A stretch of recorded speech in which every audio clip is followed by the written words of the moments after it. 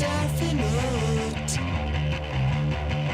This rides and games are making me so sad. Oh, I better go.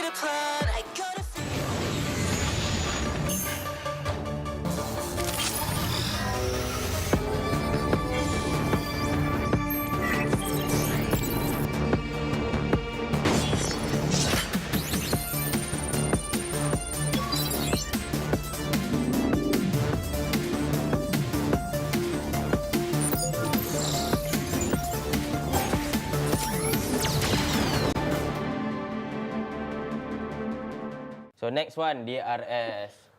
Memang Kau letak je lah tu. Weh, mak ai. Bu 5. gelişim. PMGC benim mekanım. Herkes ayağına denk alsın. Sorry guys.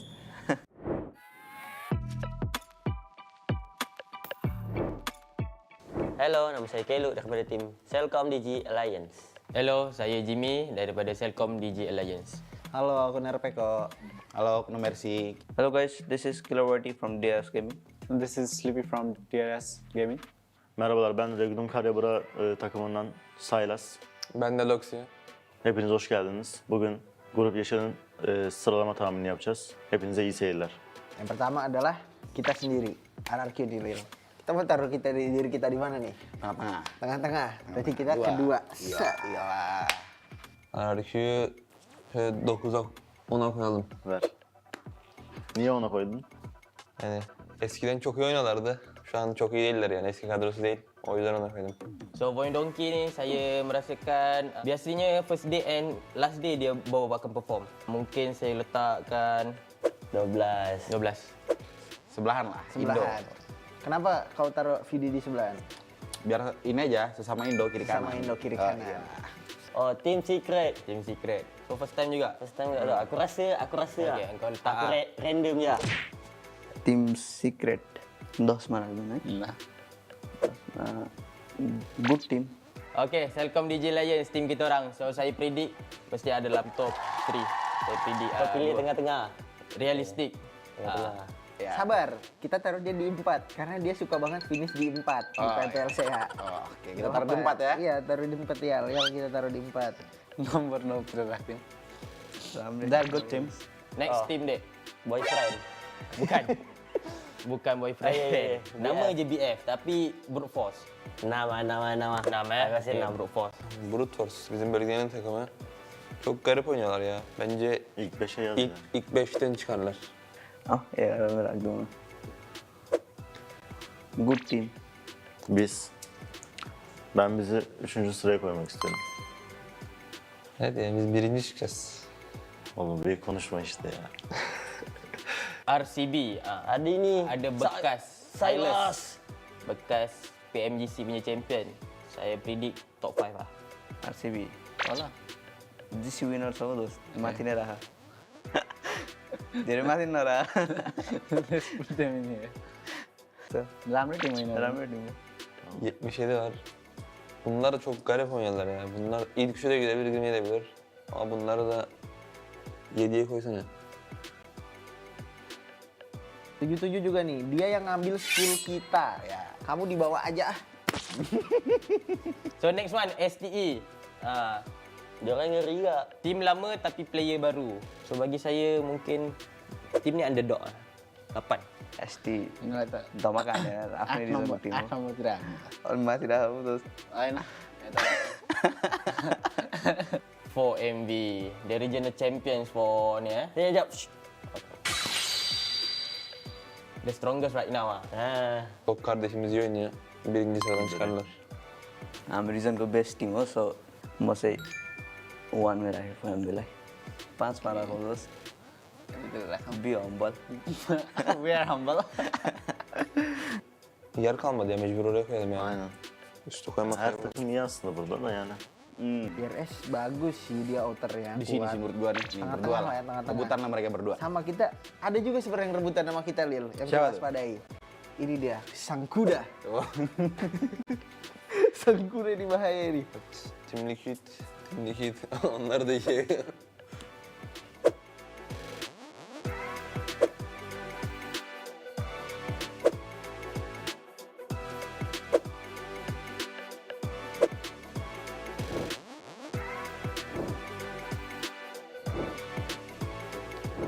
I'm so sorry. Sorry, Wayne. I'm so sorry, bro. Sorry, VC. Sorry, CAG. No disrespect. Kita orang letak dia orang dekat situ sebab dia orang pun first time PMGC kan. So kita tak boleh expect ah. Tapi boleh jadi gak miracle jadi kat dia orang. Tiba-tiba dia orang perform, boleh je. And kita orang harapkan yang terbaik je untuk dia orang. Kendimizi 3'e koymamın sebebi de çok büyük konuşmayı sevmeyen birisiyim ben. Yani hayırlısı deyip geçiyorum yani. Musuh terbesar mungkin lebih ke diri kita sendiri juga sih. Itu paling penting ya. Soalnya ego masing-masing tuh kadang kan kayak walaupun terlihat kayak blunder kecil tapi impact-nya besar bagi tim. So inilah prediction kita orang untuk Group Green PMGC ni. लाइभमा आएर सबैजनाले DRS गेमलाई support गरिदिनु होला. धन्यवाद. Bye bye.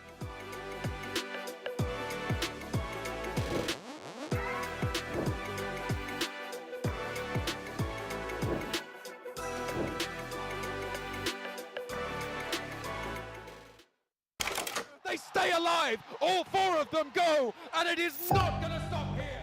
Sadece şan ve şöhret için değil, sınırlarımızı zorlamakla ilgili. It's not just about winning. It's about the sweat and tears that got you here. Ini bukan tentang sebuah kesuksesan, ini adalah tentang gimana kita bangkit setelah kita jatuh. Ini adalah demi mereka yang telah menyokong kami akan membawa semula kebanggaan kepada mereka. And this time, We will give it our all. To be the one. Yani yeni bir takımım vardı. Sadece o yüzden Dünya Kupası'na çıkamamıştım. Şimdi ama buradayız. Kendi gücümüzü ve kendi gücümü de tekrar göstereceğime inanıyorum. Herhangi bir şeyi sorgulamadım, normal. Girdim, oyunumu oynadım ve çıktım ben. Çok fazla kasmıyorum yani. PMGC second भएको चाहिँ कुनै पनि Nepali Timko लागि सबभन्दा ठुलो achievement थियो। योपालि चाहिँ हामी आफ्नै रेकर्ड बिट गर्नको लागि चाहिँ तयारी गरेका छौँ। कम्पिटिसन चाहिँ हामीभित्र नै हो, सो हामी आफ्नै रेकर्ड बिट गरेर #1 हुन ट्राई गर्नेछौँ। Kita semua di hari terakhir PMSL saya kemarin, kita semua diberi video dukungan orang tua kita. Di hari terakhir itu bikin semangat kita tuh beda lah. Kita punya tujuan untuk membanggakan orang tua kita. saya harap bakat-bakat Malaysia dekat sini semua boleh keluar dan masuk dalam esports sini. Saya rasa banyak je lagi bakat-bakat baru nanti. Dengan kejuaraan ini, Malaysia boleh tunjukkan yang bakat-bakat Malaysia ni semua power. Umarım hak ettiğinizi alırsınız.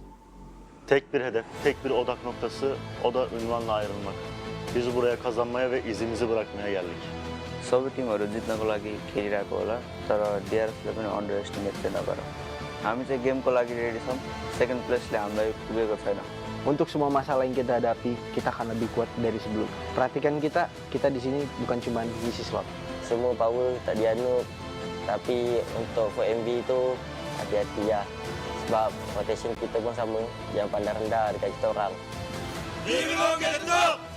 From the depth, we rise as one. Relentless, resilient, ready. Mother flag, mother glory.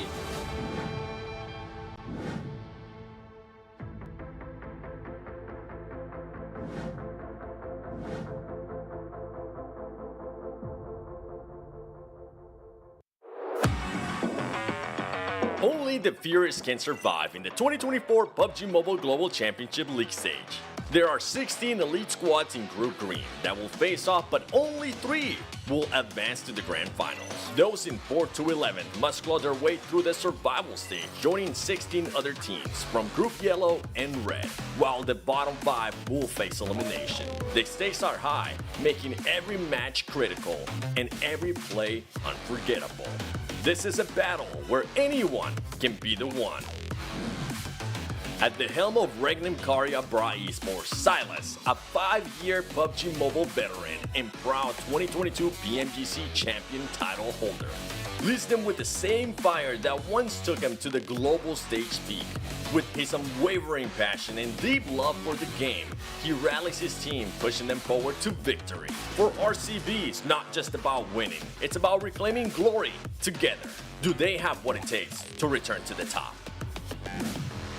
Hailing from Nepal, DRS Gaming embodies resilience. Once holding the runner-up spot in 2022 PMGC, they aim to overcome the obstacles of CSA region.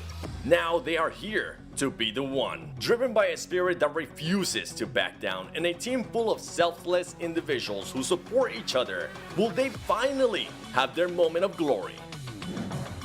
This year, For Miracle Vibes have been unstoppable, with Doc securing MVP titles in PMSL and building momentum. Many local fans and experts say they are better than Alpha 7, and they might just be the next global champion, with an intense hunger for victory that will stop at nothing to achieve world dominance. Are we going to witness the rise of the next global superstar? Representing Malaysia, Selcom DG Alliance is on a mission to bring home their first world championship. Dubbed the Uncrowned King by Malaysian fans, K-Luke and Alliance struggle to claim the throne as they consistently achieve top 4 throughout this year's PMSL seasons. They fight not only for themselves but for the pride of the nation, hungry for victory on the global stage. Will Alliance finally claim the crown? Group Green is stacked with passion, power, and purpose. 16 teams are looking to prove themselves. Who will advance to London? Who will scrape through the survival stage? And who will face the heartbreak of elimination? The fight begins November 14th at 10:45 UTC. Tune in and don't miss a moment because anyone can be the one.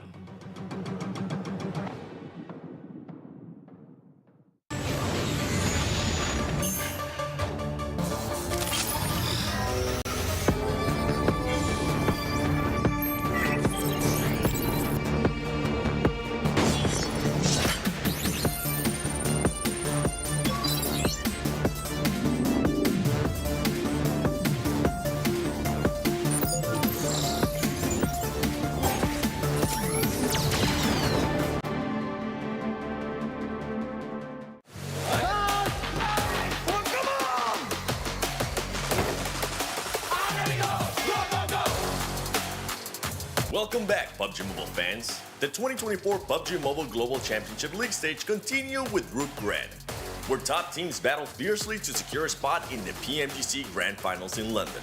In this week's intense group stage, we have witnessed powerhouse teams battling neck and neck trying to qualify, each one determined to claim one of the 3 coveted spots in the Grand Finals. First up, Navi made an incredible push towards the Grand Finals. In the second to last match on day 4, they unleashed overwhelming firepower, securing a chicken dinner with 16 elimination points. And Navi. This powerful win knocked out a rival team and lifted Navi to the top of the leaderboard and earned them a well-deserved ticket to the Grand Finals. TJB Esports had a bumpy start in the early days of League, but they quickly found their stride, showcasing true Chinese strength. Another chicken dinner coming through today. This is how you make a bid for the top 3. Their explosive gameplay on day 3 carried through day 4, locking in their top 3 position in Group Red and securing a slot in the Grand Finals. Nigma Galaxy has made an impressive comeback this season. Led by Rauf, their new roster has been on fire, consistently finishing in the top 3 on day 1 and 2. Though they slipped to the top 5 on day 3, they fought back on the final day to reclaim their top 3 spot, finishing strong with a total of 172 points. Their unwavering determination has officially earned them a well-deserved spot in PMGC final stage. IWNRX, a veteran Turkish powerhouse, started strong by amazing high elimination points, even reaching the top spot on day 2, without a single chicken dinner. A standout performance in their success was this season player's IWNRX Seawolf, whose stellar performance earned him the weekly MVP for Group Red. Showcasing amazing skill and resilience throughout the tournament, he achieved an impressive 41 eliminations and dealt over 10,000 damage during this week's group stage, firmly establishing himself as one of the top contenders in the group. The fan-favorite Mongolian powerhouse, Balkan's Force, faced a challenging start on day 1 and day 2. Despite the intense pressure, they managed to secure 2 chicken dinners in a row, showcasing their resilience. However, early eliminations in some matches made it difficult for them to get a break in the top 3. Now they head to the survival stage, aiming to reclaim their spot in the PMGC Grand Finals. ASIA Esports, a veteran team from Pakistan, faced setbacks in last season's PMGC but has returned stronger this season. They kicked off Group Red with the first chicken dinner, showcasing resilience and consistency, racking up high elimination points, even games with early knockouts. Despite their strong performance, they finished in the top 6 and now will head to survival stage. ASIA, exciting gameplay, has truly added intensity to the competition and has surprised a lot of fans. Other teams like FaZe were struggling to break into the top ranks from day 1 to 3, remaining on the page 2 of the overall standing. However, they found their rhythm on day 4, refusing to back down, climbing up to the top 7. They now head to survival stage for one final chance for a spot at the PMGC Grand Finals. Team Queso, a formidable team from South America, faced near elimination throughout the league. However, on day 4, they deliver a crucial 15-point game, securing their spot in the survival stage. Now they have one final opportunity to prove their worth. Alter Ego Aries showcased impressive elimination points but struggled to maintain consistent gameplay throughout the league stage.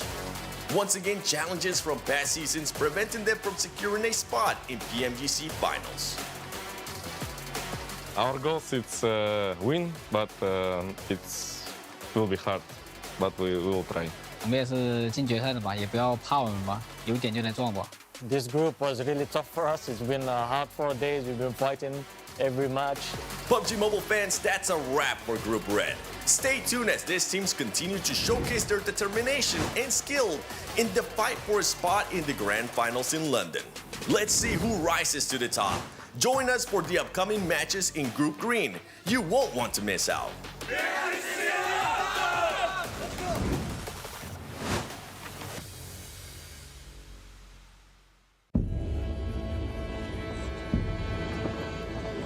Whispers of the silent wind,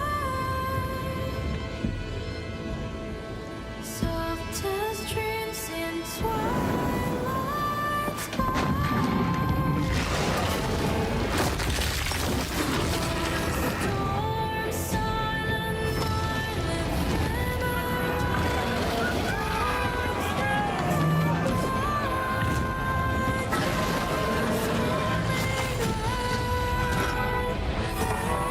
Storm silent, soldiers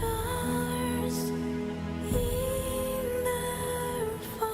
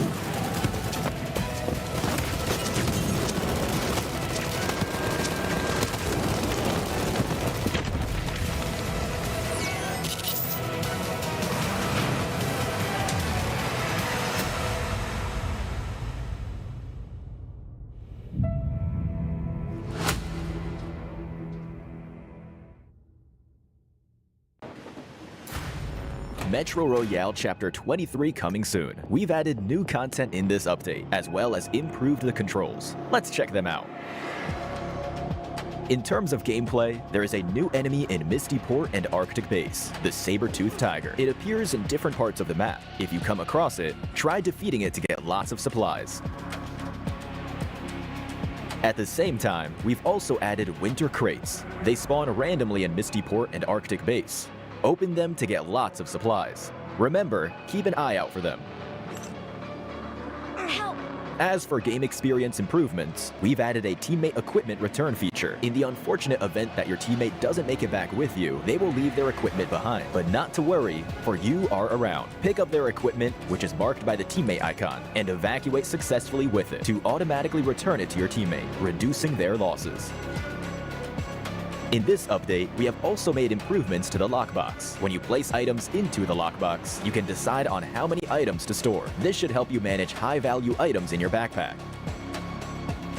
Additionally, you can now also mark supply crates. When you aim at a supply crate, you can mark it on the map using the universal mark button. Your friends will be able to see the mark, helping them locate the supply crate. Furthermore, we've also added a Game Wiki access point to the lobby, which makes accessing guides much easier. Use Game Wiki to look for Metro Royale tutorials, fun video clips, and more. Oh, and Metro Royale Chapter 23 collectibles and honor rewards have been updated. Don't forget to get your collectibles and increase your honor level to collect great rewards. That's all for the Metro Royale Chapter 23 updates. The season will begin on November 13th. Survivors, get ready for combat. May you evacuate safely with bountiful loot. Fortune favors the brave.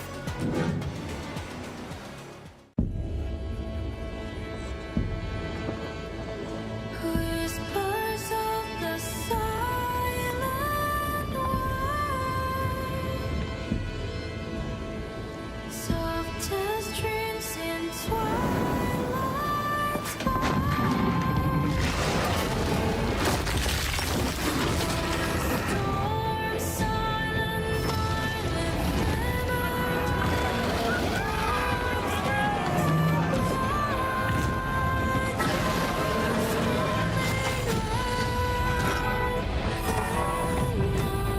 silent, soldiers in their fight.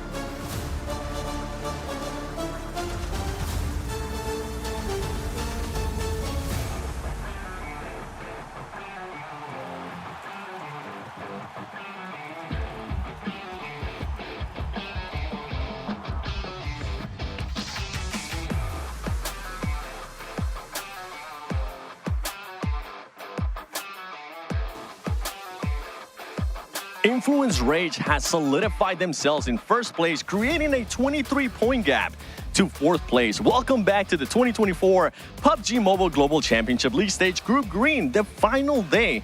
And I'm passing by DRS. Killer, you mind if I have a question for you real quick? What are you guys going to be doing to make it to survival stage? We have made some new strategies and we'll play as a team and believe in ourselves. Right on. Well, hey, it's his birthday, so I'm pretty sure they do want to make sure they make it to survival stage because this team is towards the bottom, but we do have some teams that are challenging him, like Random Karya Bra. This team has been able to perform so well yesterday. They were a lot more aggressive, and they were just better overall, but I'm stumbling upon some of the players here from the top teams, hunting down that first place. Not only Brute Force, we got D+, 4MV, one of the favorite ones to win this group, and Regnum Karya Bra with Silas. But that is it, ladies and gentlemen. We have come to the final day of Group Green because we will be finding out who are the final teams getting that direct invite to London's Grand Finals. Get ready because Group Green action, the last day, starts now.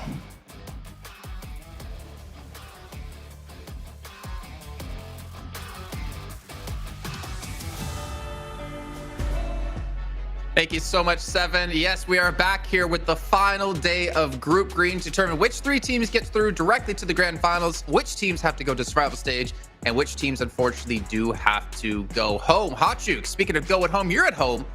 How you doing, man? I don't know what that transition was, but Dude, you know what, bro? I'm home, but you know what? Off. These players, that's where they don't want to be, man. I'm so excited today, man, because it's going to be a show. We have been talking about this pretty much all week long, right? I mean, we're seeing teams pop off right here towards the end. Will they continue or will the top squads hold on, Max? What do you think? No. No. It's been slipping, okay? The top three was Influence Rage, it was Brute Force, and it was D+ Kill for a long time, but we have new contenders on the board, Hotjukes, and it's going to be some new teams in the top three today, for sure. My question is, today going to be the day we don't talk smack about 4MV? No. Probably not. Probably not. As we saw, Doc there in the intro wasn't even, touching his device, his Infix GT20 Pro. Probably because he was already dead because he split push by himself and got caught out. We take a look here again at the groups really fast. And honestly, you guys should recognize all these teams because they have been here for the last 3 days straight. A couple of teams out here. Let's talk about maybe surprises. Let's start off with you, Hot Jukes. Like, what team has surprised you, whether it's good or bad? I mean, honestly, it's going to be the Vicious, right? Coming from Americas, this was a squad that barely was able to sneak in, and they were able to do so because of the teams that have qualified already due to PMGC points. And I mean, they put themselves in a really good spot. I think a lot of, teams and orgs were kind of expecting them to kind of be at the bottom of the tables, like 15th, 16th. But you can see them right now. I mean, they got 97 points. If they're able to get like a chicken dinner in Sandhawk here in game number 1, I mean, they could still be in the running for top 3. Yeah, I think, I mean, as you said it perfectly, I don't think really anyone expected them to be performing as well as they did, considering they had to end up taking the place from Twisted Minds Brazil, not even naturally qualifying through into this. But Max, what about you as we take a look at our leaderboards? I mean, big surprises right now recently, Jason, has to be for me Regnum Carabra. I think that the rotations have just leveled up significantly going into the second half of our matches we had so far for this Group Green. And the eye gelling is top tier. I think the understanding of how teams and the lobby as a whole reacts to circles is very, very important, and they've kind of nailed that in recent memory. And if they just keep it on this kind of pace, Jason, I really believe with the teams at the top currently slipping, that Regnum Carabra could sneak their way through in top 3 and head into the Grand Finals. And you know that Silas, that is definitely what he's going to try his best to do. Yeah, I mean, of course, he has to. He wants to be there yet again. But one team, for me, actually, there's going to be 2 teams that are kind of surprising. Stalwart, for good reasons. DRS, for bad reasons. Stalwart, this is their first PMGC, man. Like, for them to come in as a completely new team in the fall season with really not a ton of competitive history behind them, at least ones that we can find, they're able to, at least at the moment, be secured into survival stage. And I think that's a great sign of how they've been able to do just in these couple of months' time. Whereas DRS, I mean, they've been playing for a long time together. They've been at the highest level for a long time. And I think a lot of people out there are kind of disappointed with their results. Yeah, I mean, rightfully so. I mean, DRS, a lot of people expected more from this team, but did they expect them to be in, 14th place? Heck no. So, I mean, I don't know. DRS is going to have to go crazy today if they want to make it even into the survival stage. With what we've seen so far, it's not looking likely, Max. Yeah, it is not looking too good. Even Killer, during that little bit of a Tillis video we had a few days ago, he did not rank his team as top 3. He was putting himself in the middle of the table, hoping to hopefully make it into the survival stage. Well, even that's maybe not going to be a possibility for DRS, so we need to see a similar start to yesterday, Hot Jukes, where they maybe get himself a win, good top 3 with a bunch of limbs, but especially we need to see good games on Erangel and Miramar. That has been lacking significantly for DRS, and that's going to be the one thing that if we don't see it happening today, DRS, they're just going to be completely out of the survival stage race. Well, Max, really quick, as we take a look here to head-to-head between D+ and Thunder Talk, you had some interesting numbers that I wanted to steal, but I decided not to here about D+. Thank you very much. Actually, I'm surprised you're trusting my numbers, Jason. That's a big mistake you're doing. But no, looking at D+ Kia, total right now, they currently stand on 134 points. But if you look at where they got their points, 92 points were secured during their first 7 matches, where they ended up getting 3 chicken dinners and a 3rd place with 9 eliminations. That means 70% of their points were secured in their first 7 matches. The other matches, they were averaging 11th place. They've completely fallen off the surface of the earth, Jason. They're pretty much pulling Amir and Sejong of the previous group 2 weeks ago. And I'm not going to lie, right now, with the teams of Thunder Talk Gaming, 4MV, Regnum Carabra, Team Liquid stepping up significantly on day 3, D+ Kia might be the first team to actually fall out of top 3, so they need to step up big time today. I mean, I know they're from South Korea, but Mir and Sejong did the exact same thing in our first group, in Group Yellow. Yeah. So I'm hoping for South Korea and for D+ in particular that doesn't happen. They can show up today because they're going to need to.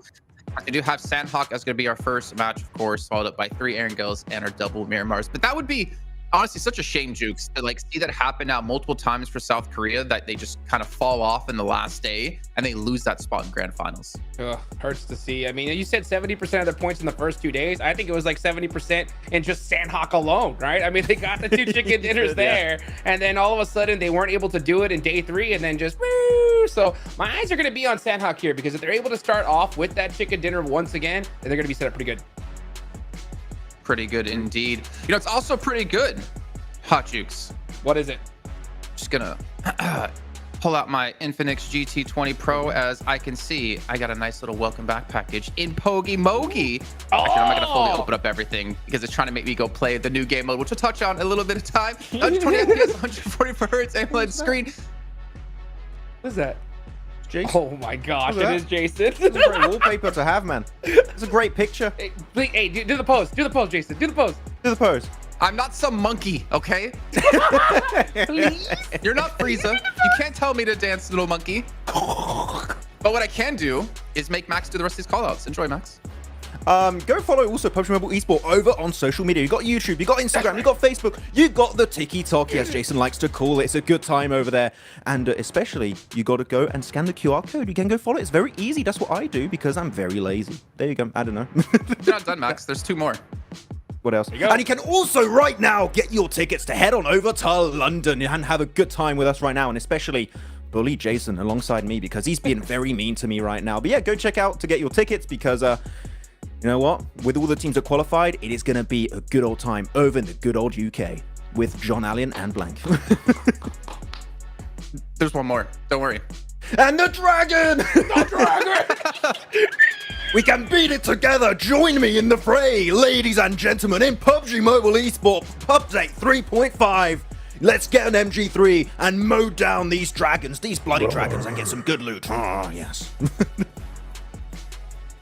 That's it, right? That's the last one. That was correct. Thank you. Yes! We got it, baby.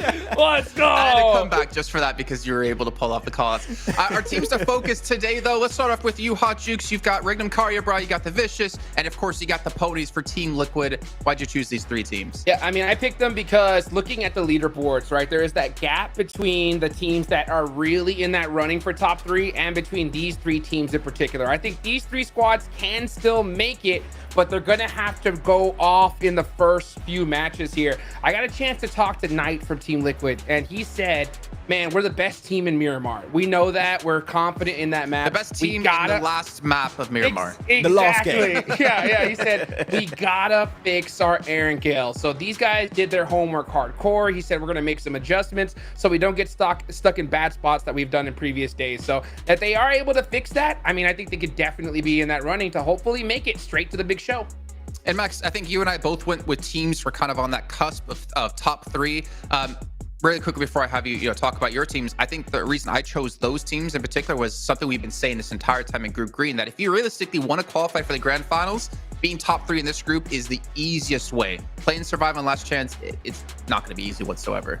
Yeah, I mean, Survivor, you're going to have the groups rotating. You've got all the insane teams that were not able to, unfortunately, make it through Group Red or Group Yellow. And then you've got to make it through in the top 6 of the Last Chance. Like, it's going to be hell, Jason. So I think that they're going to avoid it. And that's why one of my 3 teams I'm going to be watching pretty heavily today is going to be Thunder Talk Gaming, which I just talked, Jason, about D plus Kia, how they've been falling off significantly over the past 2 days almost. And Thunder Talk Gaming have been increasing their average points a lot. Every single game, it feels like. And it's not just the fact that the team as a whole is doing good. Individually, we've seen King pop off. We've seen AJ pop off. We've seen Zing pop off in particular. This guy's been on point.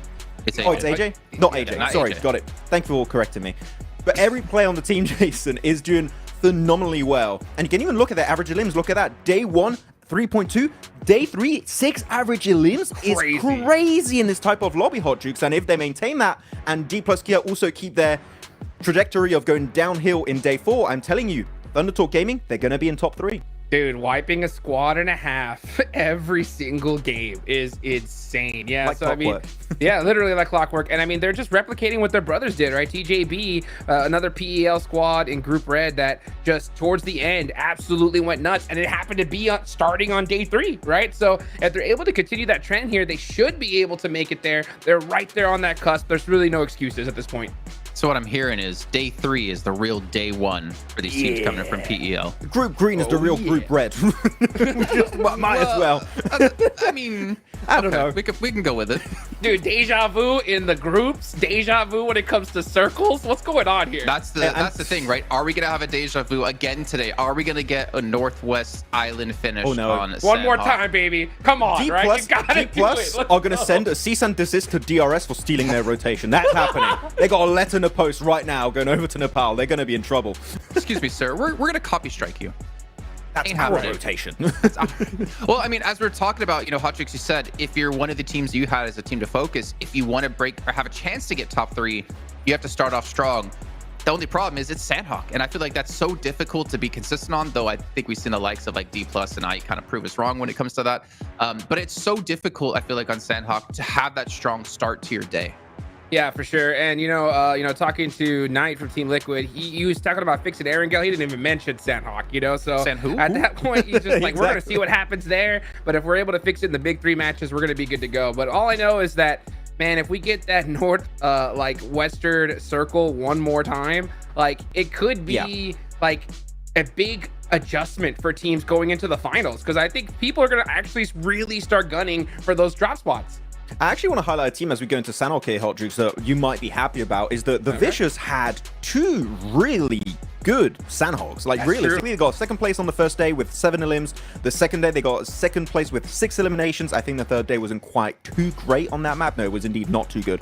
But nevertheless, they still are able to reach that late game quite consistently, right, when it comes to these Sandhawk games. And if that could maybe be the good start to the day for them, then guess what?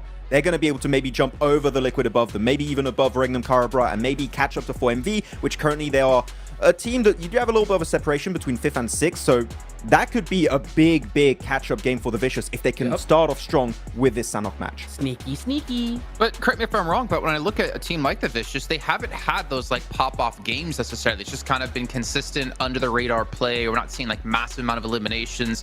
And for them to catch up to top 3, I feel like they almost have to have a pop-off day. So we're going to find out. Go ahead, Max. How do I say it? You're the host now. You're the host now.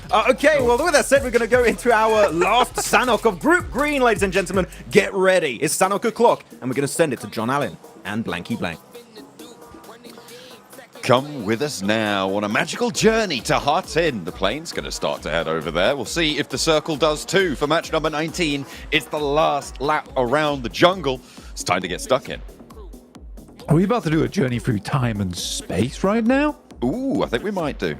We might be, because this will be the last chance, the last time to get into that top 3, to get into the survival stage. You better make space inside the lobby if you want to take on these other squads, because we are over to Sandhawk, which has been predominantly very difficult for Group Green. It has caused a lot of problems so far. A lot of teams struggling to get where they want to go. Brute Force, who love this map in the past at least, have become the greatest of haters of this map so far, I would say. It's pretty terrifying when you always have to cross the bridge near Hartin late into a circle. It's basically just not. It's impossible. It's not going to happen. They love it when it goes to Tap Mock though. That in general has been historically an incredible performance from Brute Force.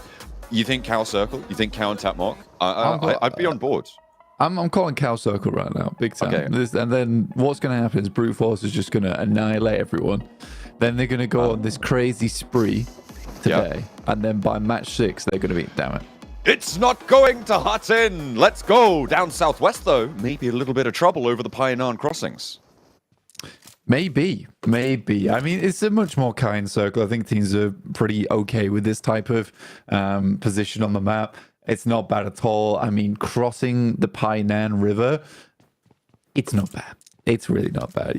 There's a lot of positions to do it. You can rotate through docks, Camp Charlie. There's loads of areas you can move through. And this means for the first time in the 4 days we've been in Group Green, teams will be able to loot. They'll actually be able to just loot. Wow. What? I don't know if that's allowed. I don't know if they are prepared for that. If they've hadn't just stratted out all of their Northwest Island rotates. You're right. But we are also privileged to perceive it. We shall have a good old look at what these teams are able to achieve with these rotates when they decide to enact them fully looted, suited, and booted, ready to get to the shooting on the rest of the match. Or get shooted. Yeah. I was looking for it. I couldn't find it. Didn't quite happen for me. No one wants that. No one wants that. Influence Rage starting in boot camp. Great position to be in. Start off their day, currently in first place. Hot on their heels is Brute Force, which I don't think anyone saw coming. I think that my thoughts going into this tournament was either Brute Force does terribly or they win everything. That's typically how Brute Force operates, which is fair enough. Didn't Hot Juice have Brute Force in his top 3? Or was that RCB? I'm not sure. Someone had Brute Force in top 3. I have to go back and check. I don't know. Let's find out for me. Here's the performance from day 1 to day 3. Average eliminations at 5.7. That's hefty. That's actually, and the fact that it stayed around about that number is also surprising. I mean, they're 5.5 on day 3. So, I mean, the majority of that implies that day 2 in general has been 4MV's massive weak point, and that plays into what we were seeing from them. They had their one massive game day 1, right, where most of those average elims came from, let's be honest. And then day 2 just kind of evaporated, as they did with the rest of day 1. Yeah, so massive downturn in performance. Weird stat, though, to show. It's like, 4MV's been really good, but we're not going to show you their horrid day to compare. That would make it look like they're incredible. If they were holding those averages between day 1, day 2, and day 3, yeah, they'd be on top. They'd be in first place right now, easily. It was 7 who had brute force. Yeah, 5.5 average is crazy. Yeah, I mean, fair play to 7. He believes in the most inconsistently great team in the world. He's nailed it. He's nailed it with that one. So did Vlad, by the way. One of our favorite guys over in behind the scenes, running all the cogs, making sure he's all me the boss. machines. Yeah, he's our boss. He makes sure all the machines go exactly as to plan. Make sure they're all turning over nicely. Making sure Sometimes the he says to circles me- always go northwest. So actually, he's going to have words on this one because Yeah. they haven't. Likes to tease me on my analysis. He says, "You've got none of the top 3 right ever." And I'm going to start going off gut feeling from now on. I'm not. Okay. I'm going to start not looking at past games and being like, "Yeah, these seem like the reasonable teams to choose." I'm going to be like, "I like that team." And that's as far as my analysis will go. Oh, cool. Yeah, no, that's fair. That would have worked out actually over the past 2 groups if I'd just done that. You think? You think that would have been played better for you? Maybe. Yeah, honestly. I had D+, Thunder Talk, and 4MV in my top 4. And right now it's looking like maybe only one of them is going to be able to make their way on in there. They're competing for one of the 3 direct invite spots to the London finals. But it's not out of the question that Influence Rage, the Brute Force, can also fall out of the race. Team Liquid, they've made their way up towards Painan. They've got a little bit closer. They've taken some damage from RCB, who are sat up on the hill to the east side of Painan. But Team Liquid is safe for now. Like that, lobbing a little first aid kit at your teammate. Sometimes needed. Especially when you're in a position like this, you don't really want to peek out too far. You know, a lot of teams are going to be congregating around that southeast side. 7.2 average elim on day 2. That is wild. That's an incredible day. I'm more interested in the 3.7 from day 3. I mean, yesterday for Brute Force didn't feel... I mean, it didn't feel bad. It felt maybe less dynamic than their day 2, sure, but that much more of a drop-off is kind of crazy. Still, 3.7 is quite respectable. And I suppose I should note that it's definitely not a super low tally. It's still pretty decent to be getting about 4 points a match just on eliminations alone. Yeah, also, they were breaking out a 1,000-point average every single time, which is a feat in of itself. It's hard to do. It's very, very hard to do. You have a couple of bad matches, you go down with 0 damage, then, yeah, you're not breaking the 1,000 average damage barrier. So to be able to do that consistently game to game from day 2 and day 3, despite having less average elimination, just means that they are still doing work inside this lobby, just not quite finding those end games off the back of it. If they were able to take down the Vicious on Dimmador, that one game on our angle yesterday, I think they would be in first place right now. And we are going to keep the river in on this next circle shift, Blank. Although a lot of the teams that were already sort of entrenched, not on maneuvers, are kind of already in this circle. I think the Vicious actually going for a very quick rotate, trying to get close towards the middle. Wouldn't be too surprised to see a casualty or 2 on that one, but have to wait. Voin Donkey ID trying to move in from that north side, from that trifecta compound, taking a little bit of a hit there. RCB rocking up towards 4MV. Apex surrounded now. Needs to be careful. Swaps to the UMP. And RCB feel like they've got this corner under control. I wonder if they're checking. It seems like they are. They're sending 2 players in together to play off the corners. Apex needs to hold this. And now 4MV need to spring into action or lose Apex, play on with 3. Around the door frame, Wild looking for first peek, goes down, the spray with the M4, looks good, looks for the second, but can't quite hold up against Silas, who hits the drop shot. Wild can get rezzed as well, and 4MV a little bit too slow on the refrags here.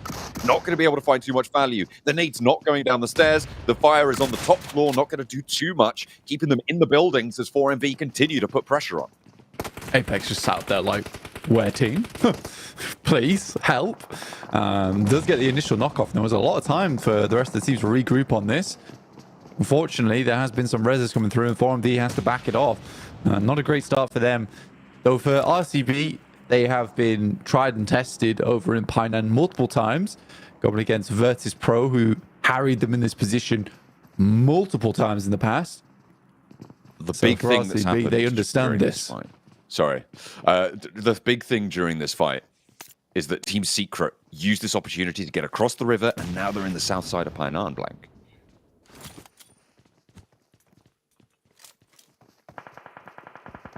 It's not a bad rotate either. Team Secret down towards the south side. Managing to use that opening, that engagement on the northeast side to their advantage.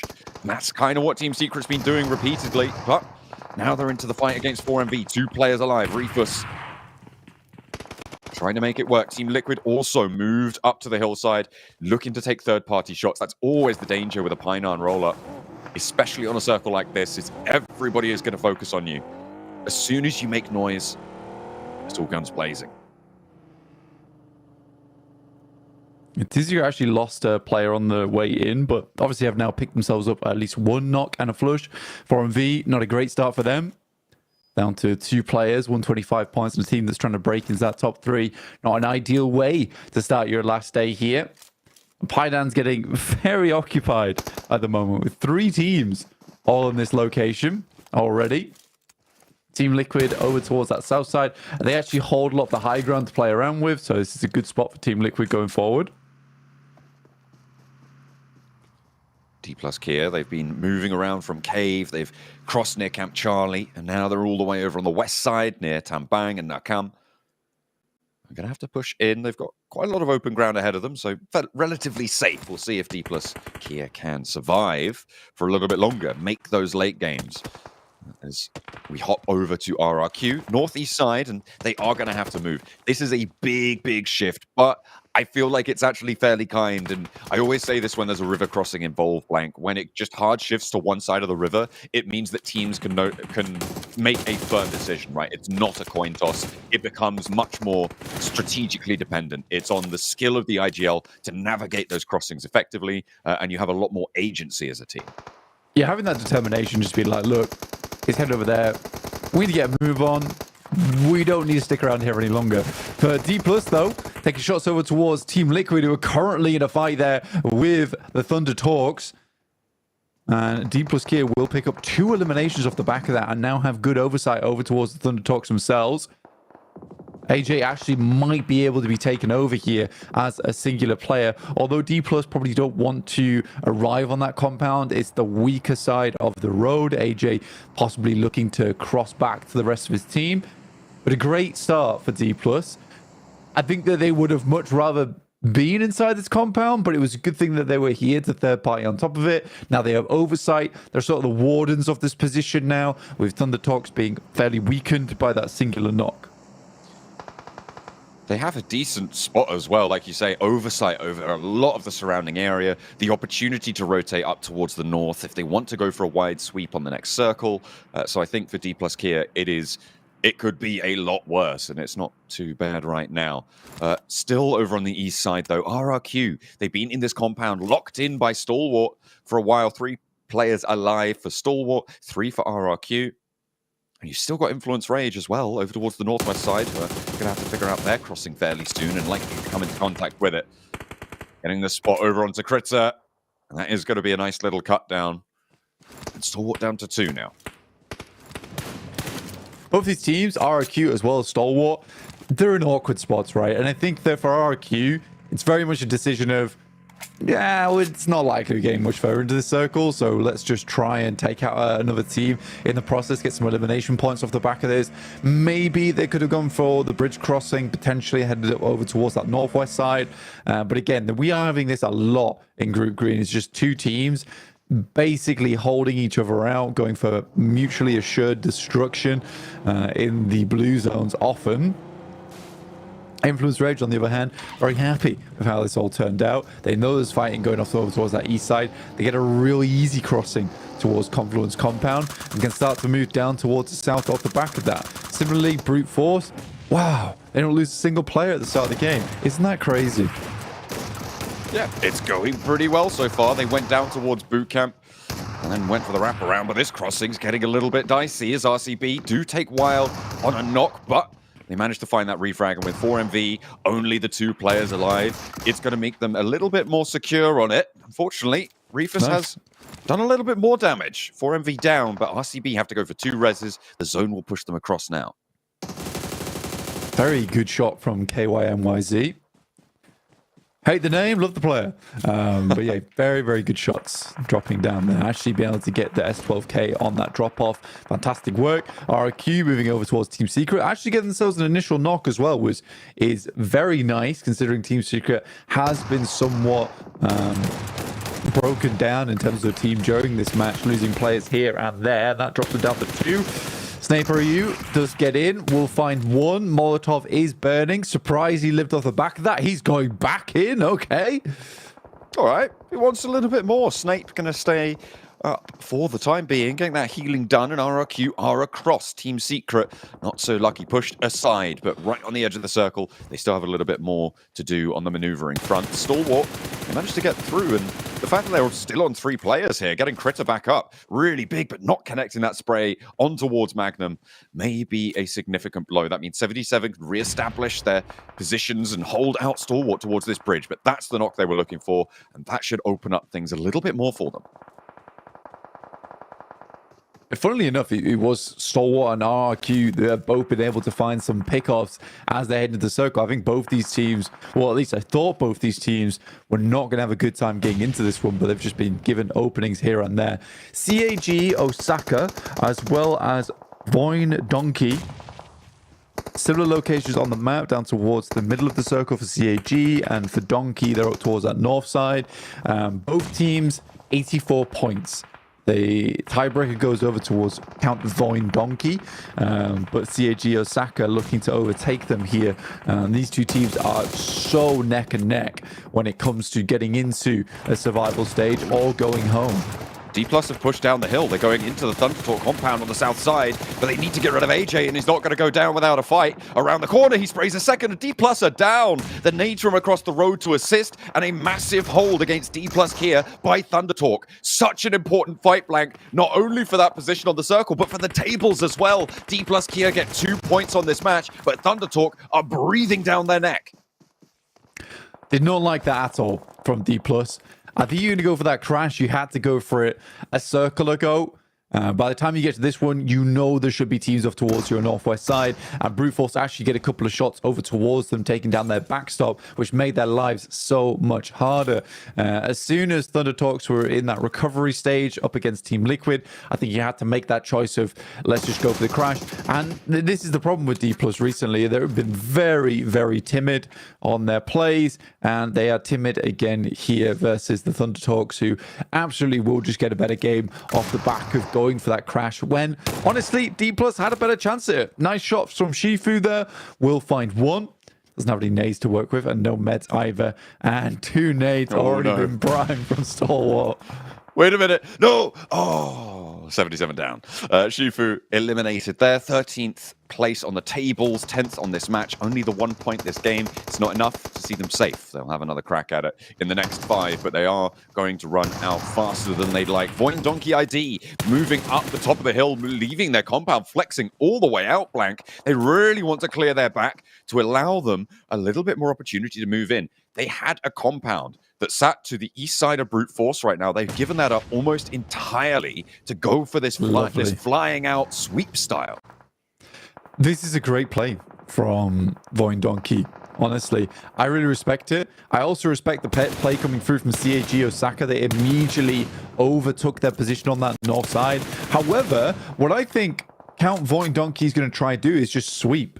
I think that's the very, very smart decision to go for in terms of just trying to get more points out of this game. Fortunately, they step out a little bit too far over towards that southwest side. We'll lose 2 players off the back of it, but 5 eliminations is very, very good.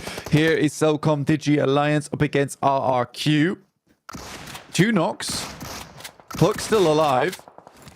Oh, last player to stand, and Cellcom Digi Alliance go down. Blank, RRQ do this every so often, right? Sure, they're in 13th place right now, but they've got 9 elims. They're making strong moves. It's going well for them. I feel like Voin Donkey ID, they've tried to come back now. And actually, with CAG Osaka moving out to the north side, they did diminish their forward hold a little bit, but Voin Donkey ID now trapped in a little bit of a valley here with the shots coming at them from both ways. It's going to make it really tough on the approach, but CAG Osaka also going to need to regroup, going to need to move Apollo in. He is kind of trapped on the outside. Brute Force have been quiet. They're going to start to have to make their mark here on this lobby as well. I don't understand CAG Osaka sometimes. The compound to play in, I know that they're battling out for that position. Voin Donkey will pick themselves up. Another eliminations over towards Apollo. Yeah, they had a safe spot to just get a decent game off the back of with 4 players, and they could have played this ridge side down towards the southeast easily. Yeah, very, very odd. In comes Voin Donkey now, finding initial knock over towards CAG. That's Garnet down. Zeta is up towards the building, knows the player inside, just providing a little bit of cover, and a great couple of shots coming through, just holding down the trigger there. Will pick up 7 eliminations for Voin Donkey. A wonderful start to their day. CAG somewhat throws it away. A little bit. They flex out. They get cut through. Boom. And now it's the time for DRS to try and take control of the center of the circle. A lot of the fighting has been focused on this northeast side. It's been entrenched there, and then all the while, DRS have been playing strategically from this south edge. Blank. A lot quieter, not really getting stuck in. Let's see if they would have needed to earlier on, because sometimes when you're playing for those quiet late games, you just allow teams to make moves around you and give them the control. But for this position, DRS currently in the driver's seat. The circle gives them a little helping hand here as well. And this is going to make it tough for all our teams out in the north. Yeah, DRS need a ginormous game, right? They have always needed one. They are so low down on the rankings. But it is Voin Donkey finding even more profit off the back of this match. 8 eliminations found already. Another shot over towards Neos out inside the blue. This is an awesome match from them. And I think that there comes a point in time for a team where it's a case of, do we go out without a whisper, or do we go out swinging? And that's what Count Voin Donkey is doing right now. They are lording over the circle, and that's exactly what they need to do in terms of their points table. So I'm so proud of this team for that, because you see so many squads down towards the bottom. They get really scared at this stage of the game, this stage of the group, but it is not the case for Voin Donkey coming to today, and this is only going to increase their confidence for the next 5 matches. I mean, we've known Coach Steffi for a long time as well, and he's a great attribute to this team. Hopefully keeping them steady, hand on the rudder. Seems like they have the confidence today. He's given them a pep talk. G'd them up to give it a good go. And they are certainly doing just that. Thunder Talk, though, similarly able to open the cannons this morning. As Thunder Talk launched the nades over. Just suppressing the approach and trying to control Voin Donkey on that wide swing out. And this is such a difficult approach. I mean, I do not blame players for going down in this sort of a rotate, with DRS having such a long hold on this. But Thunder Talk are going to open up onto the back lines, and the players close are vulnerable here, Blank. There is a big opportunity now for Thunder Talk to take this one away from DRS, but the corner of the rock is held down, and it's just up the way. Goes for one with the DBS, and it's all shut down. DRS keep the hold on the circle. And for his birthday, well, his present here, a chicken dinner.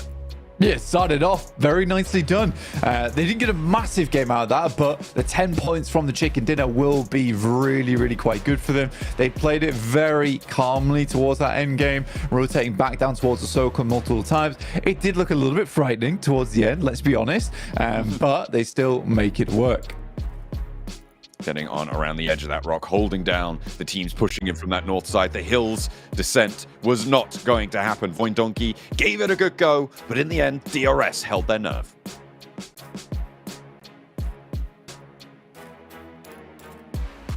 Yeah, DRS again. Sorry, I sounded mess with the producer. DRS again, getting a win when it comes to Sandhawk here. That is back-to-back days. But hopefully, Maxman, they don't have back-to-back results because DRS, as you pointed out, did not perform well the rest of the day. Yeah, unfortunately, we mentioned it a few times already, DRS, when it comes to performing well on Arango and Miramar, that's not really been the case. It's great, Jason, they can kick off the final day here with a chicken dinner. This is what's going to be possibly allowing them to make it into the survival stage, but Hotjukes, if we're being 100% realistic, we need this to continue in the other maps. This was a great game. Do more of that, please. But unfortunately, from like recent history, that's not really been the case. Not been the case at all. You know, it's crazy. Like in Sandhawk, it's all about the will of D, man. You got D plus Kia winning the first 2 matches, and now DRS winning the other 2. It's crazy that we only got 2 winners on Sandhawk. But man, this was a really crazy match and a really unfortunate one for a lot of teams. Yeah. One in particular I'm looking at, got to be Team Liquid, man. I mean, I know that, you know, Knight said that he wasn't really focused on Sandhawk. They were putting all their resources into fixing Erangel. But I mean, to go out first, considering where they're on the leaderboard, it's still a tough watch. Hey, wait, Hotjukes, is it match number 6? Yeah, that's what. Yeah, so just wait, okay? Be patient. Damage control. Let's go. We can see here some stats coming for DRS. I mean, it's kind of reflective from what we've seen over the course of this group, right? We're not seeing high eliminations out of them necessarily. The zone, not necessarily fully gifted to them, but definitely did favor them towards the end, as we saw. It was different. What's different? We'll take a different circle, though. You know what I'm saying? Didn't go to that island. That's true. We didn't go to Northwest Island. We went to another island. DRS, sticking true to what we saw yesterday. They went for the D plus rotate on Sandhawk yesterday. Today they go for the major pride play. Yeah, you have to go back to the first game of this entire PMGC. Major Pride played the exact same compound, the exact same way as DRS were playing it, which is you're going to be trying to hold off all the teams coming in from the southern side, which in this scenario, they were trying to hold off, I think it was, trying to hold off, which team was it? I wrote it down. Vicious and Alliance were coming in from the southern side. You clear those teams, and then you pretty much have free range to spray down teams that are trying to go down the road, down that ridge side, and then you're going to have easy time eliminating them. Though, I do want to highlight, Hotjukes, it was a very good approach from Voindonkey ID with Vexy going to the eastern side. I think that off angle, if he did survive and didn't go out of the car too early, actually could have maybe allowed Voin to go for a second place, if not maybe even a chicken dinner. Yeah, it's so tough when you see, I do agree, that was 100% the right play. It happens though. Sometimes you just get so antsy, you want to be able to get that knock, and you just pop out that car a little bit too early and get knocked. So really unfortunate for them. But you know what? Still good to be able to see Voindonkey be able to make it all the way to the end of the game here. One team I really want to talk about, because it just frustrated me so much, Max, was CAG Osaka, right? I think they could have been in a way better position to even possibly win this game, but they just pulled off this crazy 2-2 split that just didn't make sense to me. What do you think? Yeah, I mean, at the start of this game, Hotjukes, from the early to mid-game, it was like, oh yeah, solid position, good, quick, snappy rotations from CAG Osaka. Love to see it. Thumbs up. And then my thumbs went down pretty significantly because they go from a central position where they had 4 players alive, by the way, to sending up 2 players north outside the circle, downhill, pincered between Brute Force and Voindonkey ID. And they instantly lose those, like, first player, and Apollo's just really struggling to regroup with the team. And because, guess what, you don't have the numbers anymore in your team, you just get approached by Voindonkey ID, and they have DBSs, they have BF12K. They just have all the arsenal they need to really claim that compound for themselves and make into top 3 instead of CAG Osaka. I think that was a big throw we saw from CAG, and they need to be careful to not make that happen again on the other battlegrounds. Well, seeing the results here, the points accumulated for these teams, only 5 elims for DRS, but again, considering where they are on the leaderboards, they'll take every point they can possibly get as they end off in 15th. Same with Thunder Talk ending with 15 and Voin getting 14 in here. I do have to give some credit to a player we haven't really talked about just yet, but Frieza from Brute Force. Considering they're a team in top 3 right now, just staying alive at the very end there just to get as many placement points as you possibly can. Might come back at the end of the day to be a saving grace to get you through directly through the grand finals. Yeah. Oof, you're absolutely just like right. in the anime, never goes out. Yeah. He's always coming back in the next season. I mean, we saw it, right? I mean, it's so crazy how close this gets. I mean, Group Red, we saw Falcons, right? Just get not able to make it in, right, to the finals by just not winning that last game. And you're right, Jason, it comes down to those little plays, you know, that maybe those extra placement points could be enough, right, to push them into the big show. It could be, but unfortunately, there's two other teams we have to take a look at here who were in the contesting for top 3. You know, D+, another 2 points here, Max. So staying true to what you said earlier today with the points they've gotten past their first 7 matches. 4MB getting 0 points as well.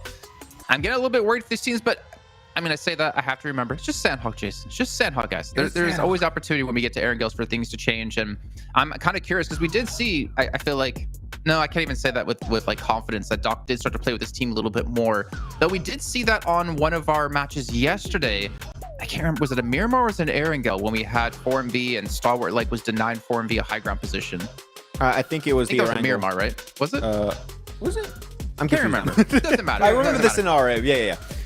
But we can see Brute Force, with the points they got in that last match, able to tie up Influence Rage at the top of the leaderboards to put themselves a little bit safer, though they're going to be in second because, of course, Influence Rage have 4 chicken dinners. But third place, Jason. Finally, we got a new top 3 team. Let's go. It's going to be from China. It's going to be Thunder Talk Gaming. And unfortunately, yeah, we talked about it earlier, Jason, on the pre-show, that D+ Kia, their results are going downhill every single game, and that just opens up a big opportunity for whichever team gets a solid finish, and that just ended up being Thunder Talk Gaming with their second place finish here on Sanhok. And the thing is, now you've got to be careful because D+ Kia, if they can't do a little bit of a comeback here, I'm telling you, they're going to keep falling down further and further behind 4MV, behind Regnum Karabra, maybe even Team Liquid if they can survive a bit longer these games.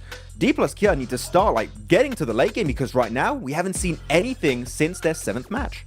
Oof, it hurts. It hurts to watch D+ Kia. Yeah, I do see it. Look at that. Boing donkey. Oh, that's not what I meant. I was looking at DRS. Yeah, I was You're looking at DRS. Yeah, I mean, DRS did jump up all the way to 12th place. They are right there to make it into survival stage.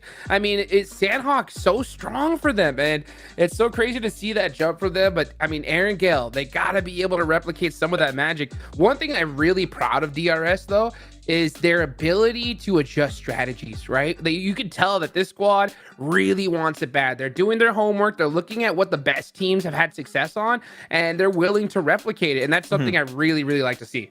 You're 1 point away from possibly being... I mean, right now, they also got 2 chicken dinners, so they would win the tiebreaker. So, yeah, right now, they're 1 point away from being in 11th position, from making it into the survival stage and clutching it up in the final day for Group Green. I think DRS is, again, a pretty strong team when it comes to local play. I think PMGC, like all these global events, they struggle quite a bit. But with experience, you know, maybe for next year, they can just come and completely start swinging in these games really early on. So, I mean, Max, I see that potential, but they still need more points. They have the lowest limbs in the lobby. And they also have the second lowest amount of placement points outside of their chicken dinners. Like, I think that's kind of a showing. Like, without these 2 wins, they would be last place 100%, and without any chance to break through into top 11. But like you said, now only 1 point away.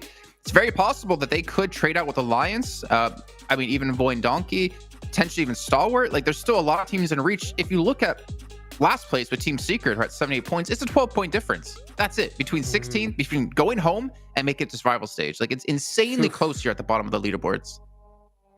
That's going to make things that much more difficult here because you got teams at the bottom that are going to be so hungry, willing to push teams, and even if they're on the edge, you know, they'll do everything they can to get those elimination points back. So you got squads at the bottom that need it, squads in the midsection, and not to mention even at the top, right? Things are getting really too close for comfort. Yeah, and we had a good Sanhok to kick off the day here, but most importantly, we are going in the meat and potatoes of this final day. We're going to Erangel, and this is where the points really need to bring their A game, and if they want to make it to survival stage or even maybe to the grand finals. We've got the meat, we've got the potatoes, we've got the celery and the oxtail all being thrown into this giant pot to see how it's going to turn out. Let's get it over to our chefs of John Allen and Blink. Hubble, bubble, toil and trouble, cauldron bubbles, as we are about to deliver on a, once again, fantastic, exquisite, maybe a little bit toxic for some of our teams on this game. Let's see if they can earn those points, get themselves towards those survival spots. Nobody knows. When did we become a coven? Like, we went which from is it being it's head chefs they're to in this witches. season. I know. Hey, what's the difference? Sometimes you ever had a really good meal and you're like, witchcraft. No. Well then. Because I usually cook, and that would make me a warlock. I think. No, witches can cook too. Yeah, but I'm a man. Yeah, I think men could be witches too. No, you'd be a warlock. Is that true? Yeah. Okay. I have to check my witch lore. Okay. More research required. Indeed. I've watched a lot of Sabrina. All right. Okay. Leave me alone. Yeah. That's fair. Heading over towards Yaz is the Vicious, alongside a couple of other teams as well. Your Influence Rage over towards the eastern side. Stalwart 2 in Lepovka. Down towards our south in that area is the Thunder Talk. So you, like you say, have now overtaken D+, who are falling prey to the Mirren Sajon curse, which is we have good rotates, we have smart players, very scared. They're too scared. They make these smart rotates at the start, right? And we were talking about this during the break. They go for these wide wraps, and they find accessible areas of these circles, and then they just don't use that access, right? They give themselves so many tools to play with, and then just decide, you know what? I'm just gonna try and undo this bolt with my teeth instead, rather than using the wrench that they've so handily provided themselves. It's quite frustrating. Yeah, it is. And I think that, honestly, you look at D+, I want this team to do well. I'd like to see a second South Korean squad over towards the direct invite to the Grand Finals, just because South Korea has developed and fielded such good talents this year. It's hard enough to have two teams very strong in South Korea, but having three at the same time, that's fantastic. Absolutely. There's been plenty of strong teams from multiple strong regions. One of them that we expected to be a little bit stronger but is gaining momentum is Team Liquid. 7WG was able to catch up with him during the break. We talked to their coach, so let's hear what they had to say. Welcome back to a quick interview with the 7WG. This time it's going to be in regards to Team Liquid. I got Coach Knight here next to me. Hodgix was talking about you guys might be changing up some stuff in Erangel. What is the stuff that you guys are going to be changing? I think we struggle a lot on Erangel because we are lacking good decisions during the process of deciding where should we go, what should we do on this situation right now. So we talked a lot today about slow down a little bit the game, think a little bit ahead of the options we're going to have depending on what Safe Zone is going to do, and then take the best decision possible for this situation. Right on. Well, I hope you guys do end up making those good decisions, and I hope the Erangels are a lot better today because you need them if you want to be able to make that push on the top three. Quick question. You guys always do good on Miramar. What do you think is the reason that you guys do so good at Miramar? I think it's because we don't change our game style on Miramar, and the fact that we kind of create this legend that we are so good on Miramar that nothing can go wrong. So our psychological is too strong, and even if we are in a bad situation, we know we can overcome. Well, hey, thank you, Nine. I appreciate it. I hope you guys do great. Back to you guys. Really interesting stuff there from Knight. I mean, he's talking about their decision-making process during these games, and they felt it was cluttered during Erangel. Hopefully, they can streamline that, isolate what is going wrong, eliminate it, and come out all the better for it. On 100 points, they are right around the corner from that top three competition, but they're still a long way off. Looking to secure survival stage spot, much more likely. Yeah, I think at this point in time, you'd need essentially probably 10-point average today. To even have a chance, right? To get over towards that top three. Even that's difficult. Then you would have profit then some on top of that. So I think with Team Liquid, yeah, survival stage is definitely where they're looking to go. But from a team that had such legends about it in the past, stories told, the fact they were in 16th place, now able to get back up to 7th with 100 points, I think that's a good jump. It's a good jump. And it was a necessary jump as well to save face more than anything for Team Liquid. They're such a fantastic team. Everyone on that squad is very, very good. And it was surprising for me to see Ayala, Mythic, down towards 16th. These two are some of the most talented players from Brazil that's ever been created. We'll leave Alpha 7 out of the conversation for now. But yeah, it was weird to me seeing them down there. 7th place, though, is a good position to be in. I think they'll be happy with this. In terms of a comeback from Team Liquid, this is a good start. This is a very, very good start. They say they're very good on Miramar, which they are. That might be a nice position to try and secure that position even further. As we look down the tables, it's only 11 points to go down in 12th place right now, even from 100. It's so close on the rankings. Very, very difficult, and that is due to the point sponge at the top of the lobby with that jump from RCB in 6th place to 108 points up to 4MV 125, which goes up to 153 in first place. So a 53 point difference between first place and 7th. It's a rather large gap. Things are starting to stretch out. We've had a very, very close lobby over the first 2 days. In the third day, we distinguished the top 5, and there is still that gap, that barrier that sits in that top group, and 4MV starting to lag behind that, dropping that boundary somewhat, but still highly, highly competitive. And we'll see how things start to settle, because we are now into our final 5 matches, our final stretch of Erangels in the mix of it as well. And teams are looking to make their final bids for the top side. Thunder Talk, at the moment, they managed to just about get into the top 3. Well, I say just about, pretty convincingly off that last match with their not only high point scoring game, but the fact that they defeated D+ Kia in that D+ crash. It really didn't go well for the team from South Korea, and now they're really pushing towards the top side, and it's good to see, just like you were talking about with Team Liquid saving face, them also looking to make their mark, not only save face, but book their tickets too. Yeah, but Thunder Talks, day 4 is really the day 1 of PEL. Oh no. So this is where they can start to make their stand for a 3rd place, or potentially even a 2nd or a 1st, because again, it's not a big jump up for them. 145 to 153, because both Influence Rage and Brute Force are both tied at the moment. The Influence Rage pipping them to the post in 1st place just because of their chicken dinners on that advantage. DRS making their way in from that eastern side, who have had fairly decent improvement in performance. It was a scary thing to have happen, especially for Team Secret, for 77, be like, look, there's no way that DRS is catching up to any of us, so it's just us 4 fighting out against one another. Out of nowhere, Clothesline comes through from DRS, hits everyone in that bottom 5. And I think now that they're probably they are in the best position to get back up into survival stage at this point. And they're going to definitely do their damn hardest to get towards that position too.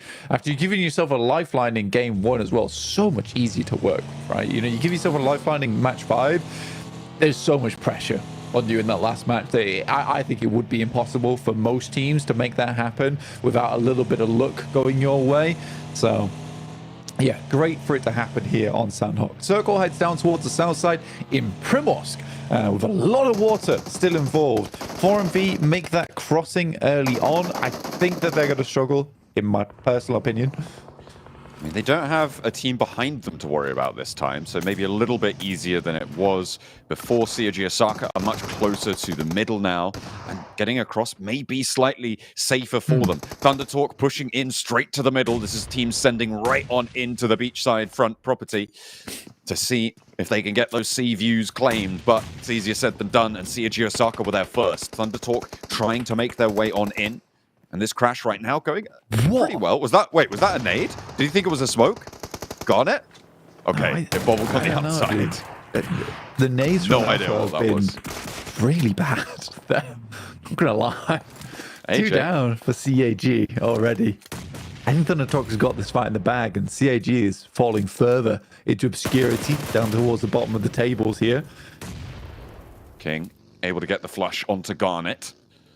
Far from flawless on that one, but as a gem of a point for Thunder Talk, as they will solidify themselves further and further into these top 3. Taking this compound, they'll share it, actually. They'll be seemingly, well, I don't want to say happy to, but maybe content is more of an appropriate word here, because COG Osaka, they pull back. They play the far corner.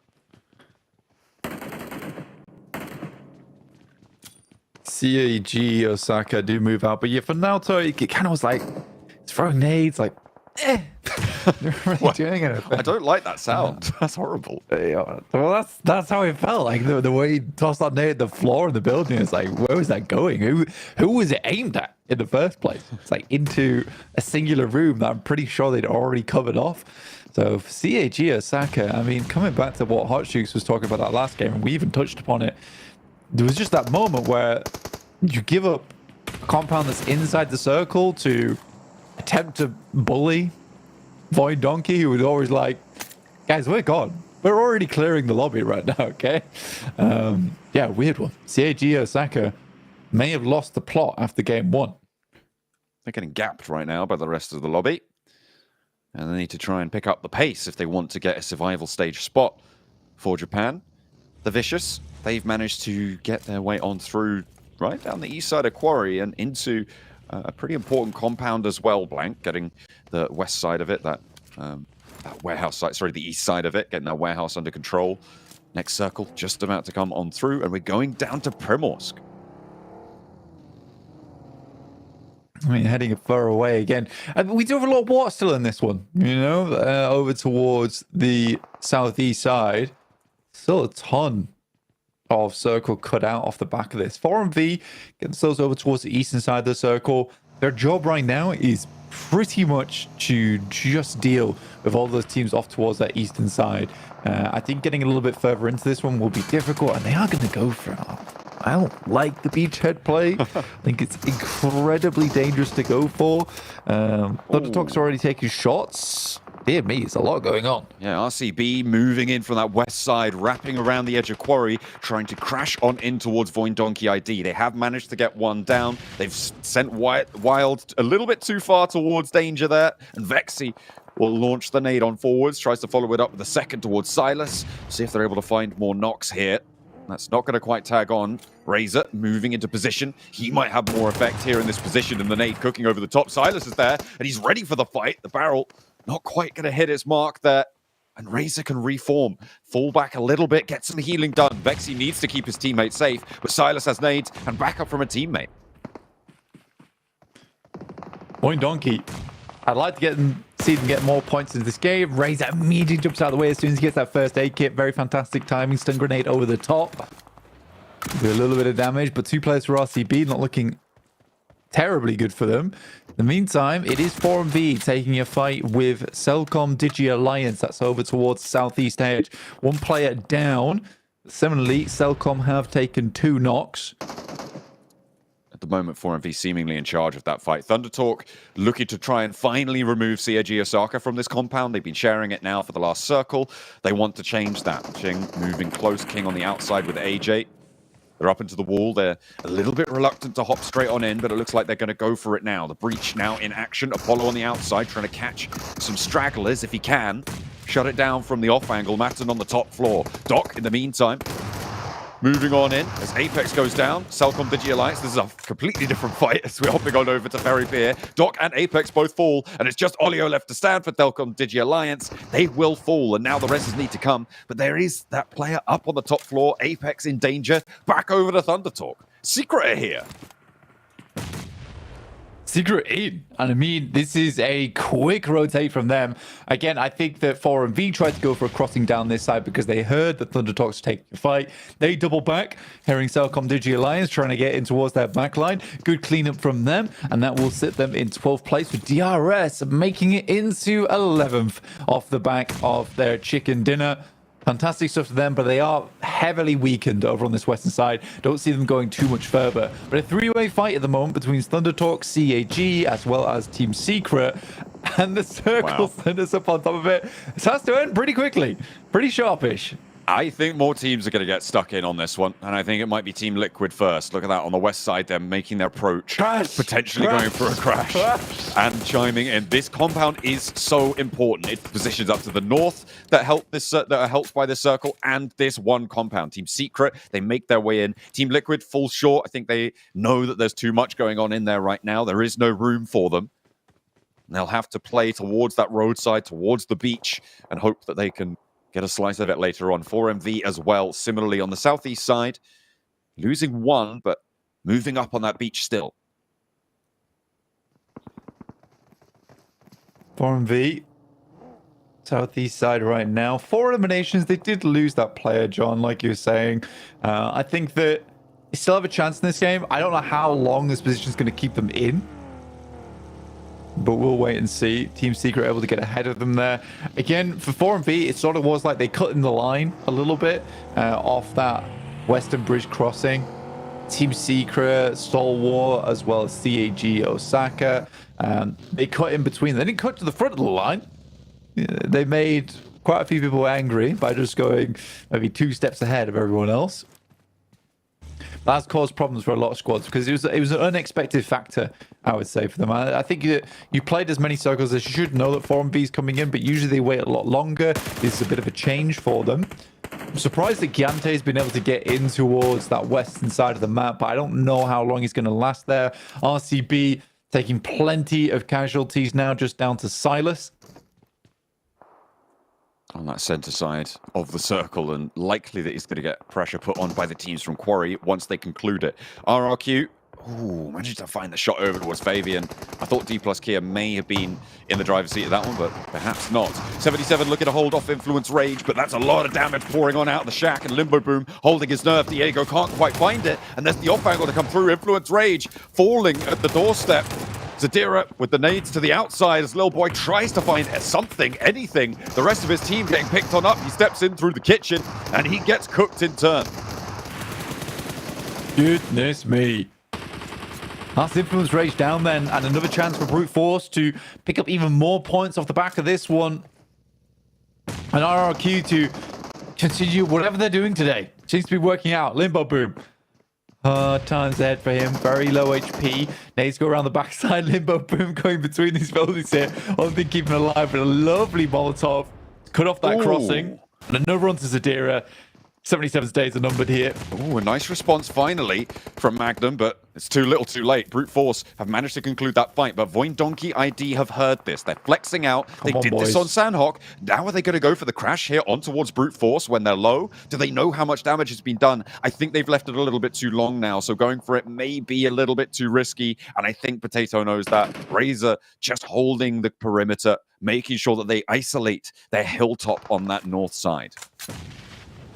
John, Voin Donkey, 7th place. Oh. They're back on the road again. Actually making it happen here. I'm excited. I'm excited for this. They've jumped up a lot, but the point scoring potential between a lot of these teams very limited, right? It's like 3 points apiece right now. Wow. And it's so funny to see 99, 99, 98, above of 100 from Team Liquid. We're dropping out slowly but surely. What's going on? Yeah. I am terrified for some of these squads because it is so terribly close. Nades up towards that top side from D+, so to RRQ. You have the high ground advantage versus them. And you're right with... Ooh, big nade. Not quite getting the knock, though. You're right with Voin Donkey, though. I mean, they say a rolling boulder gathers no moss, and that is a nice boulder right now for Voin Donkey. They have managed to keep that momentum going. Not looking dirty. It's all on that western side as well. A decent shout into this game for another high point scorer. RRQ, high ground now. Somehow they've turned this around against D+. They seem to be on the back foot for a while, taking a lot of damage, but getting that opener onto Fabian really changed the dynamics of this fight. The nades are sent back uphill, though, and Snake does go down to it. Osal making his push on up towards it. Chips taking the majority of the damage, but they have to hold the player pushing close. A lot more sent through. Osal still on the warpath. A flex out wide, though, might change that. They need to be switched on, and they'll handle it. 3 players now down for RRQ in the blink of an eye. Osal spray down, but both of them fall. The Stalwart chime in with a third-party angle. Well, they got a lot of limbs off that, though. Actually, they got 4 total. It's not enough to see them safe versus Thunder Talks, but, you know, it's not the worst thing in the world to happen to them. Again, I just think these late-game rotates, they're just scared. They're scared to take aggressive positioning, and that's the difference between them and Thunder Talks, honestly. You see, the crash that they went for from Thunder Talks, they knew they'd have to fight out versus the team. They did it anyway because they knew that this spot was going to give them the highest point scoring in this match. So a big trap that a lot of teams fall into on that last day is playing way too safe. And I think in this lobby in particular, with even if you're the top 5 looking to break into top 3, or you are any other team who basically at this point could go home, You can't be scared going into today. I think for some of our other groups, it has been determined by day 3 who's going home and who's staying. But this one, when it gets right down to the line, down to the wire, you better be having your foot right on the line the entire time. You can't be backing away. You just have to make these plays. That compound just got the delivery of a Lynx AMR as well into the midst of it all. With 3 teams still fending off their corners. No one can go for it just yet, though. We'll have to wait for that to conclude, but I don't think that's going to happen soon, as everybody inside the compounds just decided we get top 3 if we just chill. So let's just chill. Pretty much. That is exactly what's happening. And why wouldn't you go for something like that? Brute Force do find a knock over towards DRS. And with 6 eliminations and Influence Rage going down early, that sits Brute Force in first place. The Donkeys sending nades over towards Stalwart at the moment. This has been a hell of a step up. I don't know what was said yesterday, what kind of tactics that were discussed. But it is working. Something nice. Don't step on that, please. Oh, Razor gets away from that. The Sancho launches another forwards, and a lot of damage could be in, but no, it's not there. Vexy gets the flush. That one's over the top of the first aid. There, catches it though. An unfortunate timing on the run back.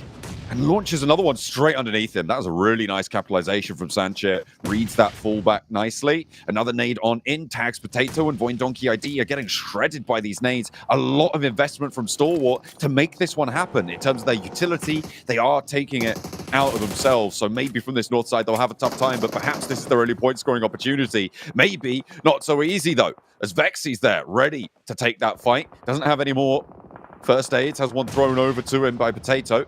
Gets spotted, however, on the off angle. That is Brute Force chiming in. Potato on the high ground. It's all up to him. On to make mash out of Stalwart here. Finds one, but Sanchez will pick up the other. Point Donkey will go out, but with 6 eliminations and another good game for them. Although overtaken here by Stalwart, their direct competitors, in rolls Brute Force. They've smelt the eliminations on side, and they're here to pick up what they would do. Sanchez actually knocks himself with a nade. Oh. Nice. Good denial. There we go. That's what you don't like to see, but it's certainly interesting and may actually contribute quite a lot to these overall standings, Blank, given that first place before this match was a tie. About 1 point is make or break for first or second place. Could be a make or break for third or fourth place in the future, depending on how the future games go. Finally, this compound is starting to pop off. 4MV make their approach. Secret flexing out to try and deal with it as he tries to spray down Baron, but it's not happening for him. Not quite connecting on it. Goes very, very low. Goes for the flush instead, but the nade over the top is there, and Baron's still alive. Finally, a nade finds it, and it's Team Liquid to chime in their central shack. Blank. This is a big position for Team Liquid. Pick him up right now. Get inside the building. What you can do here. Trangzix, frequently the best squad mate on the side of Team Secret. Those back things off. He didn't realize a player had got past that Molotov. He thought he'd already blocked off the stairs. Yeah, but you still run through it. Come on, Trans. At least backpedal. At least backpedal. Please. I think Baron's still down. Yeah. Yeah, he is. Doc's busy. He can't. Sorry, I can't. I need to have Stim first before Res. 17 limbs though. It's a good game from them. You can see just a sliver of red from 4B, by the way. Okay, come on. That's okay. He's up. He's up. He's alive. And Doc's immediately like, okay, my teammate is there. I need to go somewhere else. Split. I must split. I mean, a good thing he did in this instance. It's like he knows what's coming. Yeah. Hey, Baron, don't heal there. Don't heal there, please. Come to me. Come to me. They will simply nade you. Yeah, I think that the breakout was good from 4MV, but for Brute Force, this is it. This is where they start to make their breakout. There is a potential of 11 eliminations inside the lobby. It's not going to happen now. Now just down to 10. But with 6 elims already found, and in my opinion, what should be a fairly confirmed chicken dinner for Brute Force, this will be a big game to break out towards that top side. Thunder Talks, once again, having another strong match into the top 6 is wonderful news. Doc sending nades through at the moment towards the Thunder Talks. Does he have any more in the back pocket? I think... No, he does. Shin goes down. AJ... Ooh, that one's a little bit short. Takes the vehicle away, so maybe a little bit there. Is this that loot crate that holds the Lynx AMR? I think it might be. The refresh on the level 3s nonetheless, and the sweep around for Brute Force trying to take control of the Team Liquid shack. They were able to get a nade knock earlier, and now there's only one player for Team Liquid on the inside. Has to play behind the wall, and the fact that these teams in the compound are fighting against each other is what is keeping him safe for the time being. Chief now has to step back in as teams start to roll out from the compound. The Vicious still alive. Managed to move through this one, and they weren't in there originally, but they have managed to get on through. Looking for the shot. There's that AMR that I was looking for. David, able to take that one on side. The 3x Lynx. Not seen something like that in a while. Good nade across the top, but there is a shot that will take down Freezer. More nades pouring through from the Vicious. The Vicious just have some good timings and some fortuitous timings as well. I don't think that they've made any crazy approaches in their past games. It's just been good circles, fortunate timings, and then some clutch moments. Especially, I'm having flashbacks now to Diminor versus Brute Force. On a sliver of HP, just makes the call to go for it. And well played to him. I mean, Diminor has been playing phenomenally well for the Vicious. There it is. That's the nade they've been looking for a while. And now it's a 3v4. The Vicious on up, nearly going down all the way. Has a first aid, so will be able to top himself back up. That's what I'm talking about. A little bit. Lady Fortune is on the side of the Vicious. Okay, all right. But they are on the outside of the circle right now, and they are going to have to push forwards. The shack is still in play, but that's nadeable. Brute Force have zeroed in on that almost perfectly now. I just wonder how many nades they've got left in this scenario. Smokes are blooming. Brute Force not getting too fresh with it. They've heard that AMR. You know, you step too far forwards, you're going down. No two ways about it. You're essentially waiting for Furious POV, right? You want him to get a good off-angle pick. You play off the back of that. I mean, the setup they've got is fantastic. But do they lose again, is the question. Despite everything. Raze drops his backpack. Stay just out here, hidden away. Neo's trying to bait these stand-ups, bait these peaks, and get the trades. Furia so ready to just lean out. Diminor is aware of this location and is keeping his eyes firmly on it. It looks like a lot of them are, actually. They might try and isolate Furia here. I don't think they've got any more nades to play with. Certainly not on Reyes, not on David at the back. Diminor maybe, but I think if they had, they would have put them over towards Furia already and forced that peak. But he spots one, steps out, gets back in healthy, no challenge, and then there comes the flush. That's beautiful value from Furia, leaving them in a 4v2. And at this point, you've got to hope that they can do it. Freezer, but Furia no. goes down. Freezer into the firing line as well. The Vicious are isolating this fight. Neos and Prepod not in a position to get the refrags. If he goes down now, Freezer just needs to stay alive. The smokes are there. And finally, Neos is in for the fight as well. Reyes has to push forwards, and Brute Force are looking to close it down here. David breaks forwards, but Freezer falls. And now 2 players versus 2. Prepod up onto the top of the shack. Gets that high ground. Reyes cannot stand it. And that is what they were looking for. It gets hairy, but Brute Force pull it back under control, and EMEA back on top. You see, Freezer looks a little bit disappointed with himself there, and he should do, because the boogie play, although I respect that he wants to get the rundowns, they had essentially a 1 game. I don't think that he had to move out in the boogie. They had a 4v2, a good lineup. They just have to play at the back of Furia. An interesting one. Still, they get the win. It's a fantastic game from them on that northwest side, the way they move down. And Prepod, yes, you are a good player, my dude. Fantastic stuff from Brute Force, taking a chicken dinner. And in that game blank, I don't know if you caught it, but DRS, they're in 11th place as well. Well, Brute Force, they have shown up here today wanting to claim that first place position and hold it down the rest of the day here and get their easy ticket in over to the UK. Jay Scampin joined by Hot Jukes and Maxman here in Brute Force. What up? I thought that was a really cool way they actually played out that match as well, going in from Primorsk and then also just doing like a delayed push out of Primorsk. Jason, we were looking this entire game. They were so adamant on playing these splits. And no, we've been criticizing Dog for going for these splits and being too aggressive. No, a good split is when you get good information off the back of it and you don't commit to a fight when you're not ready for that engagement. And we have seen very little mistakes happening, Hot Juice, this game from Brute Force on these splits. Sure, maybe sending it with a buggy, as Blank was saying, was a bit risky.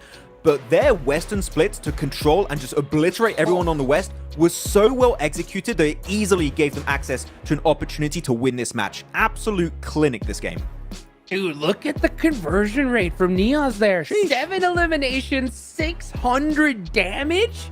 And then on the other side, you got Fudia with 5 elims, double the damage, 1,000. That is wild. I mean, the splits are ridiculous. You saw them in Promores, and they had a literally full-fledged split across the whole city. I mean, I haven't seen that in a zone like this in since I can remember, honestly. They tried to hold that whole city by themselves, but yeah, it was just gathering intel, getting that information, trying to see if a squad would move up. And that's the great thing about that side of the map, is that particular city, there's so many different ways where you could just kind of sneak your way through and just try to regroup with your team. So, I mean, Brute Force, once they got that zone shift, they took the hill, and it was just a dominant victory for them. Honestly, this chicken dinner here, I think that locks them in for top 3. What do you think? Oh, yeah, for sure. I think this is going to be the nail in the coffin for their position in top 3 and normally overtaken Influence Rage. But I do want to highlight, though, some people might be looking at the stats like, oh, Neos, Prepod, Furia, they were carrying this game. Freezer did nothing. No. Sure, Freezer, elimination-wise, maybe wasn't that present, but he was serving as a strong anchor point for his team every single circle shift. He was making sure his team had a spot to rotate into while they were trying to just sweep Western teams like your Influence Rage, like your 77s, like your Boyne at some point. He was important. There's a 77 in particular, Max, I think that you kind of point out where we're watching. Like, obviously, they had a couple of knocks from that third party they pulled off, and he was just away from his team trying to scout out, see where can we rotate to next off the back of this fight. And one thing for Brute Force that I think we saw in this match that we didn't really see too much in the past was when we looked back at the limb steals, like stolen eliminations, Brute Force were up there in total limbs with like your Influence Rages around like 65, but they had a 9% stolen elim ratio. Here, they were constantly looking for third parties to see because they had 77, then eventually they third partied onto the rest of like Stalwart versus Boyne, picking up a couple eliminations onto Stalwart and then just kind of onto Boyne, then full send it into that fight as well. I feel like they kind of changed their style a little bit with the edge play and more being third party oriented.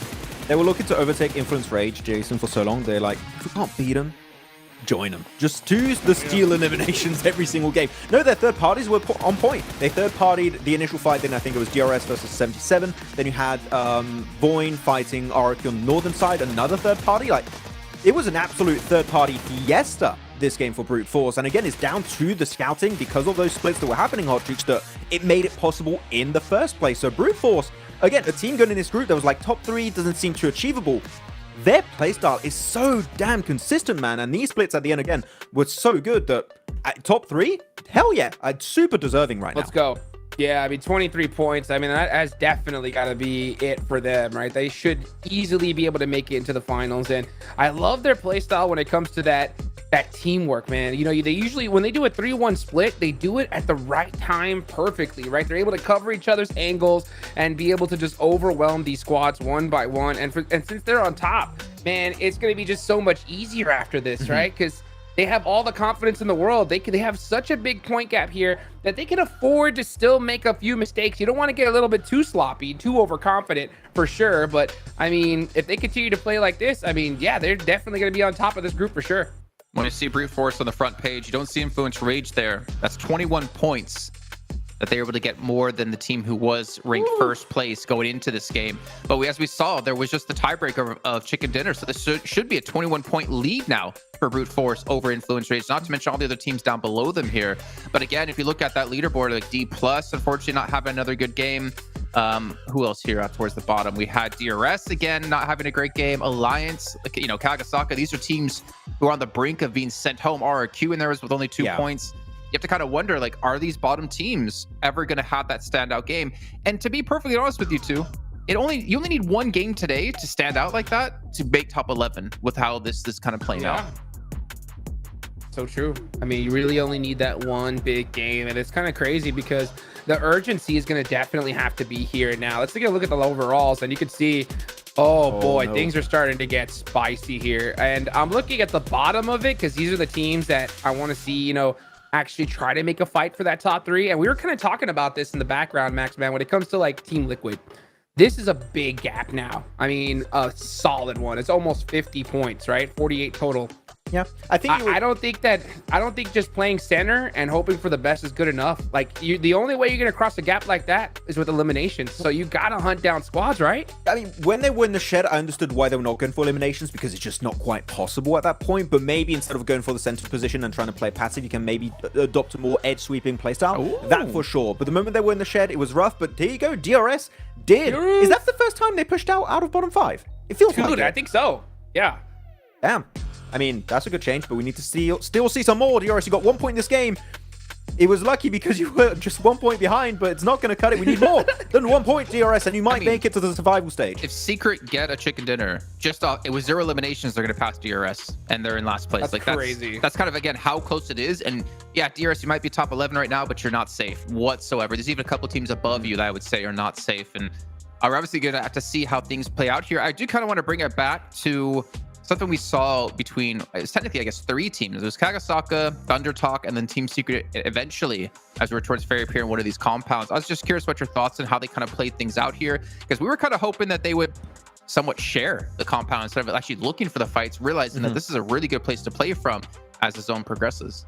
We've been talking a lot, Jason, about how third parties in this group, like we had the group of center play in Group Yellow, Red was Edge, and now it's group of third parties, this group, it feels like. And I have to highlight Team Secret. Like, you have Thunder Talk Gaming fighting versus CAG Osaka over in that compound that you mentioned, Jason. Team Secret, like, okay, we're struggling to find a good position in the circle. We have to just send it, and if we're lucky, we get control of a great central position in the circle, and we can get a few eliminations here and there. Sure, Secret did not end up making it into the podium scenario of this game, but the third party was super important for Secret to just enable them to maybe have the opportunity to reach that late game. So Team Secret still want to be a bit careful because they can be a threat in this lobby. Yeah, I'll give it up to you, honestly, the Vicious. I think the Vicious rotation was even more impressive. These guys rotated to the center so late, but they made it, and that's the risks you have to take when you're on so low on the leaderboards. You got to clutch it up here. All right, we're going to find out if teams can clutch it up yet again as we head into our second airing of the day with John Allen and Blink. Thank you very much to the guys over on the desk. We're going to be heading on in to match number 21. We are into the closing moments now. From the shooting range down to Sosnovka, the plane path going down the middle of the island will be pretty chill. All the teams will have access to their favored drop spots. Should be nice and easy for them. But where will the circle go? That remains to be seen. They gotta clutch it up, and that is the story of the game here so far, because there has been a lot of teams that do need to get themselves up towards the top of the tables, but more so than ever, it is incredibly difficult to make that happen just because of how close a lot of these teams are. From the back of one game to the next, it can be a completely different set of teams towards 7th, 8th, and 9th at the moment. It's terrifying. It's a terrifying place to be in going forward. And I think that, you know, you have this horrible sense of, do we play safe or do we play aggressive? And how do we balance that? Because it truly is a balancing act right now of where you're getting your points from. Do you take risks? Because a risk could end your tournament life right now.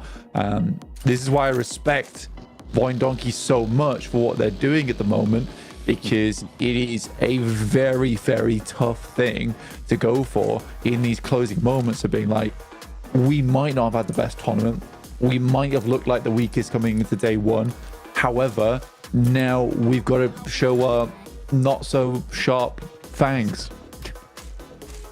That's right. North Circle, blank. Of course it is. Wouldn't have any other way. We are going back up towards the north side of the river, most likely, and seeing what they could do. Team Liquid sent a wide split out with Ayala actually in Severny. Nobody joining him just yet, but that may change given how the circle sits. And the question for me is, how quickly will Team Liquid get there? Because Brute Force, it's not unlikely that they just crash straight into Severny as well. Hopefully Ayala's ready for it.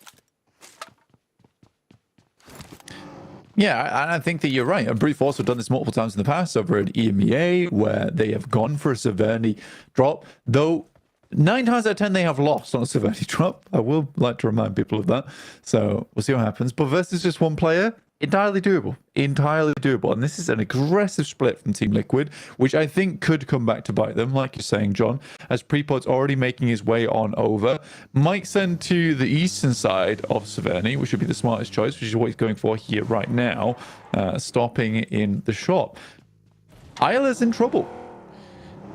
He is. There is a regroup from 2 of the Team Liquid players, and of course, Brute Force just grabbed vehicles and went there straight away, which means they don't have loot on board. Prepod is getting a little bit more decked out now, though. Has got that M4 and that DBS, so can go for the fight, but doesn't have the helmet, doesn't have everything that he may want in these early engagements. Brute Force have now fully surrounded, however, onto this location. Team Liquid, looks like we might have this early fight. We'll see if...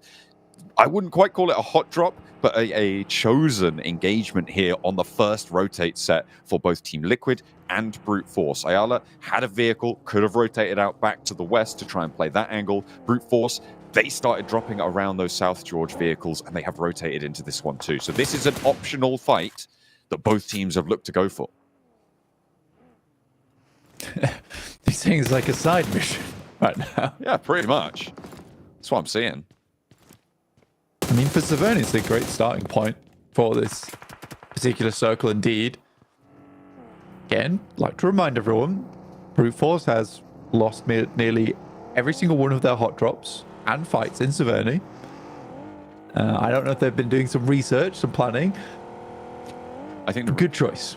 Good choice. The research has concluded if we don't fight, we don't lose, which in this case may be quite helpful. Other fights, sure, great, excellent at those. For some reason, Severny, not so fun. Very, very bad. Really terrible. So I respect that from Brute Force. Yeah, you know, if I can't do a handstand, I'm not going to try to do a handstand. If they can't fight Severny, they're not going to try and fight Severny. That's fair. I think it's the smart decisions to go for. And there is compound, there is loot over towards that northeast side as well. And with Brute Force being in first place, that's sort of a decision where it's like, oh, we're 20 points ahead. We just need to profit. It would be really bad, guys, wouldn't it, if we all died in the first 2 minutes of the game here in Severny. So, yeah, I like that. Keep 4 alive. I think 4 alive, yeah, got to go for that this time around. It's a good thing. Oh, yeah. It's a tough decision to make, though, a lot of times, really, because it is a case of swallowing your pride a lot. I mean, like, we are just rubbish in Severny. Yeah. So I think we just have to give it up at this point. And that's fair enough. So for Brute Force to be able to get up towards first place, I think there has been a lot of swallowing of their pride. And I think that they learn far quicker than some of the other teams in this lobby that this isn't actually that easy. We're going to have to play a little bit more smart here, as it has been a super chaotic lobby. I think, again, I said it yesterday, but if you went back and watched Group Red and Group Yellow, the organization of the rotates, in terms of reading into where people are playing, it was far cleaner than Group Green has been so far, which means there's a lot more chaos to be had. Okay, Cat pulls himself out of the game, fair enough. But because there is more chaos to be had, you have to be disciplined. And I think that Brute Force learnt that quickly on day 2, whereas 4MV wasn't implying that until day 3, which is why they're currently sat in 5th place, but they have improved. Yeah, they have been trying to keep lockstep with this top pack, and they're 20 points behind now, 3rd place, which is starting to get a little bit too far flung. A big game necessary to keep them in the running. Thundertalk, though, maybe getting cut down on their approach. They're moving in from the southeast side. Stalwart have got the stretched line out from Lipovka. Thundertalk going to move up past the Heaven compound. Looks like they're a little bit safer now, but the rest of the team yet to make their way through as well. And Secret are still in the way over towards Yasnaya. So a lot of conflict potentially still on the road for Thundertalk. Yeah, with Stalwart, like I say, Team Secret ahead of them. There are no strangers to rough fights, though, so I think for Thunder Talks might not go horribly for them. Meantime, D+ did make their rotate over towards that northern side. There's a strong rotate. Whether or not they can capitalize.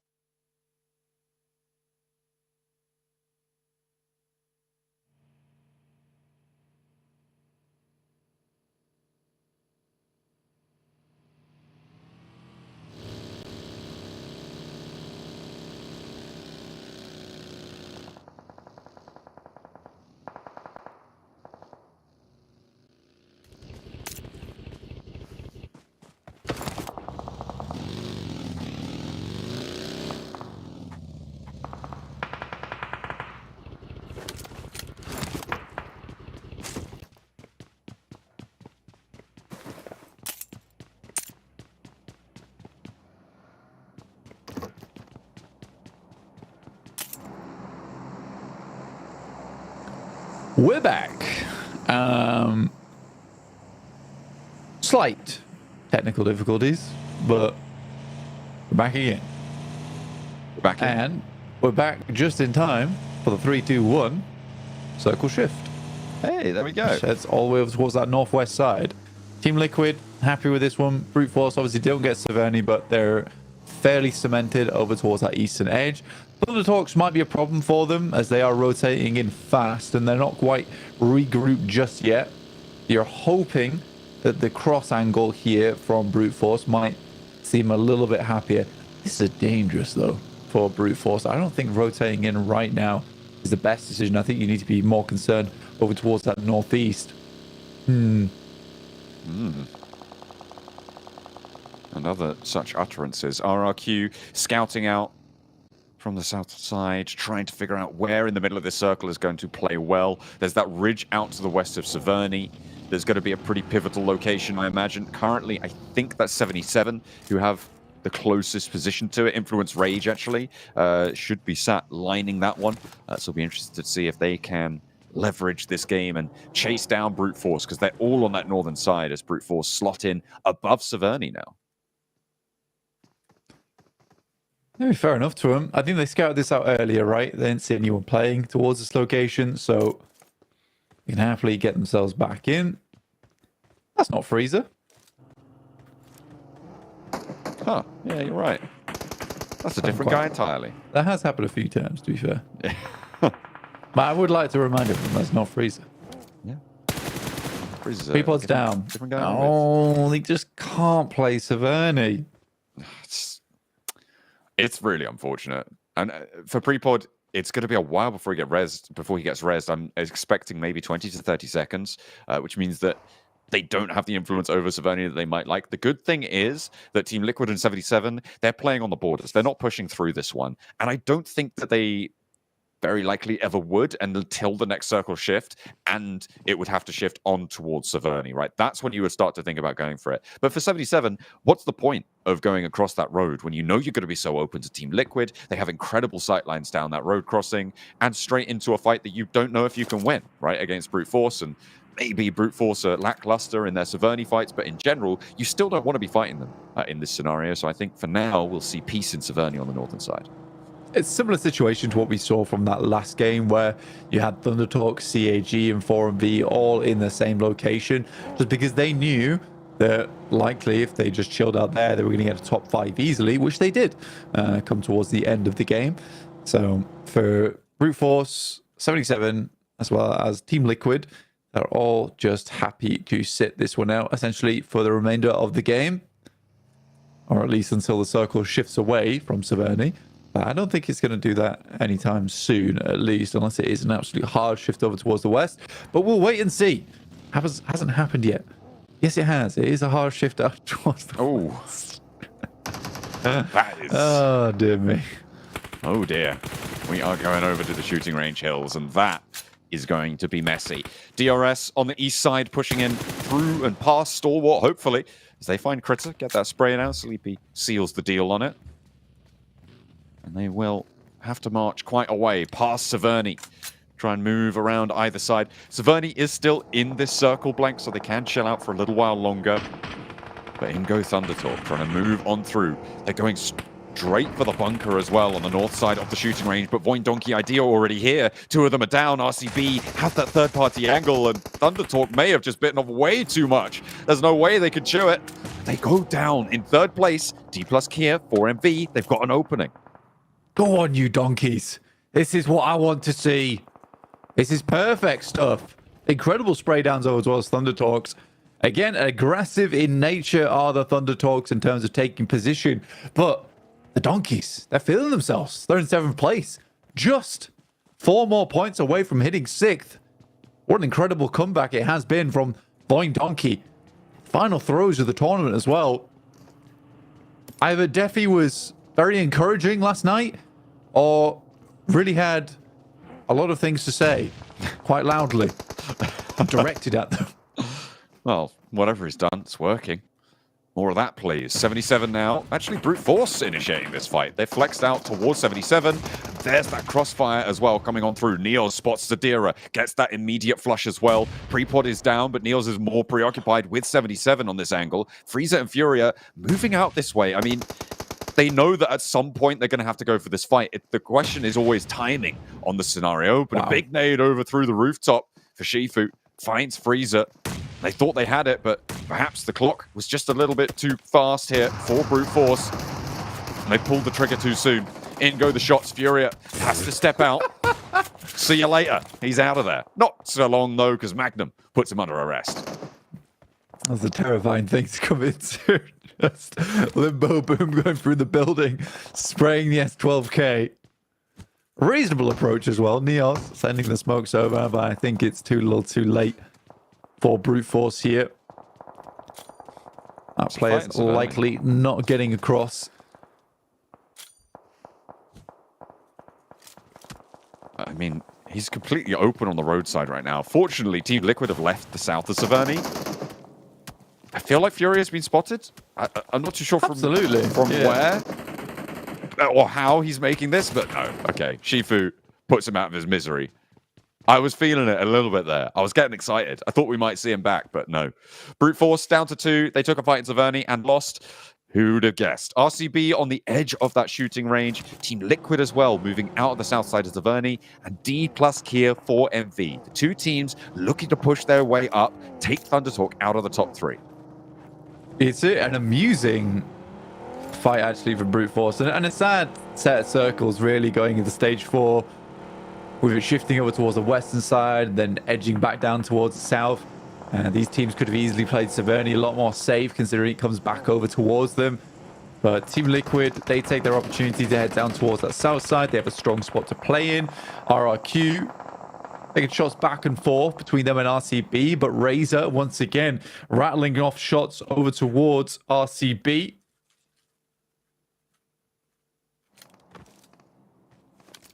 Donkey still on this northwest side. Fighting from this bunker position can be really, really tricky, but it seems like they're handling it. That pressure not quite getting to them just yet. We'll see if that continues. Seiji Osaka are trying to flank out on the west side, so could prove to be troublesome. You've got Influence Rage as well, pushing in from that north edge. So a lot to contend with here into the next circle. And a difficult move ahead of them if they have to leave this position. Brute Force, they leave Severny, and they're into the shack. It's survival for them. Yeah, it's the only real play here for them. They just need to get a consistent game and hope that Influence Rage doesn't go crazy on this match, but they are up towards that northwest side. They're going to struggle to get in along that ridge side. 4MB currently battling off against Cellcom Digi Alliance. An initial nade from the one and only Doc himself. It's Reefus. Creates a little tune with the shots.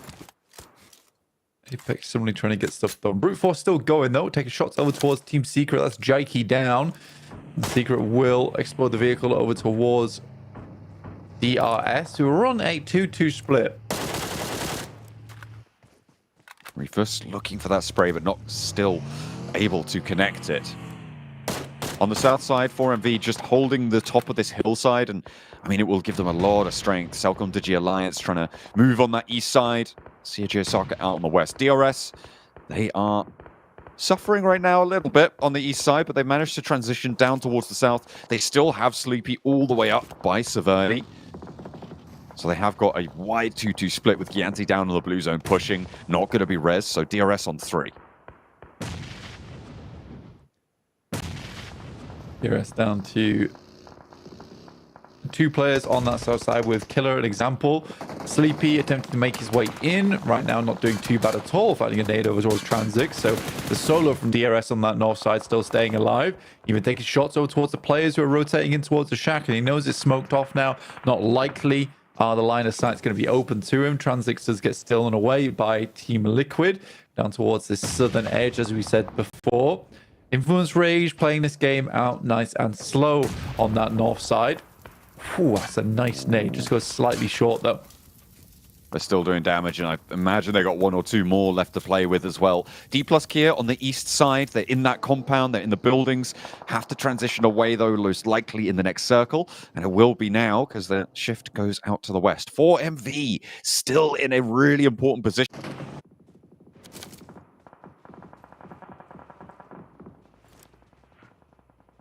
But they do have a better shot at this one than D plus Kia, I think. Yeah, for D+, this is where they need to pull out the big boy guns, because realistically, so far for D+, it has been such shy gameplay from them.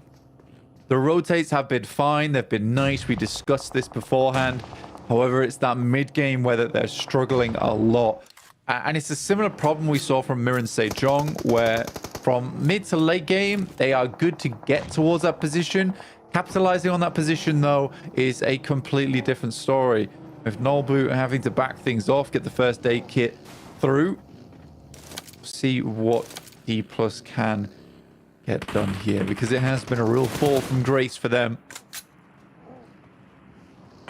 Stalwart have a roll up on the back lines to worry about. Celcom Digi Alliance move into position, up on the higher ground, over the ridgeline. They've got oversight on this fight with Stalwart and D+ from this position, but they need to be worried about 4MV on their western flank. So a little bit of a risk taken, and I think 4MV are moving into position to third party this engagement as well. You can see a vehicle moving around there in the background on the high, and there's beautiful nades coming through from Celcom Digi Alliance. They want to close this one down fast and regroup to try and put pressure back over towards the high ground. It's a hell of a barrage there over towards Stalwart. I'm surprised both those players didn't go down. It's an unfortunate bounce off the buggy is that nade, which keeps the one player from Team Secret still alive here. Break does get knocked. That's over on the south side. North side, sorry, versus Team Secret. As Soaz is getting taken out. So D+ currently taking two fights at the same time. Holding them off fairly effectively, but it's 4MV who is making Celcom Digi Alliance question themselves repeatedly. You see them going up, going down, going all around, and right now they're on the spin, and all four of them are still alive, but taking Stalwart out first is a good opener. However, Kaluk goes down, and he is going to potentially have some trouble with Nolbu. Fortunately, there is that refrag. D+ Kia going to move on out. A forward rollout for D+ Kia gives them an opening to leave their position, and that may be what they're looking for. They give up a player, but they take a lot of knocks over towards Celcom Digi Alliance, and they're going to push 4MV back with a rollout on chips. Come on, you have to hit these shots here. Where's the rest of the squad? In comes Osal. Looking to take shots around the side. Jimmy hopping in and out of the vehicle. Finally, it's done. 5 eliminations, and Nolbu leads the charge on that one. And although they lose Nolbu there, they desperately needed him to make that call, because D+ has been falling further and further behind in terms of do we or do we not go for these aggressive plays. And I think Nolbu realizes in the third game of the day here, someone's got to make that initiation, right? Someone's got to take the call. Someone's got to take leadership, and it would be Nolbu in that case. Picks himself up 3 eliminations off the back of that one as well, and now D+ have to follow in his footsteps.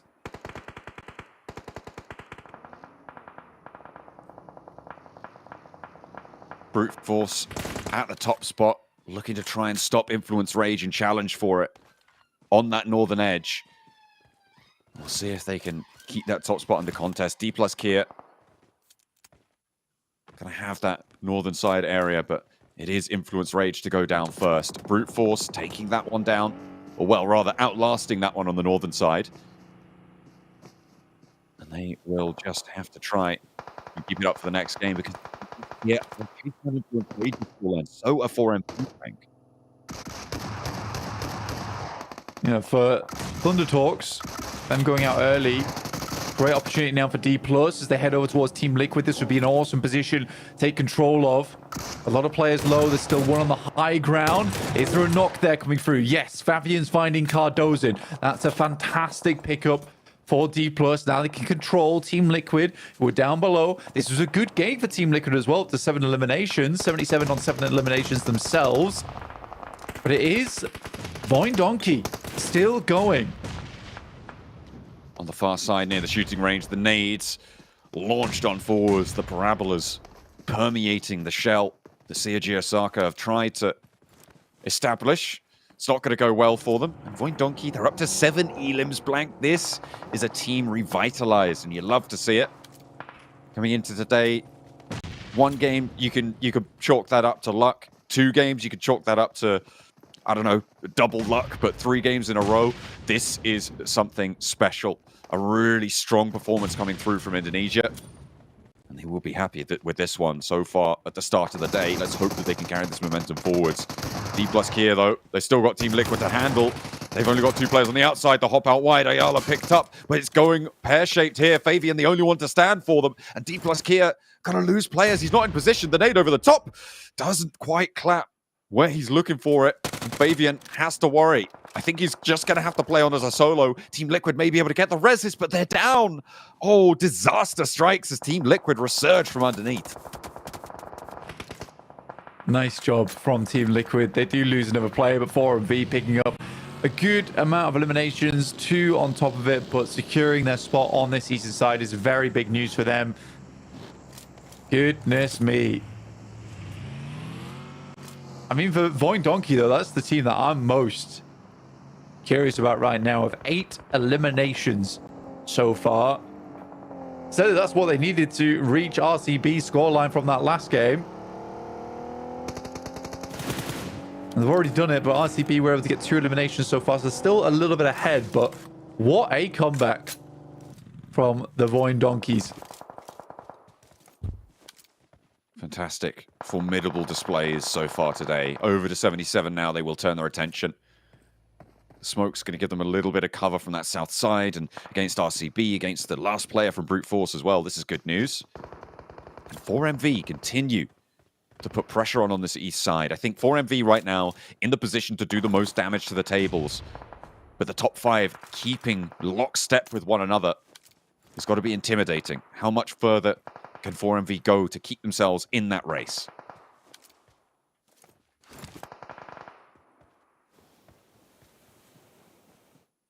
RMV, eastern side now. This is a big chance for Orangle, where they picked up the majority of their big points in the past. Now look to do it again here. 77 with those 7 eliminations. Get themselves to 12th place, though. Is this 77 comeback, John? I mean, it's so volatile. It's so closely fought at the bottom of the tables here as well.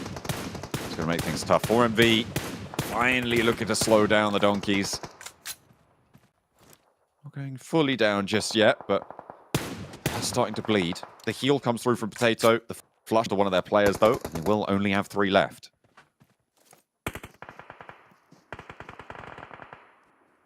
I mean, it doesn't matter. I mean, for the Voin Donkeys, it has been such an uptick in performance.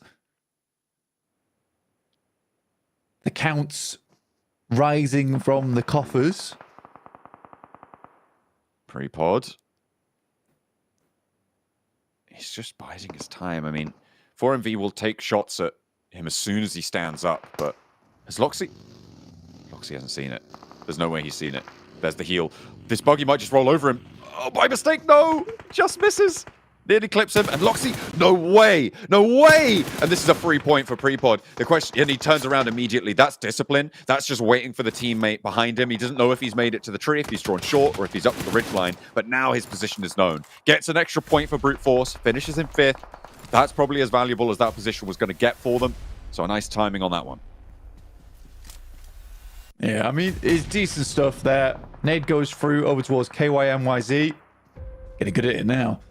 Potato will drop out, but I think for the counts, they're honestly quite happy with this. If they get a 3rd place off the back of this game, it is a very, very good result.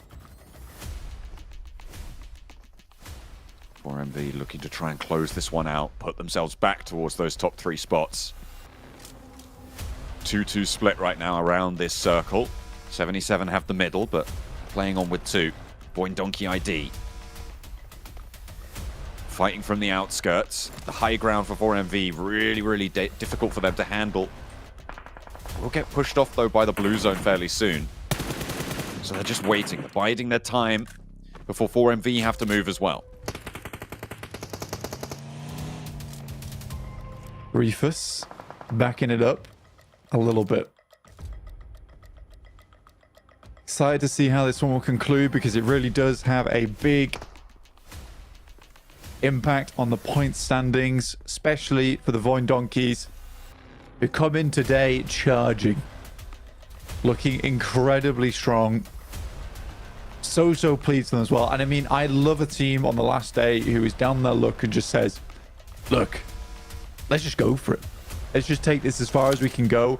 And it has been with skill as well. You can tell these guys have been going home after every tournament day and been like, what can we change? What can we improve on? What can we do better? And they're showing that right now during these games. They've fought through the worst of it, but it might be too much to make this next push. They need to get up to the wall, but 77 are in the way. I think that Voindonkey do go down here with 4MV in massive crossfire positions, but maybe they can prove me wrong and land some long-range pickoffs over towards the high ground. Because 4MV have crawled forwards, they've gotten to the next set of ridge lines.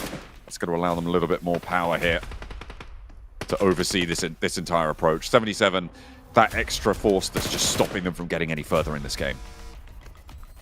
Nade over the top. Last circle now, John. Voindonkey probably the next to go. Good shots from Reefers with this overground. Shifu, if they go out first, it's a second place for the Donkeys. What a result for them. A 4MV with 8 eliminations might just be finding that chicken dinner that they've been hounding after for so long.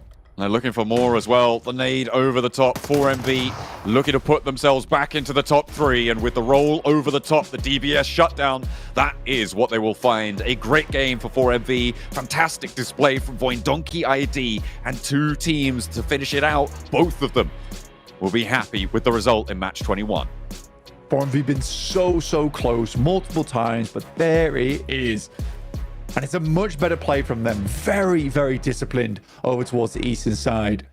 They've all calmed it down. You can definitely tell from looking at their faces here. There was a couple of sighs coming through being like, finally, we've made it work. And I think that they might have just figured things out. But is it too late for them?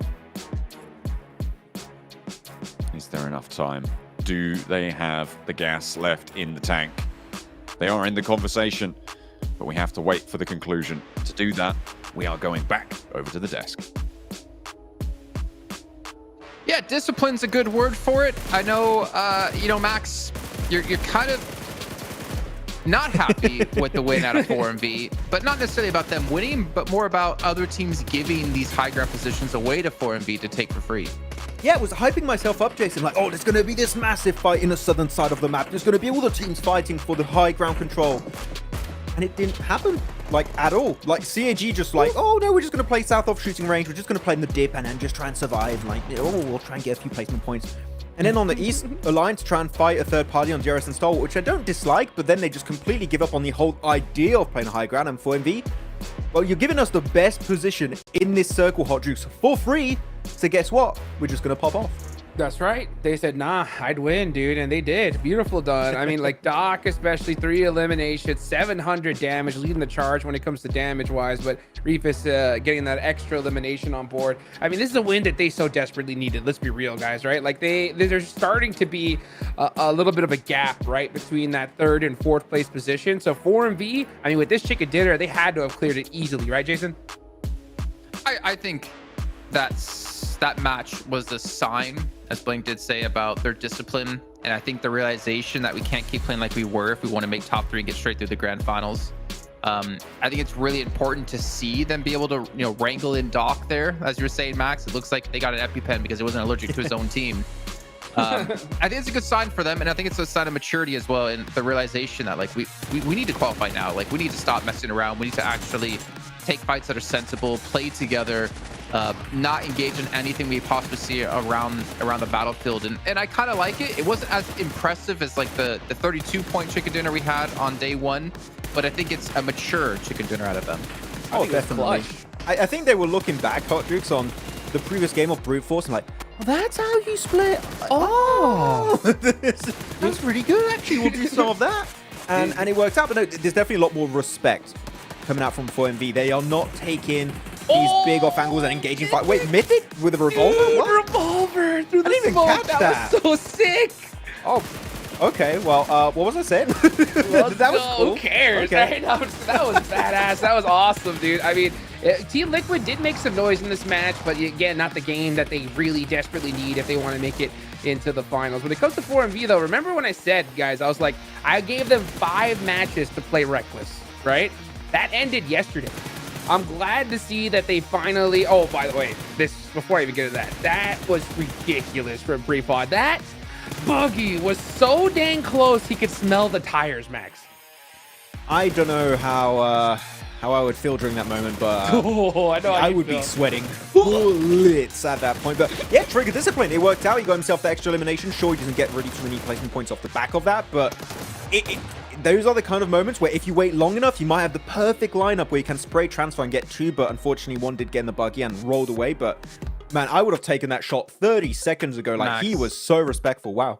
You would have, if you were in that position, you would have pre-podded yourself for sure. Yeah, when that buggy drove right by your head. That chair was gone.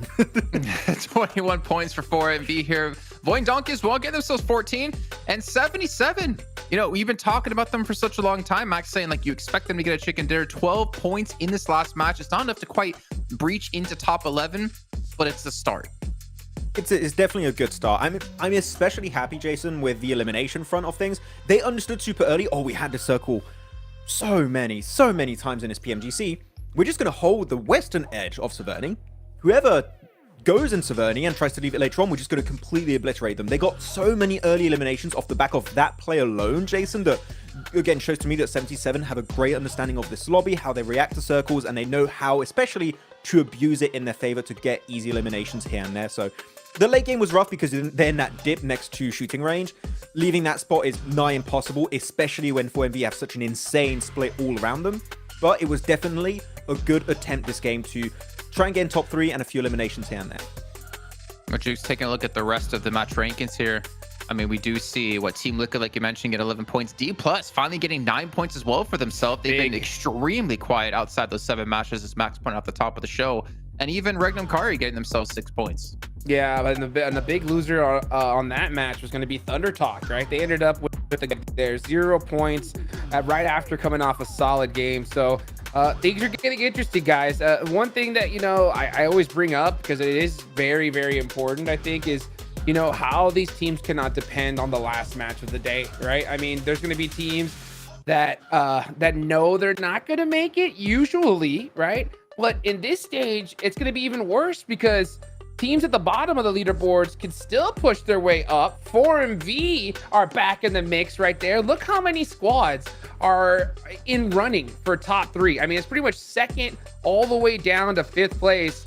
When it comes down to 6th, 7th, and 8th, I mean, they need, to win almost every game after this if they want a chance. And that's not going to happen. D+ Q are really pulling a mirror and Sejong. I hate this. Come on. We need to see them make it. What's happening? But yeah, as you said, Hodrix is definitely going to be currently the top 5 teams in the race for top 3. Maybe another team could jump up there, but they're going to need to win literally next match if they want to be in the race for that position. But where we really have to focus our attention here is going to be the second half of the rankings, and 77 finally make it out of the bottom 5. Yeah, I think I said earlier, I don't know if it was quite enough to breach top 11. In fact, it was. And by 3 points, as you have Alliance, DRS. I mean, every team below them can still catch up to them. It's just getting very difficult right now for who we can say is going to be top 11. Because honestly, I don't know. It's going to come down to the last match for sure.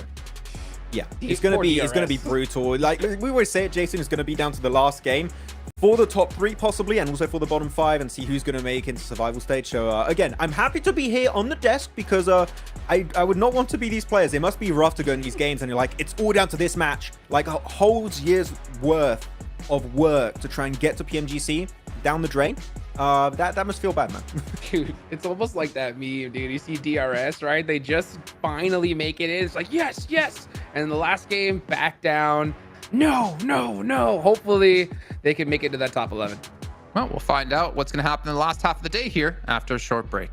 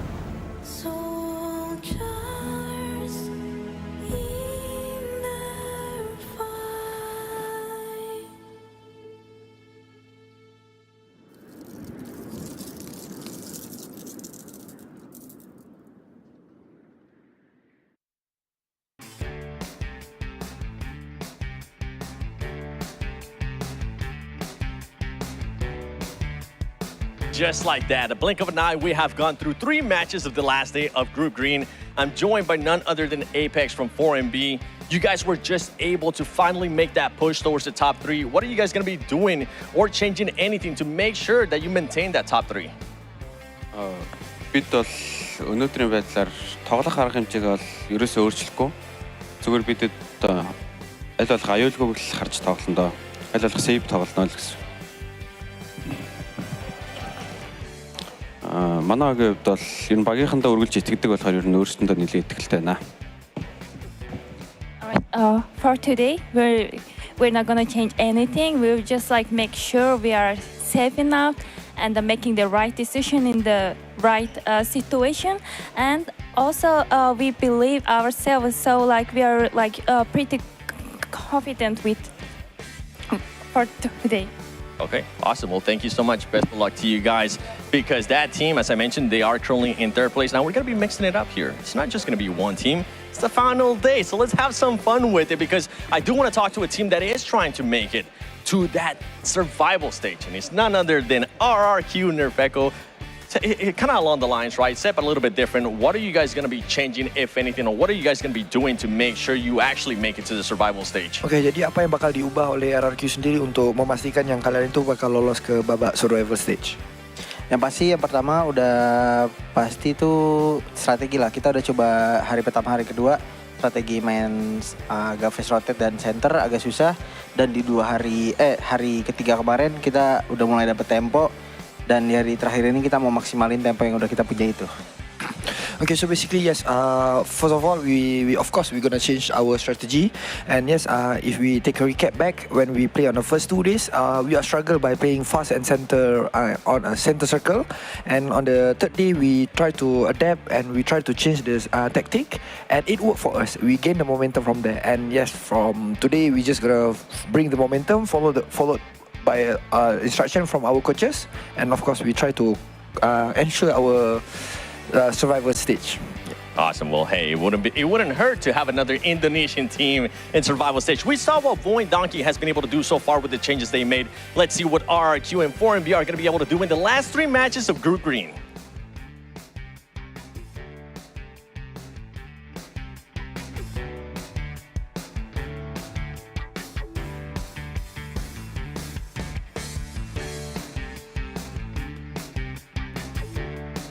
Ah, damn it. I was just about to say, it feels like it was weeks ago we last saw Seven do the air guitar on broadcast. But of course, he gets it in the last few strums, in the last few seconds. But I can't believe we're into our final 3 matches of our normal group stage here, because we still have survival stage and, of course, last chance to come up next week. If I'm not mistaken, we also do add on an extra day of play, meaning we're going to be starting on Wednesday next week instead of Thursday. But yeah, interesting to hear as well from 4MV. I feel like there was something that wasn't said in the interview, though, about like... Okay. Yeah, we talked to Doc and we're like, hey, play with us. And now they're having success. Get him that EpiPen. His tunnel vision needs to be studied at this point. That first Erangel match really got me concerned, because you see him take so many unnecessary 1v1s. His whole team will be right there. If he's just able to slow it down a little bit and play with the squad, I mean, yeah, we can see it happen. And I'm glad it finally is happening right at the right time. We know it's also happened at the right time. Our Infinix GT20. What wallpaper do we have today, Maxman? Let's see. It's Doc wallpaper time! Oh, let's go! MVP of the... Wait, focus. Oh, we turned off. Nice. No, wait, come back. There we go. Okay, continue. You may do the segment, Jason. I allow you. Well, as you can see, Doc also agrees that Infinix GT20 Pro can make you play like a pro with 120 FPS. There you go. You got it like zoomed in perfectly, focused as well. And then we get your face and just ruins the whole thing. And 144 Hz AMOLED screen. It's okay, Maxman. Maybe one day we'll be able to play like Doc and have a hairline like Doc. No, I'm not. It's not working out for me. He says, both of them Turkey actually. is not that far away from France. What did I do to you today? Gee, continue the segment, Jason. We can go together. We can go together. Don't worry. Yeah, sure. Yeah. I'll be your support. Teamwork. Teamwork. Just like 4MV today, as they broke through into top 3. I don't know where we're going with this one, to be honest with you guys. But we still have 3 matches left to go. 1 Erangel followed up by 2 Miramar. Now we know the last game of the day, of course, is going to be won by Team Liquid, because it always seems to be, you know, done really well by Team Liquid. But I'm curious about what we're going to see here in this final Erangel. Obviously, we've had a lot of northern zones. I'm feeling like a Milta zone in our last Erangel of the group. I'm feeling we mix it up, bro. Let's go to shooting range. Hot Jukes, I will fight you. I will fight you. You are not safe. You might be across the Atlantic. I will come for you. Okay. Dude, this is getting crazy. No more northern circles, please. I've had enough. But to take the topic to like a little bit of a realistic note right now, you mentioned it earlier, Hot Jukes, that realistically for top 5 teams are looking the most capable of competing for that top 3 spot.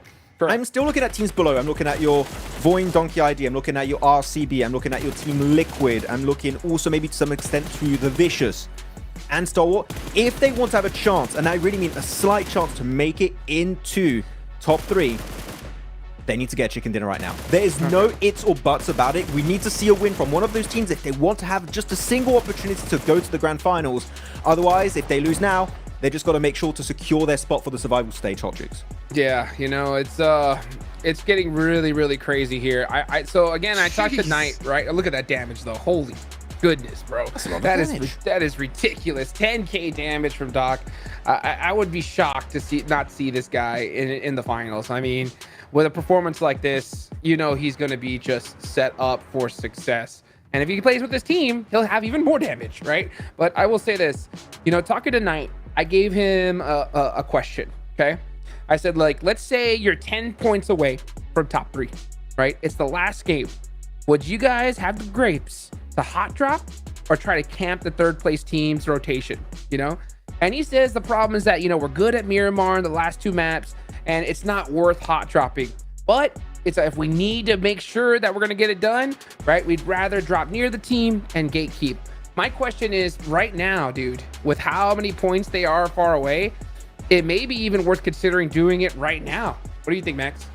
I don't think they should change their playstyle in Miramar. I think that their approach has been really solid. It's been consistent. Of course, as we saw, they wrapped up almost every day with a win over on Miramar, so they're doing really well on that front. So I would say ruining that with a possible hot drop where you're somewhat taking a 50-50, and even then, if you win the fight, you might still lose players, which your chances of a chicken dinner dwindle so quickly when that happens.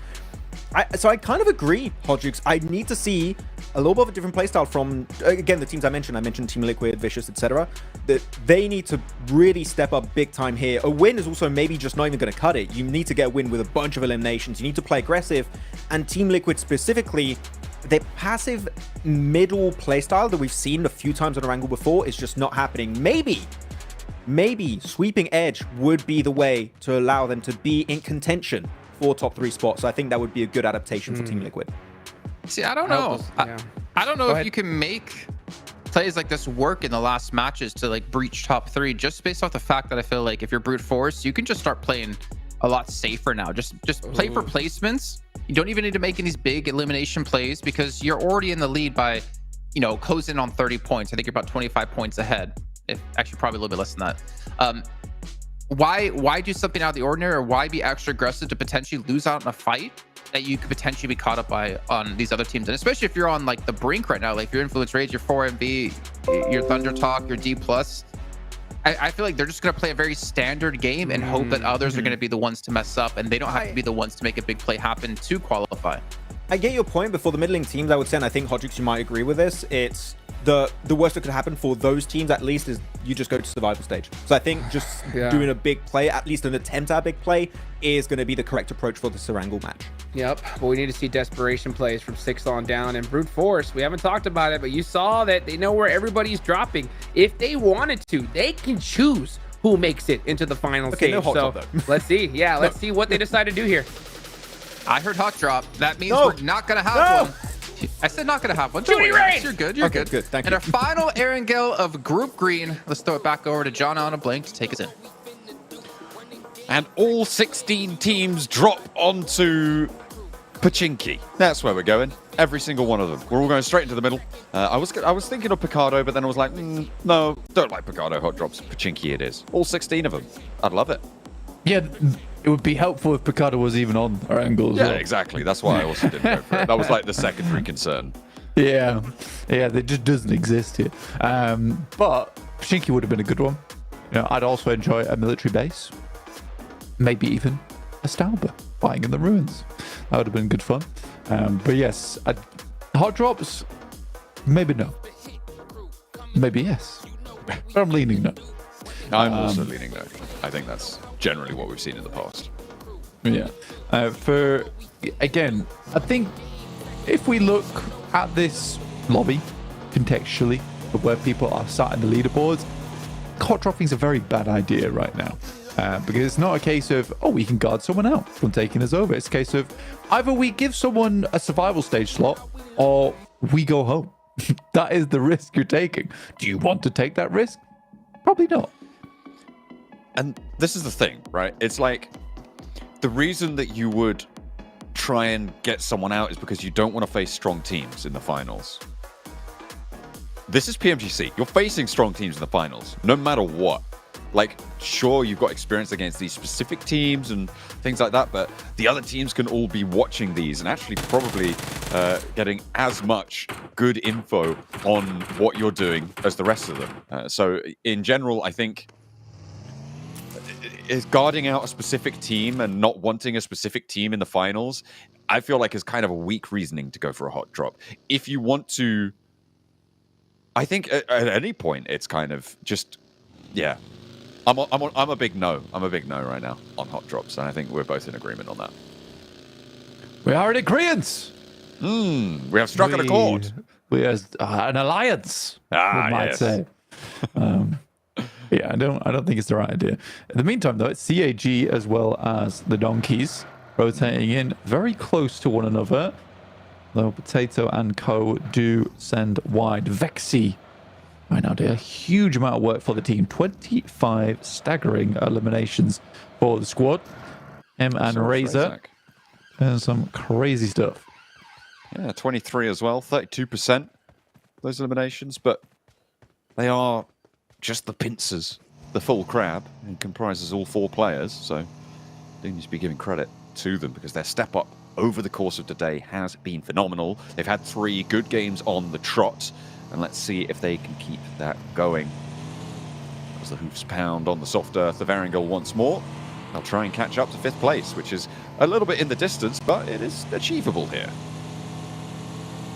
If they keep putting up the points that they have been doing over the past few games, entirely possible. The fact they're in 6th place, chasing one of the top 5, it's wild to me. They're in that situation now, though, where they're no longer jumping up over teams after a single game, which has been the case because it was a case of 12th place, 9th place, 7th place. Now we're in 6th place. It's no longer going to be that case because they have jumped a ridiculous amount of placings throughout the day already. It would require D+ to continually put up poor performances, though they have been slowly clawing away at that lead. With only Brute Force sending far, far ahead of everyone else at 181 points. It's still incredibly close. 149 to 156. There is a 7-point differential between 5th and 2nd place. It's all still for grabs here for that top 3. But it's likely going to be one of these last 3 games where one of the top 5 starts to break away once again into that 2nd place, and then we're really just battling out for 3rd, sorry. It's really, really closely fought. I do want to highlight something as well. D+ Kia have yet to double their scoreline from day 1. They started with day 1 on 75 points. Double that, that's 150. They're on 149. So are they finally going to be able to double that total into today's games? Again, last time around, they just were a little bit too timid and couldn't quite get it done on that eastern side, and it's just a continual story for D+ Kia. They've been able to extract a couple of cheekier limbs here and there, but overall, I feel like it's more between Thunder Talk and 4MV and Influence Rage as to who's going to get those 2 of the 3 spots. Yeah, and I'd agree with you on that sentiment as well, because I think D+, essentially what they've been doing over the past 3 days has been existing. Right? They've been existing at the top, remaining towards the top as best as they can, which is not an ideal scenario, but in terms of securing a position over towards the survival stage, they're very safe. It must be very frustrating for them knowing that they're so close, but no matter what they do, they just cannot get over towards into that top 3 once again, and have just slowly slipped out of it. Again, Nobu, that last game, I think it was a very, very good play from him, not only in the moment, but for the rest of the team. Someone had to pull the trigger, right? Someone had to pull the trigger on that engagement, and I'm glad it was Nobu, because Osal, who has been the one who's been doing incredible damage, incredible eliminations, but even he has faded away in the team at this point in time, and Nobu's like, look, we've got to get something done. I'm crashing this. Feel free to follow. And the rest of the team decided to go on top of it. For Voin Donkey, I think at this stage, they have done enough. It was one hell of a plow for them to get as much as they did in those first 3 matches. But now you go into match 4, match 5, and match 6. I think you can be happy with a survival stage. Considering where you come from, now is not the time to be making mistakes and allowing teams to get ahead of you and knock you out. As much as that would be unlikely at this stage, I think the idea is just to profit 5 or 6 points per game, and that will see you very, very safe and get to live another day. If they can push it further, fair play. But I do think that now is the time, because they have been taking risks. They were taking risks in a lot of their games and getting through with just mechanical skill. I think now is the time where they can be like, we can play a bit more safe, which is what they're doing at the moment. They're playing off towards that western side. They're taking their time moving into the circle. And I think they're just looking for profit on these games. See how much of that they can achieve and tuck away into the back pocket. Always nice to have.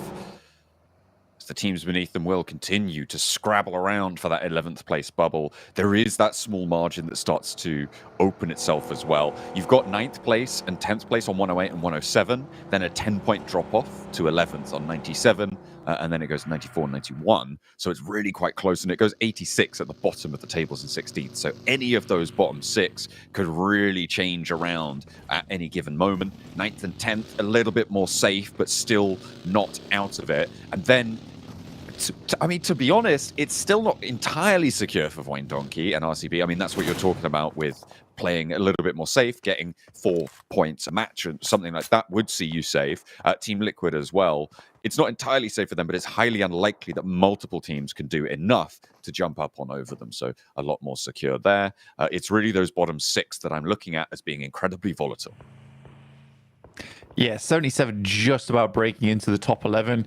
It would be a massive shame to see 77 drop out from the PMGC this early on into groups. Just because we know they're a strong team, but quite frankly, they haven't done enough, honestly. And I think for 77, although I wouldn't want to see them go out, I don't think they're playing to the standards of PMGC so far. The Vicious, once in the top 3, temperamental, dangerous roll-ups, and haven't really done so well in the last few days. 77 getting taken down, and Team Liquid actually staying alive as 4. 77 going down 11th place blank. This is a big takedown on the lobby. Celcom, Digi Alliance, DRS, COG Osaka, RRQ, Team Secret, every single one of them happy to see that one go through. Again, it's what I was saying about just before, is they are not playing to a PMGC standard.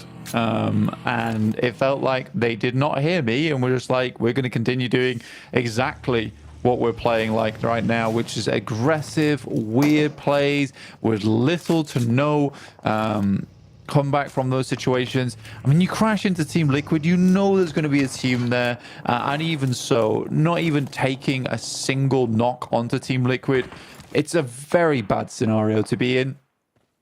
So yeah, I'm not happy to see it. I think that unless they can get things back together come Miramar, it might just be over for 77 at this point in time. They've got 2 more chances to get away from it.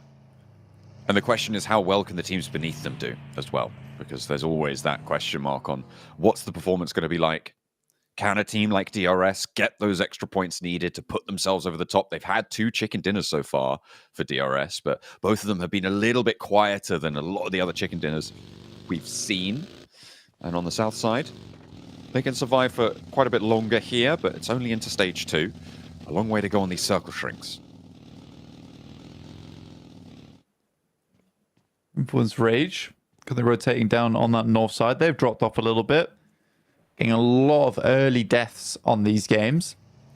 D+ over towards their west with Brute Force coming in behind them. So a real difficult northwest side of the circle in terms of the strength of the teams. Influence Rage, D+, and Brute Force all playing in that area. A lot of our teams that are looking to climb have headed down towards that south side. With 4MV as well as Thunder Talks.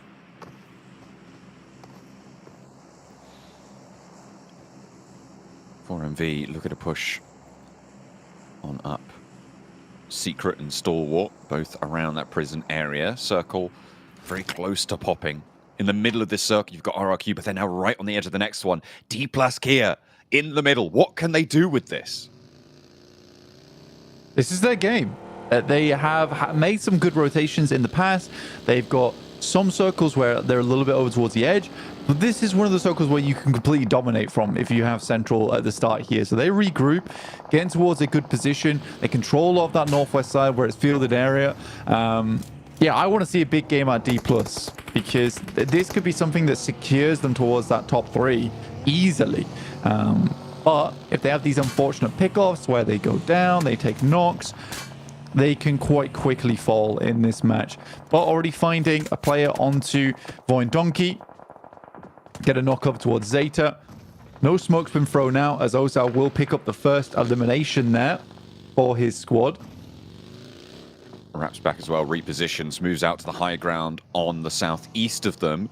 Voin Donkey moved into the garage, and they will be playing on with 3 from there. A really powerful area for them to hold. Celcom Digi Alliance, they are on the south side of this one, but down in the bunker. We'll be playing from the mouth of it. No competition for them at this area, but teams around the side may look to try and peek out their way. Team Liquid, they held out the crash from 77. They got 4 points for it. And they're now ahead of Voin Donkey ID on the point scoring, which is good news for them. RRQ making their way out on the west edge, close to Thunder Talk. And CAG Osaka actually flexing all the way out with 2 of their players. This could get cut off. This could be very dangerous for CAG Osaka. Heading over towards the west, and with RRQ flowing in towards this position, dangerous scenario, and CAG has never done well on quick crosses like this versus another team, and it goes poorly once again as CAG falls further and further down towards the bottom of the tables. They have been tumbling all the way down throughout today. And it has been these aggressive, weird plays coming through from CAG Osaka. I'm not sure they entirely understand what some of these rotates are doing for them at the moment. They have an idea in their head, but a lot of that second, third step down the line is just not quite thought out yet. And I don't know, man. It's been unfortunate because I enjoyed the way CAG Osaka was playing towards the beginning. Doc versus Influence Rage immediately goes down. There is backup. Apex moves in. The rest of 4MV just come in by dribs and drabs. And the third place spot is falling. It's tumbling down and 4MV are eliminated. Influence Rage get 4 points as well. What just happened? I mean, that was a messy roll-up for 4MV. If you're going to go for it, go for it. But again, Doc goes in on his own and they get punished. It was a mega crash as well. They were on the south side of the circle, John. The fact that they went all the way up here and get decimated off the back of, I think, 1 or 2 players on the beginning, with a little bit of backup coming through later on. Yeah, a horrible way to start this one out. And for a team that, you know, could have potentially gone to top 3 there. They just come off a lovely chicken dinner. They were looking good. Only for that to happen, man, it's almost as if we wish that they never got a chicken dinner in the first place. Oh, yeah. That's so much better when they do that, because then they do well the next game. You're right. Goodness me. And in third place, Thunder Talk now with a chance to push past. D+ Kia in their central position. They have a lot of control over the surrounding area, but Their influence seems to be diminishing somewhat as Thunder Talk move into the hill to the southeast, scouted by Osel earlier, wrapped back in for D plus Kia. Sia Giosaka with 2 players roll up the Voin Donkey, and I feel like that's only going to go one of one ways. Influence Rage chime in for a little point steal from Law. Influence Rage starting to get a big points tally off the back of this game. D plus Kia still have a strong spot to play in, but not garnering a lot of value out of this map so far. Stalwart look to fight against Team Secret. This is over towards the northeast side, the high ground to the west of Mansion.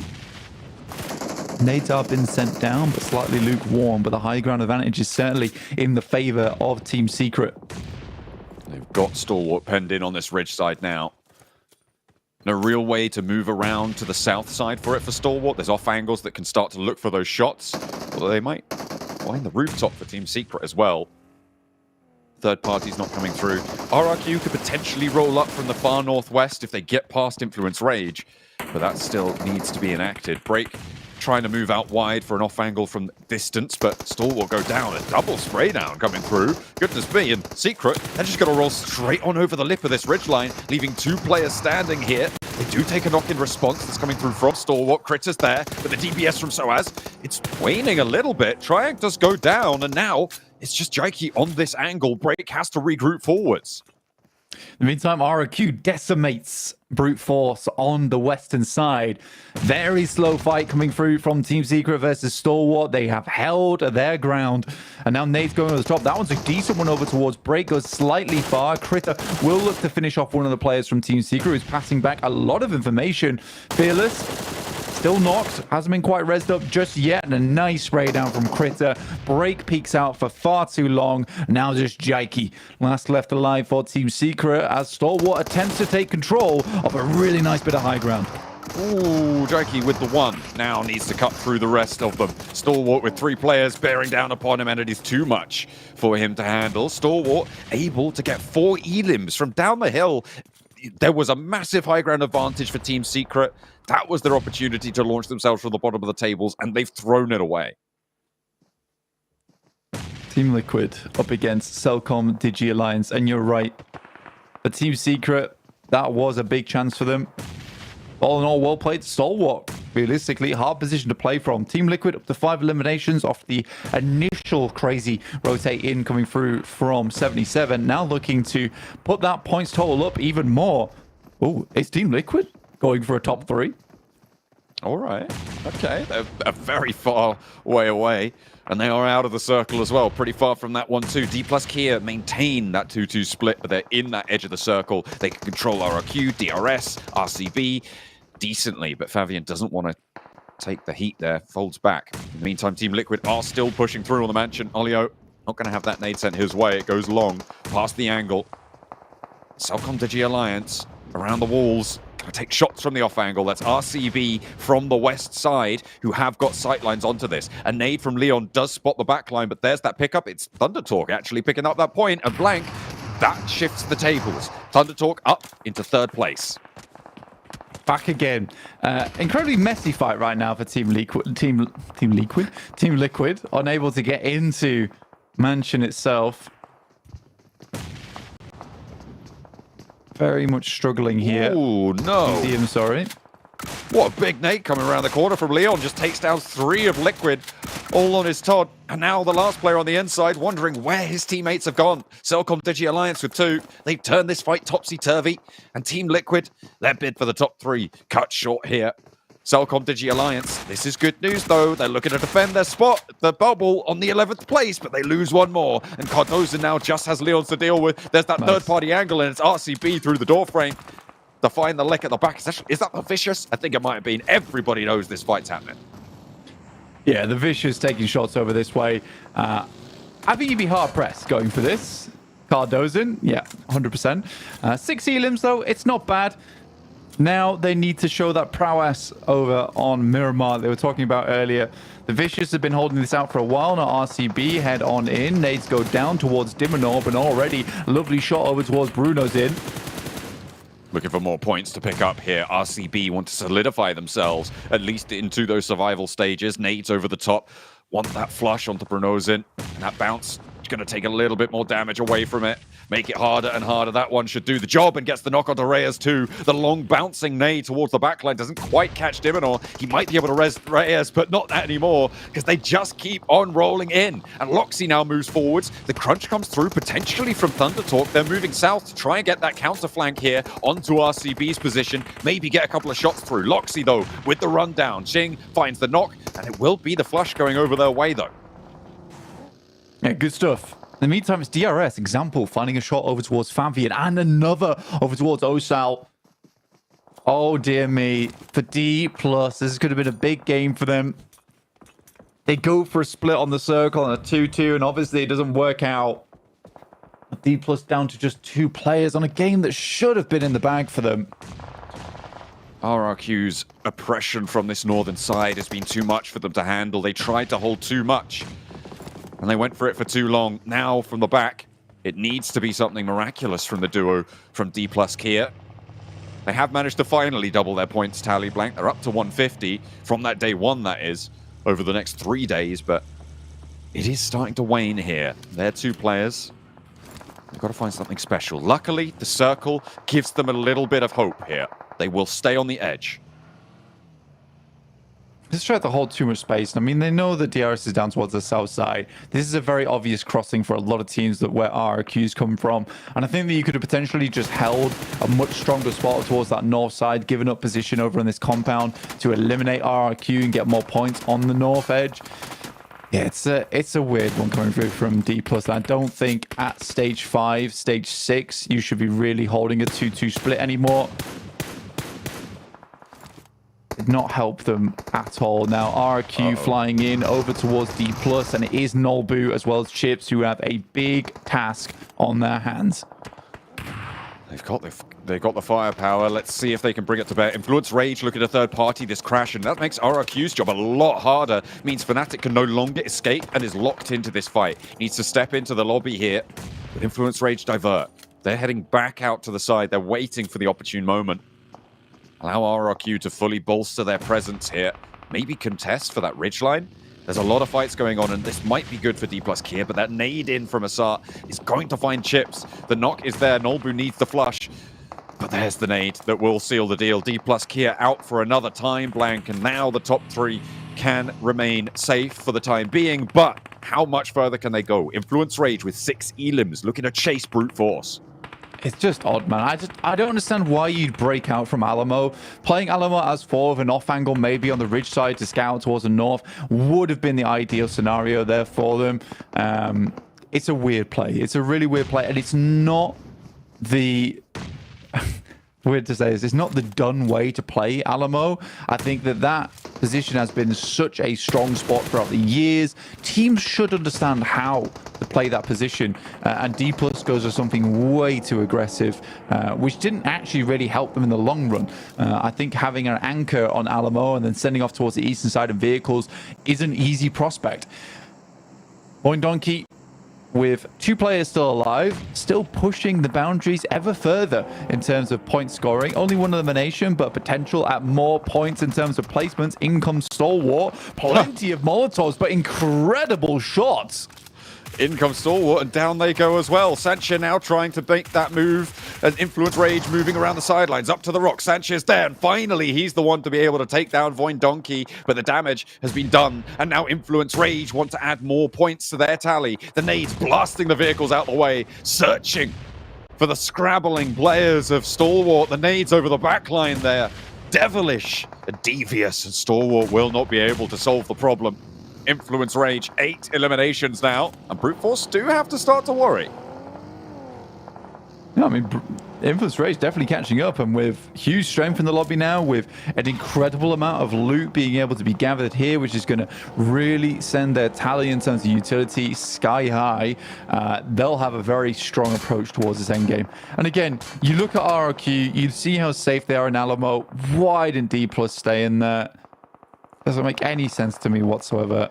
DRS down towards the southwest side, still battling out for an 11th place. And with a lot of the teams around that area already going out in this game, there is a chance here for DRS to put up big points. RCB holding down towards the southeast. RCB get that circle shift as well. If they can isolate Thundertalk and get rid of them, they have such a strong spot on this side of the road. There's a long sloping hill which keeps them covered. The buildings will be taken out of it, which means there's no rooftops to try and hop around on and get those high ground angles. That western point as well, that ridge that goes up towards the west, is great for RCB. But the only thing stopping them from winning this one here and now is Thundertalk. Yeah, Thundertalk's in an awkward scenario. They're peeking over this little ridge side, but very nadeable in terms of positioning and Influence Rage. If they wanted to head over this road and start taking shots towards them, smoking out their approach as well, could be a simple task for them going forward. DRS still on a very strong approach, and with 2 loot crates in front of them, should be able to get some nice loot from those as well, be it a P90 or just even the level 3 vest and level 3 helmet that comes in those bad boys. That will be useful for the end game. RQ trying to disengage from the Alamo, but with not enough players, this has been more of a survival attempt for them. And finally, Influence Rage will put them down and put themselves on a 10-point game right now. Everyone all pitching into 3 elims apiece for Lorizin and Law, and 2 for Diego and Lil Boy. This has been a great game and a great display of teamwork. DRS looking to try and find something against Influence Rage. They have a little bit better of a position at the moment, but Influence Rage need to take shots at the forward breakout for DRS. They can't quite find this angle. RCB should have shots down at Influence Rage when they step forwards, but Thundertalk are slowing that south side down so much. Influence Rage gonna have a tough time here, but if there's a team that can do it, it's our second place squad right now looking to change that one up and step to the higher landing on the podium. Change their fate here. And again, I was saying this earlier on, that one team eventually would break out from that top 3, and then it would be a battle for 3rd place. Lovely nade over the top there from Silas. A surprise that didn't fully finish out the entirety of Xing, but one more will do the trick as he finds 2 elims off on that side. Yeah, for Influence Rage is looking more and more likely that they're securing their 2nd place here, and there will be only 1 spot available into the future between 4MV, Thundertalks, and D+. DRS still holding on. They've made it across the road, which is more than can be said for Influence Rage. And now that Thundertalk is gone, RCB can take shots over towards Influence Rage with a little bit more impunity here. From that high ground that Wild sits on, he can start to look for those shots, look for that angle, because Influence Rage are going to have to push up and over towards the RCB side of the road. There are no 2 ways about it. DRS could potentially get a 2nd place off this, but I think even with 3 players, this should still by rights be RCB. It's a fantastic place to hold for them. I think that the worrisome thing comes into play where if Influence Rage can lay down a smoke train, get across, the amount of nades that they're holding on to is going to be the big deal going forward. But you're right, DRS having angles on towards this RCB2. In comes 1. Good shot from Lil Boy will find Gyante, and that might open the door for them. This has been instantaneous. If this fight concludes super quickly, oh my god, Influence Rage definitely have a chance going forward now. Silas trying to break out, getting that off angle, take shots at these players on the roadside, and the nades come over the top. Influence Rage, they've taken 1 knock. There's a player still on the far side of the road with Lil Boy playing backstop in the smokes. Diego trying to hold down on this bunker position, but it's just not going their way. Wild over the top, and Law is still there, trying to frag out, a crossfire, hop out of the buggy, spray down towards the smoke. Law falls, a slither of HP on the top rope, and it's all up to Lil Boy. Silas is there, they know he's on this angle, and in from the smoke. They're looking for these shots, but it's not going to work out. They cannot cross the road. RCB hold on. Influence Rage chased the top spot, but RCB dragged them back down. Absolutely. I mean, that could have been really bad for Brute Force, sending them down towards 2nd place, and then maybe someone catches up on that side. But Silas, what a player from that squad. I mean, he is absolutely keeping the team in check so many times. That cross in the vehicle was so incredibly dangerous, but the call comes at an opportune moment because they realize DRS has just been sat down in the most disgraceful manner on that side. And Silas knows that, look, if we don't get an advantage, we do it a position on the other side of the circle, it's all over for us. Hot Jukes, come on. You don't need me to be the intro here. Oh, are you kidding me, bro? Regnum Karia! Clutch up a chicken dinner, but man, is it gonna be enough? That is my question, because Blank said it, and it is so dang true. I think it's a battle for only 1 spot left. in the top 3. I thought it was And only it going to could be have 2 been- spots, but no, with the game Influence got, it's only 1 spot for the finals, Jason. Yeah. And it could have been 4MV actually to be the one to potentially get a lot of these points. And we'll obviously hit on that in a little bit of time. But Regnum Kari getting themselves the 10 eliminations, the 20 points on the game, and putting them into contention here for top 3. I mean, I'm kind of curious to see how it's going to play out when we do get to our overalls. And as you said before, Hot Jukes, if any of these teams who are below 5th place want to have a chance to break top 3, well, they have to start popping off. And well, Red and Karia, the job's not done yet. You get yourself in reach, but you have to bring it home. Need another chicken dinner. Need to win this next game for sure, because the last game is going to get so dang sketchy. So I think when we saw the win, you could see Silas like talking to his team. He's like, all right, guys, like we still got a lot of work to do. You know, he's like, we're there now. We're definitely there. Unfortunately for Team Liquid, it's the nail in the coffin at this point. It's just not gonna. Yeah, I know that they're the best in Miramar so far, but it just can't happen. I really have to echo the point of Blank during that game too, which is Silas was so impactful in that finishing moment. Sending it across the road was super risky. And I was like, oh man, I thought he was going to get knocked. But the fact is that the other players of RCB were keeping tabs on the other players, keeping them in check on Influence. And it really stopped them from taking as many shots as they really would have liked to on Silas as he was going wide for the off angle. And it really just gave them so much more control on that lobby. So sure, the elims go the way of Kimiz, especially Kimiz, by the way, Jason. He was just doing so good with that utility. His nades were on point over on that ridge. But Silas definitely is the one calling the shots here. And I got to say, I've said it yesterday too, RCB's macro is amongst the best in this group. And it's really being highlighted on this final day. Okay, a bold statement coming through, but you can't really argue with the results as we are seeing RCB slowly climb themselves up on the leaderboards here. In a brute force, they won it relatively early in this game. Influence Rage probably going to be able to close the gap up as well with their 2nd place finish. I was, though, surprised that Wild in like that final skirmish didn't get more from that angle, considering, I mean, he had like the entire Influence Rage focused on him. I was actually thinking RCB might lose this match, to be honest. It was close. It was definitely a close one for sure. But yeah, those nades from Influence Rage. Oh my gosh, dropped a red zone there. All the stalwart. That was crazy, man. But yeah, I mean, it definitely could have gone in either direction. I think that off angle from Silas, though, proved just to be too strong. But yeah, Wild, even though he had that hilltop, wasn't able to really perform, I think, the way he wanted to, but it was enough to just hold and just hold those teams down, you know, so Silas can put it to finish it off. It was perfectly executed, man. I mean, look at that, 20 points, Influence Rage get 20.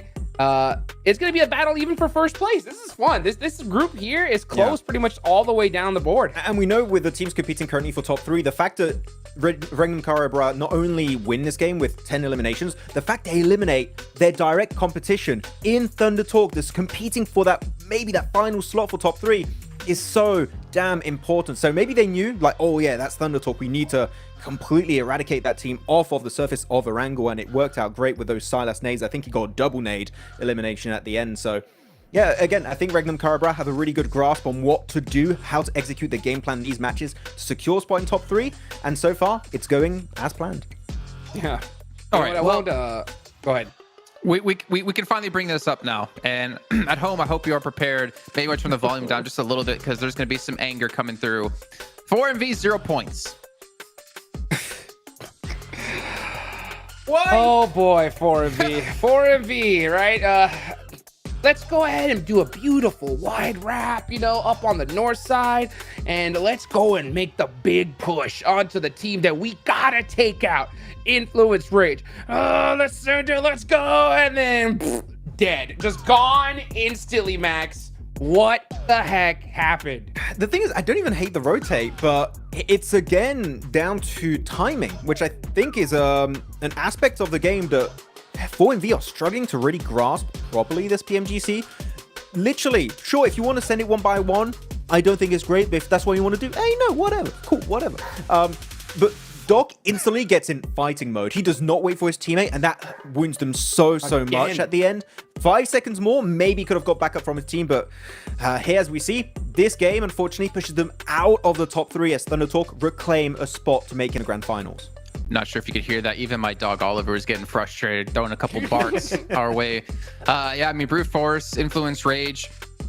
they're pretty much set in stone to be able to get through to the grand finals. It's all about Undertalk, 4MV, D+, RCB, even potentially Team Liquid. I'm going to count them out in my eyes of having a chance. And technically, I don't even count out RCB unless they have another big game here. But to have three big games back to back, because they need to have good results in these next two Miramars, it's going to be tough. But also, we're talking a lot about the top of the table. What about the bottom of the table, man? DRS, they're back at 11th place. Who knows for how long? Winning out in the tiebreaker right now, currently with Chicken Dinners, but they're tied in points with RRQ Ryu, who has been down towards the bottom of the leaderboards for such a long time. I don't think they've ever made it out of bottom 12.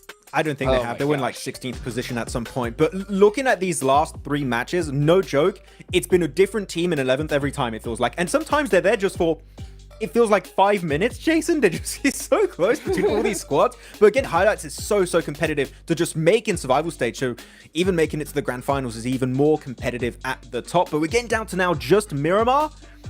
And yeah, again, I think we might have completely different teams in the bottom 5 and the top 3 by the end. Of course, normally just one team in the top 3 should be different, but it is exceptionally close. And predicting is going to be really tough because, again, it's down to one game. One good game is all you need, and you might go to all the finals or the survival stage. So it's a tough one, man, to wrap up the day. Dude, I don't think there's a DRS gaming fan on the planet that has any nails left. Right? I mean, come on. I mean, it's just been a roller coaster of emotions for these guys. It's getting brutal.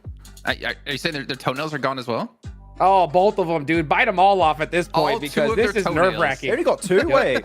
I should get to doctor. What? He said, yeah, both of them. I'm like, oh, I think I got more than 2 toenails. I don't know if you guys Very stubby feet, man. All right, well, it is time to get serious here because we got about 15 seconds left before we head into our first Miramar of the 2, our penultimate match in our last group here in the PMGC 2024 league stage. It's all going to be kicking off. It's all coming down to this. John Allen and Blank, once you dive us straight into the last 2 matches of the day. We've got 3 tickets to stamp on over for our teams. I suppose 12 in total for the players and then subs as well, so maybe the math's a little bit off. But either way, 3 of them are going to be going over to London, and we have 2 matches left to decide who will be joining the rest of the best over there later on over in December as we get our plane path for the first of 2 Miramars here. Match 23 about to kick off. Ladriera over towards Impala on the east side, a little bit close to the south edge, but should be nice and open for our teams. Southside plane path then start things off, and we do have Team Liquid, who have been touted as one of the best on Miramar here. Brute Force similarly have very good performances on this map. Most Brazilian teams do, including Influence Rage. So we will see exactly how they play this one out. And I think that is because there are so many teams in Brazil who are so good at Miramar that you kind of have to become good at Miramar if you're playing alongside with them all the time in your respective PMSLs. Keep up with them. So I'll be excited to see what Influence Rage can get done. Again, for RCB, what a rotate from Silas. Again, RCB is a great team, and they have some very strong players on the squad, but we haven't seen the strength of the likes of Wild, of Loxy so far, and it's really only been that consistent member of Silas who a lot of time has been making those plays that have kept RCB safe. I'm not saying that the rest of RCB aren't good, but it has very much felt like Silas has been the thing, the glue, basically keeping that team from falling apart. And hopefully they can keep themselves together. It's very likely that they've secured that survival stage spot. And sure, there's a chance that they could get towards the top 3. I don't think it's going to happen. Over the last 2 games, they have got such a tall order to make that one work. DRS, they have been making pushes and pushes and pushes off the bottom of the table. We caught up with them during the break. Welcome back to a quick report with the 7WG. This one's going to be in regards to DRS. I got a chance to talk again to Killer. Remember what he told us at the beginning of the day? They were looking to just start off strong. They did with the win in Sandhawk. And just this last Erangel match of Group Green, they were able to perform well. He's saying that for Miramar, they're looking to make sure they get some points. I asked him if that means, are you willing to take fights early on? He said, whichever points they come, we want them. So if it is fights early on, they're willing to take them. I mean, you have to be, right? In such a hotly contested lobby, no matter where those points come from, they are all going to mean the same thing, right? And that's a step closer to the survival stages, which for now is the only thing that our bottom 6 teams can hope to get. With it getting so far away and ahead now at the top of the lobby, 181 to 176, these are unattainable point scorelines in 2 games. So for Brute Force and Influence Rage, highly likely that they will remain now in the top 3. And we're looking at Thunder Talk's position in 3rd place of 160 points. 4MV on 155 and D Plus at 151. D Plus have been hanging on by a thread, John, at the moment. I hope they can stay in this, but if I'm to be completely realistic, I think that's because I am very nostalgic of day 1 so far with how well they played. Yeah, I think that's fair, right? They just have not been the same team since. You know what I'm expecting this match, Blank? I'm expecting D plus Kia to rotate all the way up through the north side, past La Cobreria, in the south side of El Pozzo on a wide wrap, and then immediately die to Brute Force and just get strangled out on the edge of the west side. That's what I'm expecting from them. Let's see if that happens, because that seems to be the theme for some of our top teams. I mean, 4MV did basically the same thing on that last map, right? A lackluster approach to the Influence Rage fight and went all the way down. So a theme seemingly developing of teams going for some interesting, cool rotates that give them a nice opportunity and then just completely squandering it. Yeah, it is unfortunate. Again, for D+, they had such a strong position on that last map and unable to do anything off the back of it. It feels really rough. And now, you're in a circle where it's nowhere near where you are playing. You have to move far out towards that north side. It's no real chance to wrap down towards the south. 77 currently curled up over between Cellcom Digi Alliance and Team Secret. Last game, they went out almost instantaneously and has dropped them into 14th place. But it's 2 points to get into 11th place at the moment. The Vicious seeing themselves a little bit safer at 112 in 10th. Yeah, anyone can still make it. CJ Osaka. Hopefully they can get a little bit more coordinated in their last 2 games of the day and of the league stage for them. 2 chances to prove that they aren't just crazy aggressive rotates and they've got a little bit more bang for the buck. Getting into the survival stages, all important there. Thunder Talk, they've taken that 3rd spot, but it is a tenuous hold at best. Everybody beneath them would be more than glad to push them aside for their shot at the finals. It's just crazy that Team Secret still even have a chance into this tournament at 86 points in 16th place. They need a bit of a bigger game than anyone else, though, here, alongside with CAG Osaka. DRS holding on to their 11th place position for the time being, though. With 99 points tied up with RRQ. There's RCB, though, taking shots at the aforementioned team of RRQ, who are underneath. A precarious position going forward.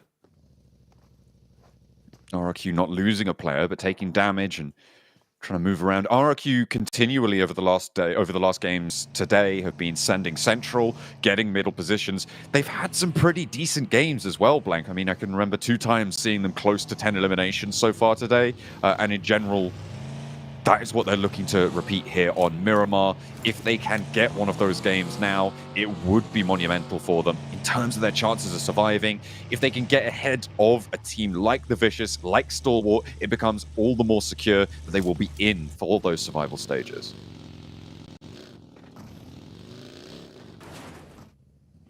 $77 on our screens.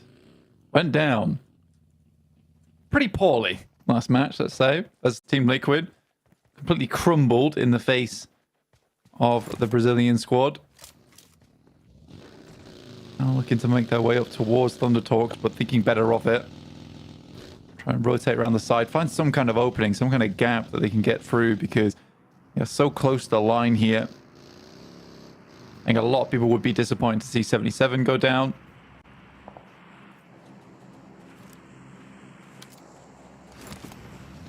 They need to find something.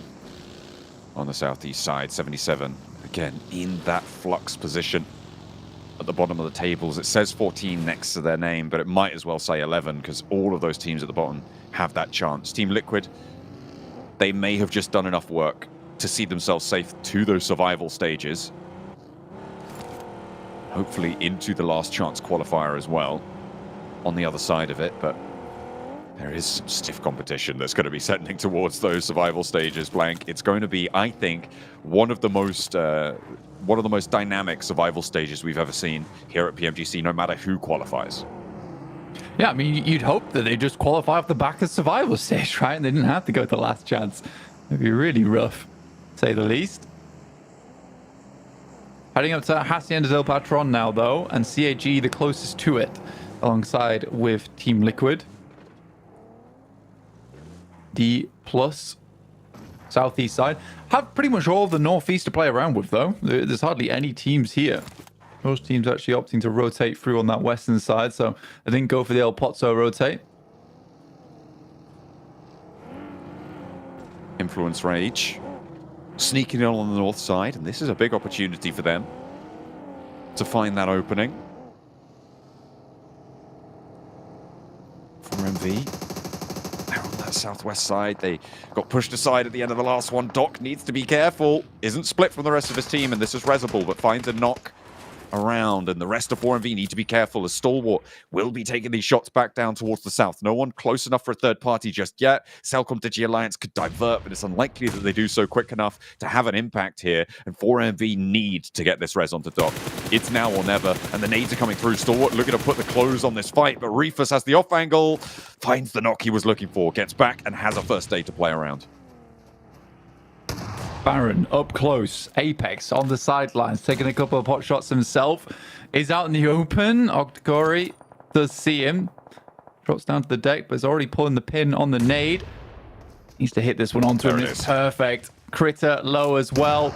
Should be an easy cleanup here for 4MV. And what a time to find it. That is 4 eliminations added. They are now 1 point behind Thunder Talk in third place. And from the south side, they're going to need a little bit of help to get on through. There's a lot of difficult terrain in their way on this south edge. Everybody crunching in towards the central area, Blank, as we get over towards San Martin. Everybody's making their way on over. D plus managed to grab themselves the roadside, which is actually a very strong position to play up and towards the end game. You do need a bit of a split on it, though, to control the field. When a Groza delivered into the hands of Reefus is a real big deal. Does swap out the pump action shotgun. Picking up the ammo for it too. Extended quick draw.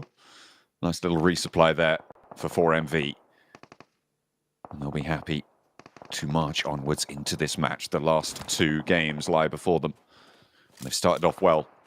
It's about continuation though. It's about momentum, keeping that pace going.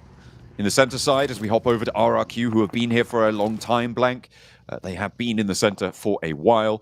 Team Liquid right next door to them, playing up on those ridge lines.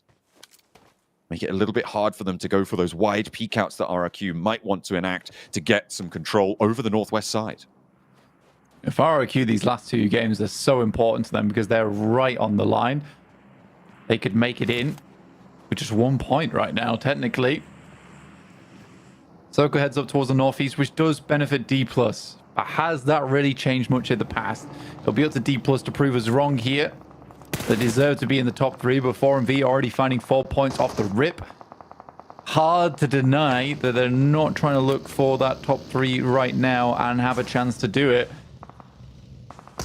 Just sad that it requires them to go down so tremendously in a previous game to be like, oh wait, let's go back to basics.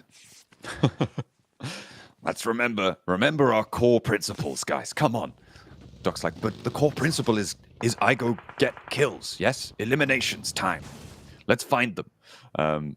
Seemingly needed that reminder from last match. No, core principle, stay together, players one, 4 players stronger together. That's how they're going to play this one, or that's what they're going to need to play in order to get up towards the top 3. Because Thunder Talk won't budge so easily, and they are slap bang in the middle of this circle, Blank. Hard to chase them. They are very close to Voindonki. who, like we said before, have done a marvelous job to stay in this one. Bit far for them now, though. RCB, probably the outside chance, the dark horse, I would say, inside the lobby at the moment, with 138 points. They'd need another chicken dinner, but it's doable. It is doable. It could be. I mean, from that position that southeast of RRQ right now, there's potential, but they're a little bit downhill. It's a bit stuffy in their area. They can't breathe easy for sure, and they'll have to navigate some difficult areas to that north side of San Martin, around the Hacienda foothills on the west. It's going to be tricky. D+ spots over towards Cellcom Digi Alliance on the southeast side, and Brute Force have taken a knock on the north. If you want to defend your first place spot, this is not the way to start it out, but this res may be coming on through. Seiji Osaka find Voindonkey over and towards the middle of the circle. Yeah, one good shot went through. Should be resable though for Voindonkey. 77 out in the blue at the moment, alongside with 4MV in San Martin. D+ still holding that mega split 4-way on that north side. ERS coming through might be the first team that they come into contact with, similarly to our last game on our angle. Brute Force have moved forwards, Blank, and they did lose a player to DRS on that back foot, but that shift goes out their way, and it's great news for them. They now have got a nice position around the junction of those paths on the north side of the central area. No teams really can push through the circle to them. Leaving from San Martin is so tough. The question is, what do D+ Kia and DRS do on the north side of it? And D+ looking to rotate around and find their way in from that north edge too. They already get up to the top side. I think they get the first knockoff over towards DRS. And now the rest of the team comes barreling over towards that location. This is an opening when they desperately need. D+ Kia looking to put money back on the board on that northern side, trying to flow over DRS and maybe stop DRS dead in their tracks. It's an important fight for both of them, Blank, to try and progress into that higher bracket of performance at the end of today. We'll have to wait and see how that one concludes. The Vicious scrapping with Cellcom Digi Alliance, who are similarly positioned around that bubble. These two fights, once they conclude, could decide so much about this lobby. And Cellcom Digi Alliance, they're holding on. They've got 3 players alive. Can they stop the Vicious? Vicious 112. Another goes down. Brunozin's out. David on the outside. Cellcom Digi Alliance. Olio moves up. And there will just be a smoke train being laid down and try and extract. Doc, no. Cell come out this location. Doc's on his own. What a surprise. That is so sad. He scouted up that west side and decided to go for the crash as a solo. Again, gets pulled out. Reefus is next. 4MV, throw it away. Yet again, this is disaster for them. And they don't even make it far enough to break into the top 3. Blank, it's happened again. There's not much for me to say, honestly, about this, because if you've been watching, you know what's going on here. It's more worth your time, in fact, that I talk about D+ versus DRS, because there's only so many times that I can say 4MV's pushed by himself, or Doc's pushed by himself, and it's gone badly. That is unfortunate. 77 rock up to the Vicious in the meantime on the southeast side and immediately dispatch them. 77 also looking to try and compete for those top spots. Cellcom Digi Alliance, tenuous at best in that 11th place. DRS are around the corner as well. If they could survive this fight with D+ Kia, 77 will dare bear down upon them should they go down, so desperate not to do so on the north side. DRS is backing off as much as possible. Nades are being expended here, though, unfortunately. That is a great tag, and Osal knows roughly where he's playing at now. Fantastic work on that one. Another knock goes through off the back of that. Killer inside the vehicle, extremely low. Wonderful news for D+, getting 4 eliminations off the back of this. Gyanti, the last to stand in their way. South Korea looking to push back towards the top spots. Can they return to form in the last two matches? The spray down onto Gianti takes DRS out. Fabian is is knocked in the meantime, but it's stage 4 and the zone isn't on them yet, which means that they can get this res on the north side. Next circle is going to come in. It's going to mean a lot for so many. Let's see where it goes. It's down south. We're going back to the town. For D+, that's somewhat of a death sentence, actually, that circle. They can try and play off the back of the western side, maybe, versus RRQ as well as Team Liquid, but it's an improbable crossing for them to make happen. So I'll be curious to see what their next move is. 77 up against Team Secret. Good nade from Magnum to start things off. Sends another over the top. A little bit short. I think if that one was slightly higher, it might have actually taken down Soaz. Like 99 points was the boundary, and with that nade, they pushed themselves into 11th. 77 now looking to continue their rise up here. Moving into San Martin, they can get a lot further into this game. 11 teams remain, so a lot of placement points still yet to be added into this lobby, but 77 do not have the position to do it just yet. Secret slowing them down, dragging them back, and they're trying to clamber over the top of them all in the meantime. So Secret, a lot to play for in this engagement, but not going to get too far. Zadira's on the case. Yeah, honestly, for Team Secret there, this is a case of they're worried, they're scared by this play, and they back it off, and it doesn't work out for them. Good tags, but not quite good enough.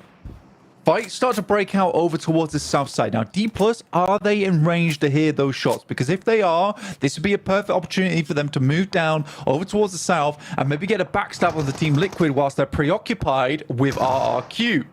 Here they go, exactly straight what up. they do. Onto the ridgeline as well. Team Liquid now caught. A nice little rotate, an insurgency from D+. They find that ditch. The nades can come through if Team Liquid turn their attention back out that way, but they've got RRQ to worry about. Further off in the distance, Brute Force could take shots, but they don't need to get too bold with it for Brute Force. They just want to hold on to this game and stay alive. Survive in the top 3. It's the name of the game for them. So a little stalemate. D+ Kia keeping themselves relevant. They hold out both these teams now with that spot as well. It's a really good position to be able to take advantage of. And it's why Cardozo was playing out there as well, because they need an anchor on that point. So the RQ can't rotate around. But he gets completely overwhelmed from an unknown angle because they assume that, well, there's no way RQ is moving. We can see them right now in front of us. But D+ Kia, very, very well done. Like I said, if they heard the fighting happening over on the south side, that was their only avenue of approach, and it was very lucky on the timing, but they took advantage of it in a big way. Unfortunately, Norbu gets knocked, but there is a good shot from Osal and Chips, which takes down 2 players from RRQ, but Team Liquid might want to get involved. I like the idea from RRQ. Disengage, re-engage on the sideline for the team that's double holding. And maybe you can put too much pressure on them for them to bear, but it's just not going to work out for RRQ on the roll-up. They're sure they get that opening knock, but that can get res, and there's too much to handle. Now, Snape moving back, Asar as well.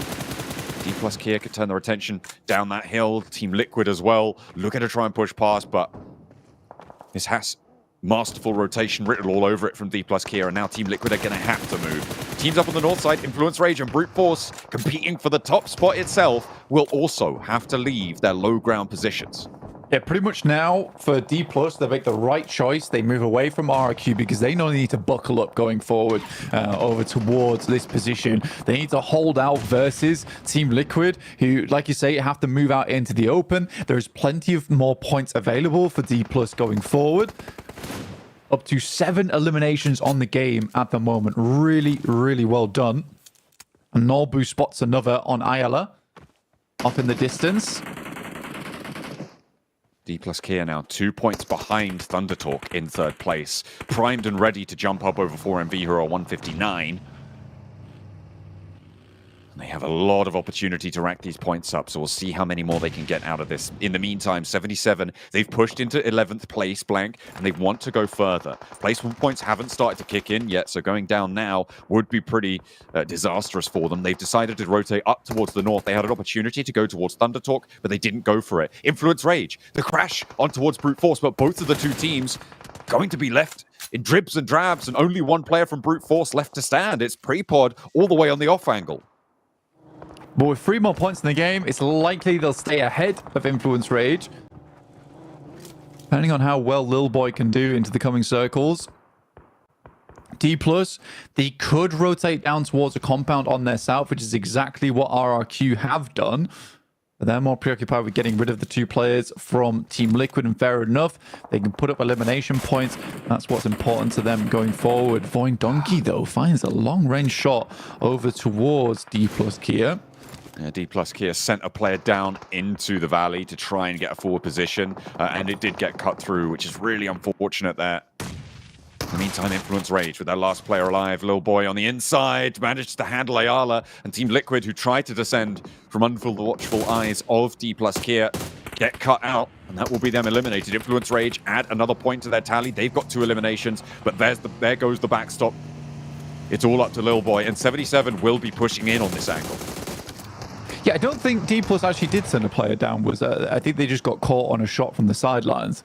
That was res back up. I'm always assuming they're going to go for this southern rotate down towards where RRQ's playing, which I think is what they're going for right now. In the meantime, 77 still racking up more points. 8 total so far. A very good game for them.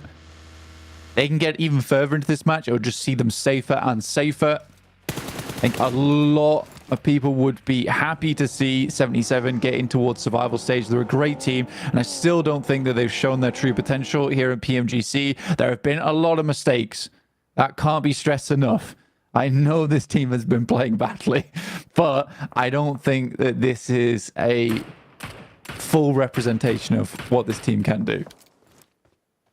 77 most likely going to spot the last player from Influence Rage at some point, but the question is when? How many more placements can Influence Rage add up to their scoreline? As the circle shifts out to the northeast, keeps Lil Boy in, but that's going to force 77 to move, and it's very likely that he goes down next. This is a horrendous spot now for D+ Kia. There goes Influence Rage. They take down the teams ahead of them, and they are back in the top 3 blank. 3rd place is theirs. Thunder Talk is still in. Can they compete? You're Voin Donkey central at the moment, John. And it's a good position for them to be in, but there is a lot of compounds still available on the sidelines.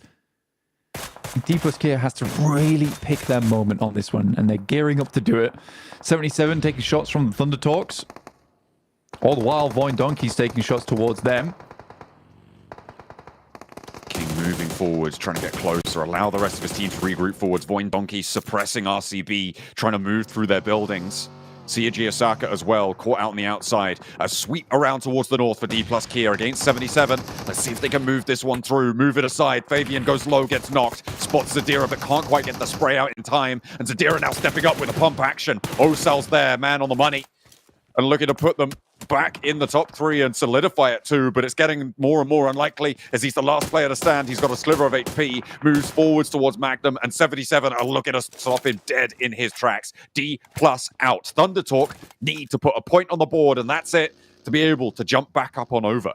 Well, they have fought hard for their position in 3rd place. A great game from them in a very difficult situation as well. A lot of horrible circles for them to play from the roadside on the east, having to wrap all the way around, taking that opportunity versus Team Liquid. And again, another tough decision for them to try and take a fight with 77 on that north side. I respect all of it. And again, it is Nolbu leading that charge. He has stepped up so much for the team at the very last throws of the tournament.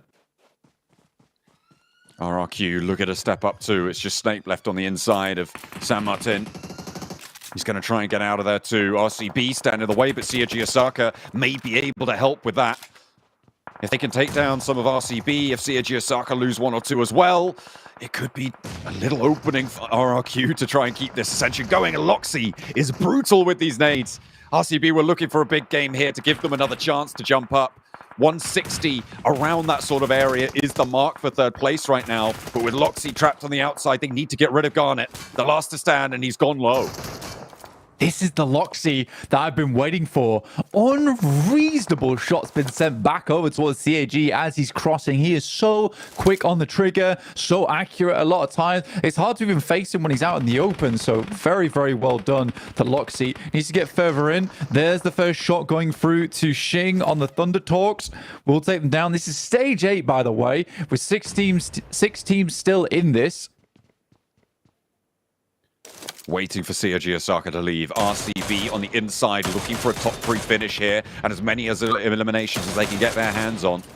3 players alive. They've lost Silas Blank.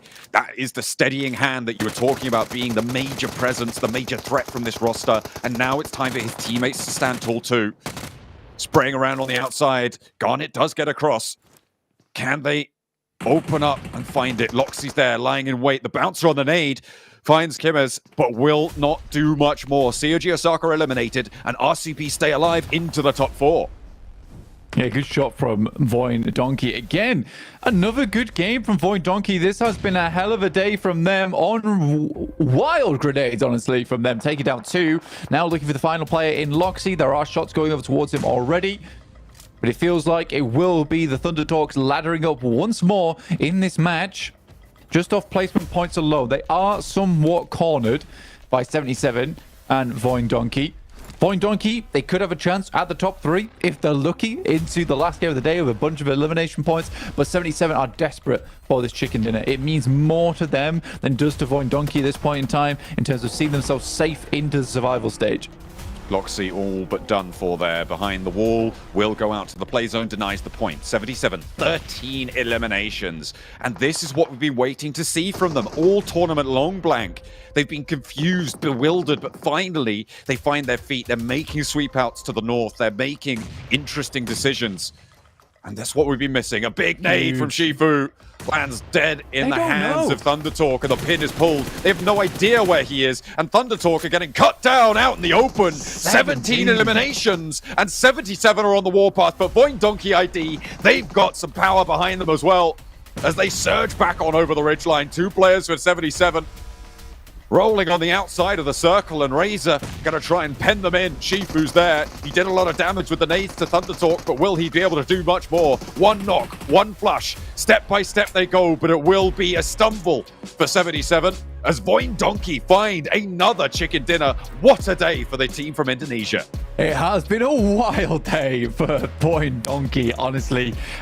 Really get themselves into that pack mule mentality to pack it away at this point. A ton of points. Very, very well done to them. Again, it's really hard to win a game from that location that 77 played versus Voin Donkey. It's a tough location to play overall, but they extract a huge amount of eliminations from it. And I think that's the most important thing. And they look happier off the back of that game because they know that they've done enough to maybe just secure them a place in survival.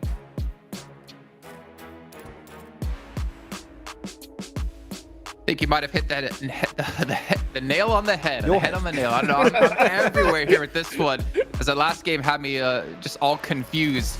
But yeah, Voin Donkey getting themselves a win that, I mean, they're already going to be secured through for sure into top 11 as they're still trying to fight for top 3, but we know that fight might be coming to a close here. Whereas 77, Max, they're fighting just to keep their tournament life alive. And that result might have been enough to secure them that top 11 spot. I mean, we said it, one good game, Jason, could secure your spot into the survival stage at this point for the bottom teams, and that was the game that we needed from 77. And Shifu just had the most easiest setup, Jason. Oh, those nades. I want to say it's a good play, but I'm like, they were just asking to eliminate Thunder Talk at that point. They're just running into them with no cover whatsoever. They didn't have an option, but it's like, well, I have 2 nades. That's resulting in 4 eliminations. Thank you very much, my good sir. And it's perfect for them because, yes, it should secure them a spot in top 11 for the survival stage. And they can relax, Jason. They're in. Yep.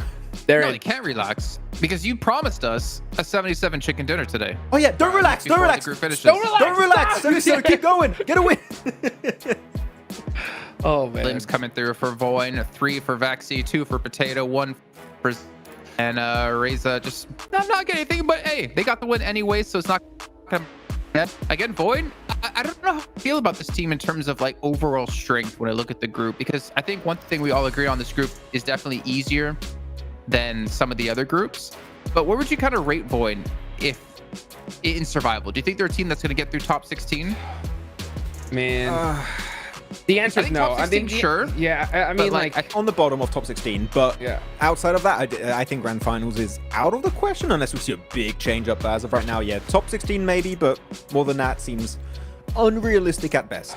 I believe their coach. I believe in their coach. So I mean, I hope that they're able to hit that homework extra hard, because they got to realize that, man, the job's gonna get really intense here in the next few days. So yeah, they have to just pretty much just become a whole different squad. They have to ascend, right? For the survival stage coming up, because there's going to be just too many stacked squads, and we haven't talked about it yet, right? But with that game right there, there's going to be some teams that are heavy hitters that I think now don't have a chance of making it into top 3. Yeah, they are going to have some storylines that have ended with this game, Hodrix, definitely. Some teams are just going to be completely ruined, like, okay, well, nothing to lose anymore, we're just going to send it and ruin life for some of these squads. Maybe, we'll see how it goes. Although, I think we went on, like, the negative of Void Donkey ID, like, oh, they're going to make it through survival stage. I do want to go, like, just purely gameplay-wise, this match, Hot Jukes, it is very important for teams when it ends in a city to play the outskirts of the city, and Void Donkey ID did that so earlier than any other team in this lobby, to just then funnel out most of the teams who are trying to leave the city, and then at the end get a good third party on Thunder Talk versus 77. Like, that macro strat was, in my opinion, with this kind of scenario, perfect. Yep. I mean, they got that zone locked on them right there towards the end, and they took full advantage of it right when they needed to. So, I mean, this team has kind of been that feast or famine squad, I think, for a minute. You see them put up some really good points here and there, and then just kind of fall off the end of the earth in the other games. But, you know, this was a perfect time for them. I love to see teams that are able to clutch it up right towards the end, because the nerves are at an all-time high, dude. You know, so regardless of how good you are as a squad, like, to be able to make sure that you get that chicken dinner and secure it right when you need to is a lot easier said than done. Well, Max, why don't you talk to me about D+ here? Because that was the team who had a fantastic game. I believe they got 10 eliminations in this last match, so 11 points overall. It was enough to propel them into top 3, though I think with Thunder Talk surviving, they're going to surpass them yet again. But we've been wanting to see the boys from South Korea have a good game, and they finally do have one. Yeah, finally a good 11-point game with the 1 placement point, 10 eliminations you mentioned. But I was a little bit uncertain what was happening this match, because they sent it to the east of the compound where we saw Team Liquid and RRQ fighting for a pretty long period of time to the west, and they kind of stuck themselves on the cliff between that compound and San Martin, meaning that they didn't really have too much movement space around them. They were struggling to leave that spot. And I think that if they did maybe a similar play to Void Donkey ID, which is scout from that cliff they were onto and then maybe send it to the northwest of San Martin, that would have been literally a possible game-winning move, but unfortunately they just get pincered in that position, send it onto brute force, get obliterated on the rotate. They were really having a tough time leaving that spot. But yeah, again, I can't argue with the results. It's 11 points, and that is definitely going to help them for that race for top 3. Okay, we did see a couple of other results here in this last match. A couple I want to touch on, of course, is going to be towards that second page. Stalwart, Vicious, Stalwart. Those are 2 teams that are really on the brink of potentially being knocked out, whereas like DRS, Alliance, Secret, they were all fighting to get into top 11. And with this last match coming up here shortly, you really don't know what's going to happen, or I feel like you shouldn't really know what's going to happen, because you should have some teams who have no chance of breaching certain positions, whether it's top 3 or top 11, that might just throw a spanner in the works here, and we might potentially see some of these hot drops. But as we did mention, D+ got into top 3 for a second, as Thunder Talk does take it back by 3 points. This is getting sketchy, dude. Oh my goodness. It's coming down to the last game once again here, folks, right? 3rd through 6th. Right? I mean, it is a possibility, honestly, for me. I know that, Max, you think that, Regnum Karia still have a shot here, right? They still have an opportunity. I feel like they've shown a lot of times they have some good rotates, and it's just kind of capitalize on it. I think Blank mentioned earlier, we haven't still seen the true fragging potential of Wild and Loxy, and I do have to be in agreement with that statement. Silas has been a standout and typically should not even be the main fragger of the team. That should be the other players really occupying that role. But yeah, it's going to be Regnum Karabra, 4MV is going to be trying to also catch up a little bit here on the rankings, but Thunder Talk, can they hold down the fort? Can they hold on to that 3rd position? We'll have to see in this final game for the group stage. Yeah, you guys forgot. It's the last match of the day, which means Team Liquid's going to win. So, that's right. Spoiler. You got to take that into consideration, right? Vicious, though, they're the team on 11th place. I mean, I think we saw them at 4th place in between like day 1 and day 2, and they unfortunately have just been going down and down on this leaderboard. They are in lead by 10 points. They do have the tiebreaker with the chicken dinner, of course, but RRQ and DRS, there's every opportunity, even Alliance, every opportunity for you to surpass them and get yourself into top 11. It just comes down to, can you have a really good match here when your entire esports career of this year depends on it? Ooh. Well, we're gonna see. We're gonna see. Personally, with knowing just like the history of how the last match of a group stage can be just so wonky, because you got teams just playing so differently because it's the last match, right?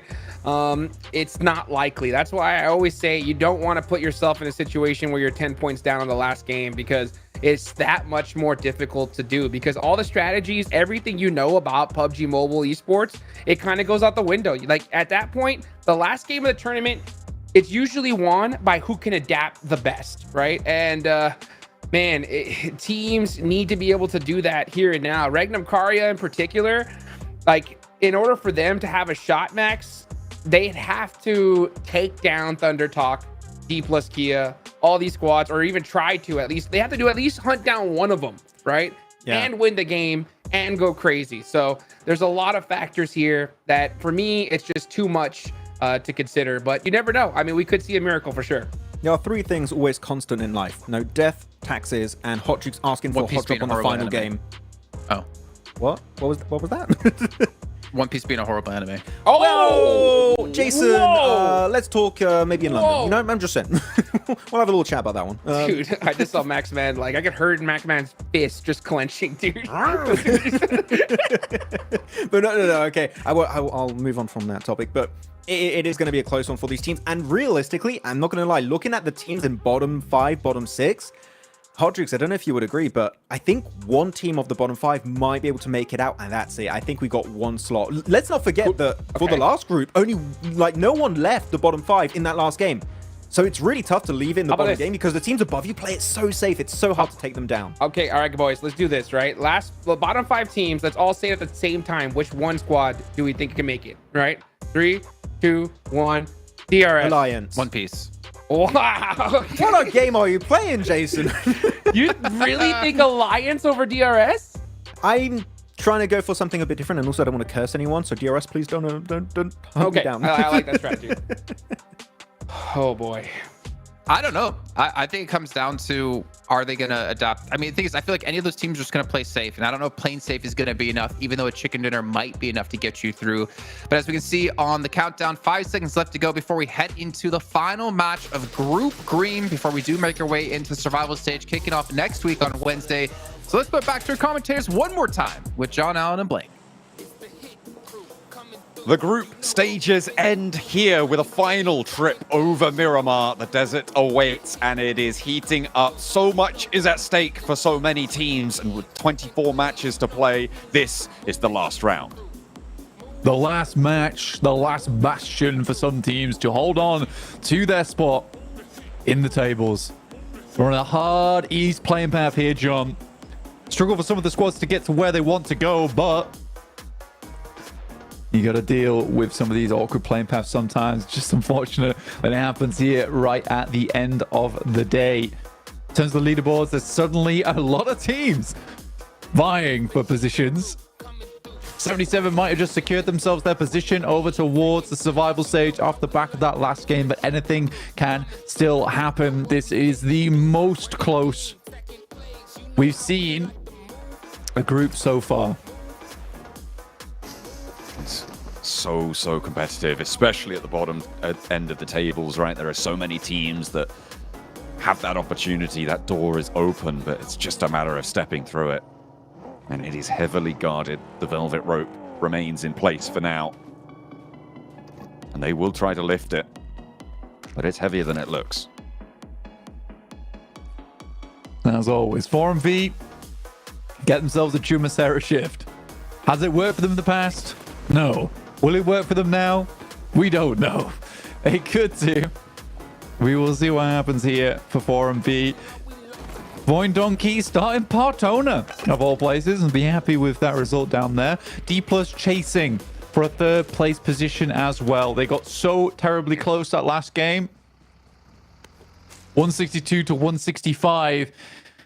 It all rides on them and the Thunder Talks. Thunder Talks taking a bit more of a backseat after these last few games, hoping that D Plus will trip themselves up. But RCB with 147 points. Chicken dinner, maybe? I mean, it's a long way off. It's 18 points is the difference between them and third place. It would also require 4MV, D plus Kia, and Thunder Talk to all have a pretty crap game, all things considered. So, I mean, it's possible, sure. So you're telling me it's possible? I'm telling you there's a chance. That's exactly what I'm saying. However, super unlikely. We did have a little catch-up with 4MV and also, I think, with the Vicious. So, Stefan, what have you got to tell us? Welcome back to a quick report with the 7WG. This one's going to be quick. It's going to be in regards to 4MV. I got a chance to talk to their coach. They're saying that for this last match, they're just going full aggressive. It's not just going to be Doc by himself. It's going to be everybody else. Now, another team that needs to be able to perform on this last match, it's going to be the Vicious. They have fallen massively, and they're trying to maintain themselves to actually go to survival stage. From what I was talking with Bruno, he's saying that they're not going to be aggressive. They're waiting to be patient. They do have a lead on some of the other teams that are currently in 12th, 13th place, and so on. So they're waiting for the right time. Aggressive and patience. Let's see what ends up winning. Two opposing play styles. Let's see how it works out for those two squads. 4MV, I mean, sure, if you're going to go aggressive, you need to be together, right? It's not. They were aggressive in the last two matches, Blank. I think that's safe to say. They just did it really badly. Is the issue? It's a question of how you enact that aggressiveness. Yeah, and right now what we're seeing is a blind Rhino on the side of 4MV, which is easily sidestepped by a lot of our squads. So I think that for 4MV, it's time to take the blindfolds off, scout a little bit, use your binoculars. More importantly, just use your eyes. So right now, there doesn't seem to be a lot of scouting going on for this team. It's just, let's go. We're going to take this position. There might be a team there. Handle it, says Doc loudly as the rest of his team attempts to follow up. Also, I'm actually already fighting them and already down, so handle it. Yeah. Pretty much is how it's going. 9th place for 77. What a turn up from them on the 5th match of the day. Again, I was saying this earlier, but it is really difficult in your last two matches when you're on the border, when you're already at risk of leaving the tournament, to have a big game like that. That's not easy to do, and it was a difficult position to do it in. So for 77, it's a massive well done from me. That is a very, very difficult prospect. Finally, to get themselves some luck going their way. RRQ in 12th place. 10 points behind the Vicious, who have dropped down slowly but surely. A couple of good circles. Some fortuitous rotates did sit them towards the top of the tables, but now, once again, they are in the firing line of DRS, Cellcom Digi Alliance, as well as RRQ. And the other teams besides as well, but I mean, let's talk about the circle for just a second. It's gone all the way down to Shumasera, which is right on top of 4MV Blank. That is a very, very central position that 4MV have been afforded. So aggressive, maybe you want to play a little bit more towards the center and play a little bit more passive here. Opposite story for the Vicious, right? They're over near Torre Hamada, up on the northeast side. Brute Force are out there as well. They're probably going to need to play aggressive to get their way in. So despite their game plan going into this one, it feels like the game has chosen differently for them. Yeah, and I said this earlier on, but 4MV, I don't think they do well on Chumasera central circles. I don't know why, but it almost feels like they get a little bit claustrophobic when it comes to circles like this, where they're not sure what to do with themselves, because they are such a bouncy team, let's say, where they really do want to get things done. They want to fight, they want to move, they want to rotate, but here they're forced to just sit still. I don't think that bodes well with them. I'm giving a question mark to the fact that Magnum has no helmet currently. Feels like something that you could definitely get from basically anywhere. So I don't know why he's going around without that head protection. It's going to be potentially a factor in their fights on the south side hills, because you are going to be slowly peeking those heads over the ridge lines, taking those shots. Well, you certainly want to be able to do that. And without a helmet, you're so much more easily sat back. OSL far rotate over towards the western side. ahead of the Thunder Talks, but the rest of his team is a little bit late behind. The Thunder Talks actually on their north side looking down the hilltop. If Ozar can get a strong position over towards that front line, give them the anchor, potentially they could even take out their opposition early on into this match. But Team Secret, they have eyes on over towards Osal early. There is a shot that goes through to him, which will back him off. No team fire, though. It's a bit unfortunate. Someone takes a shot a bit early. Not going to be able to find the knock, but do secure a little bit of this zone and push players a little bit further away. Make it known that they're not just going to be passive on that South Road hold. Make it difficult for D plus Kia and Thunder Talk both to move on in. And the fact that D plus Kia and Thunder Talk are so close to each other, Blank, this is a firecracker of a fight for our final match and such a pivotal point on the tables between those two teams. CAG making their way down. They do take a knock on the backside, though, unfortunately. Should be losing a play for that versus RCB. 8 minutes on the clock. And we'll get our first stage shift in just 20 seconds. Naoto will be flushed out by Silas. You know, a bit more room to play on this northern side. 4MV still holds fairly central. I just won't do too much. Just sticking around in Chumasera for now. Should have found some vehicles, though, just in case they need to make a rotate out. And it does head over towards that western side, towards DRS. In a very strong spot in Ladriera, playing up on the ridge side. Some of the highest ground in this area of the map. This is a really difficult area of the map as well, Blank. There's those two lines of ridges that run, one through Ladriera, one out to the west side of it. That Ladriera ridge sits on that middle line that you're talking about, with DRS having that position, but you've got RRQ who can move in on the west side. Brute Force can come in late on that angle, and RCB may be looking to move over the top and compete for it too. Every single team's going to have to move, and that southeast side is the hotspot for me. D plus Kia and Thunder Talk, Influence Rage as well, all moving in the same area behind 77. Goodness me. 77 managed to get themselves into a good spot in Minister and Morales, but like you said, there's tons of teams all following them. D plus Kia on a wide rotate over towards Via de Mar.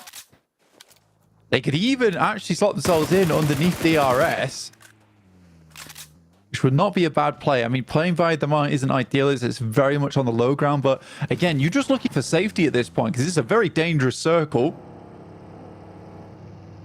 Hoping that you can find something. RRQ actually leave that western ridgeline. It is quite far towards the west side of this next circle, meaning it's not as strong as it could be. That Ladriera Ridge really the mainstay point of this one, and it's DRS's right now.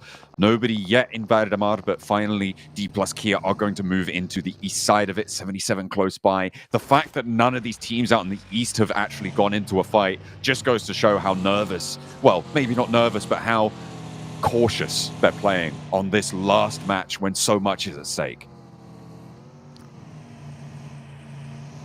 For this particular lobby, there is a lot on the line. It is just so ridiculously close at the moment. Some teams have been able to break out, and again, we cannot congratulate Voin Donkey enough for the performance that they've shown today. It has been just unbelievable. Some great aggression in the early game into some very solid games towards the end with just safety plays. Even them getting themselves another chicken dinner on that last match. Just wonderful work overall for them. 137 points, sees himself very, very safe to survival stage. RCB have to turn tail, though. Head over towards the west here in Ladriera, potentially pick up one of the positions on the northwest side. Voin Donkey ID. Central, so are 77, so are DRS. This is all ground-grabbing tactics here. And the land wars are on for the central areas of this one. Everybody with something at stake. They can pitch their claim and make it known. Next circle, it goes to the east. Brute Force going to have to leave that ridgeline. That's that western ridgeline I was talking about. And again, it keeps that Ladriera ridgeline in play. From the north side, RCB could look to move down it. very much a possibility here. I mean, Stalwart are in the area. Brute Force may be looking to get across to the other side, but they are out in no man's land for the time being. Still fighting out for that first place spot, by the way, versus Influence Rage. Currently have 179 points. Both D+ as well as the Thunder Talks have not gone down yet. And the Thunder Talks go for something a little bit more safe over towards the southeast side. And Chumasera tucking themselves out of action, trying to get high placements. I feel like the approach for Influence Rage is a little tougher. Actually, no. To be honest, they're all really, really dastardly approaches for Influence Rage, for Brute Force, the two teams competing for that first place spot. You're right, Thunder Talk looking to defend. They also have that tough approach through Chumasera to get past 4MV as well, with so much at stake. Secret on the southeast side, Nolbu, the flex out angle for D+ Kia right now. And they're playing right towards the edge. Fabian chimes in from the back line, and Nolbu kept safer. South moves into position. They are marshalling their forces towards Team Secret, who are trying to get around behind them, but it's not going to be allowed. And this is great news for D+ Kia to open the bidding. D+, even if they're able to get quite a few points over on this southeast side, pick up quite a big margin off the back of it. The fact that Thunder Talks are right now playing really passive and have to pass through Celcom Digi Alliance in a dangerous area, as well as 4MV. I don't know how the prospects look for the Thunder Talks right now, but for D+ Kia, there's a potential of a whole lot more points just defending on this south side of the map. Oh, Neo spotted, has to hop up, does stay safe for the time being. The rest of Brute Force flexing out, getting some scouting done. Prepod still on the back line, waiting for that third party. They've somehow managed to get into this compound blank. 77 allow them through. RRQ didn't quite have the angles to stop them. Freezer trying to isolate that ridgeline. They're establishing themselves here. This is how you move into a compound and create that space that you need to get into these next circles. And it's how you win championships. If they can do things like this consistently, I'm hoping that over in those grand finals where, to be honest, it's almost certain we're going to be seeing them now, they may be onto a winner. So we'll be looking forward to that. Heading into stage 4 soon. This is where things start to get a little bit more dangerous. 10 seconds on the clock before that does shift out. Team Secret just cannot fire themselves home and are likely to be one of our first teams to drop out from this tournament in Group Green. That vehicle can't have much longer left on it. One player down. They've already lost one, so only the two remain. And the vehicle's going to go up in smoke soon enough. Celcom Digi Alliance smell blood in the water. And a chance to make it happen. Influence Rage are going down in the meantime as well, Blank. Over on the northeast side with 4MB, with CNG Osaka. Team Liquid surrounding them. So potentially not a 16th place for Team Secret if they can stay alive for just that little bit longer. Leons from Celcom Digi Alliance sending some nades over top. 7 in the back pocket. You're right. Influence Rage takes a whole bunch of damage. Down to just one player now. And Brute Force might have just secured themselves that first place off the back of that one, especially considering the fact that they have time to live down this south side. D+ get locked out, but as do the Thunder Talks. But they have found a narrow opening over on that eastern side and might be able to even get themselves over towards a good position inside the circle. Shots over towards the Vicious is from RCB, who are alive in this situation. 2 players down and looking to head further up the tables here. Reyes with a nade up on high towards Loxy. Needs to be careful. Flush is not coming through. Wild is Resible on the inside of the church. Another nade goes to Loxy and gets the knock. If he can find another one, doesn't have any more in the back pocket for Reyes. He runs dry. And the Vicious, they're taking shots from a third-party angle. I think that's COG Osaka. And it's DRS as well, who are taking the shots and will keep RCB in it. The Vicious are down and they are on the bubble. It all hangs in the balance. What could be done by RRQ, by DRS, by Celcom Digi Alliance? This is now a time to send on forward, and it was not Team Secret to go out first. It was the Vicious, and you're right. That opens things up. With them not profiting at all, there is a clear avenue of success. 4MV started things off by bullying CAG, which went terribly after a while, and now it's time for 4MV to get a little bit of own back. Nade over the top side, fantastically placed, and CAG is out. They will not be joining us in the survival stage or the remainder of the PMGC. When that old bad blood breaks to new mutiny, 4MV stand up above it. And 162 now is their scoreline with the 3 eliminations they find off the back of the fight. They are in competition, and they will not go down that easily. Up and into the position above Team Secret. There's 2 more still to play for. Baron has flexed out. In from the south side. Cellcom Digi Alliance also looking to compete for the high ground. Need to be careful. Baron could just get rolled down here and now. Cellcom Digi Alliance heading over the top. There is Team Secret below. Do Team Secret take shots over to Cellcom Digi Alliance, or does 4MV able to hold their own versus them? But they're getting knocked down. Cellcom Digi Alliance finds one. Jimmy opens things up, and now only 2 players left remaining for 4MV. But it's Team Secret to chime in from the backside. They're taking more shots as... Oh dear, that's gone terribly wrong for Cellcom Digi Alliance. Currently in 12th place as well, John. Spray down onto Apex, and now it's just Doc left to stand. Can he run his apology tour back with 1 player up on the top rope? It's Olio looking to rain down bullets upon him. Team Secret put pressure on, and a flex out comes through from Thunder Talk. All the while, out they go to the top of the hill to play spoiler, defend their place in the finals, and in they go to the fight. Over towards Olio, they dispatch 1, but put 2 in his place. Team Secret look to move up and over, and it might be all done for 4MV. Are they going to be cut short here? It's all up to Reapers now. The nade over the top from Break. He's pushed back off the ridgeline. So is Jaiki, as Thunder Talk continue to put pressure on. Team Secret dispatched, and the reses, they're not there for 4MV yet, but they're happening slowly. Can they get themselves back to their feet? The nade from King is enough to take them out, and 4MV cannot make the distance. Pushed down in 5th place. Damn, that feels very bad for 4MV and 4MV fans alike. Unable to keep things going, step into a bad fight there, and no scout over towards Team Secret means that they go down. Boing Donkey still putting on the pressure over towards 77. D plus Kia, they take a knock in the process, but have found 2 eliminations. Thunder Talks, though, pulling ahead. And from the eastern side, they control so much space, John. And with 2 loot crates in front of them, this is a wild time for Thunder Talks. Looking to defend their spot here, but D plus Kia will give it a good go. You can bet on that. Voin Donkey. See the wrong end of the scope there from them as well. And as D plus Kia look to add more points on Thunder Talk, they're on the far side of the ridgeline blank. The crossing that sits ahead of them, difficult. Zadira finding Osal. Not a good moment to start off with, but they will finish him off. And that's D plus Kia up to 3 eliminations, clearing out the opposition on their north side, but it's Voin Donkey ahead of them. Brute Force off towards their northwest. They are in it to win it here, John. And remember that bubble at the bottom here. DRS with their high ground position in a spot to maybe do something here. Brute Force could go down as well. But with Influence Rage getting curtailed in the meantime, that may not be as bad as it seems to them. They have only got a 6-point lead, though, and Lorazin is isolated from all of this fighting. Next target will be Voin Donkey for D+. They need to get some kind of...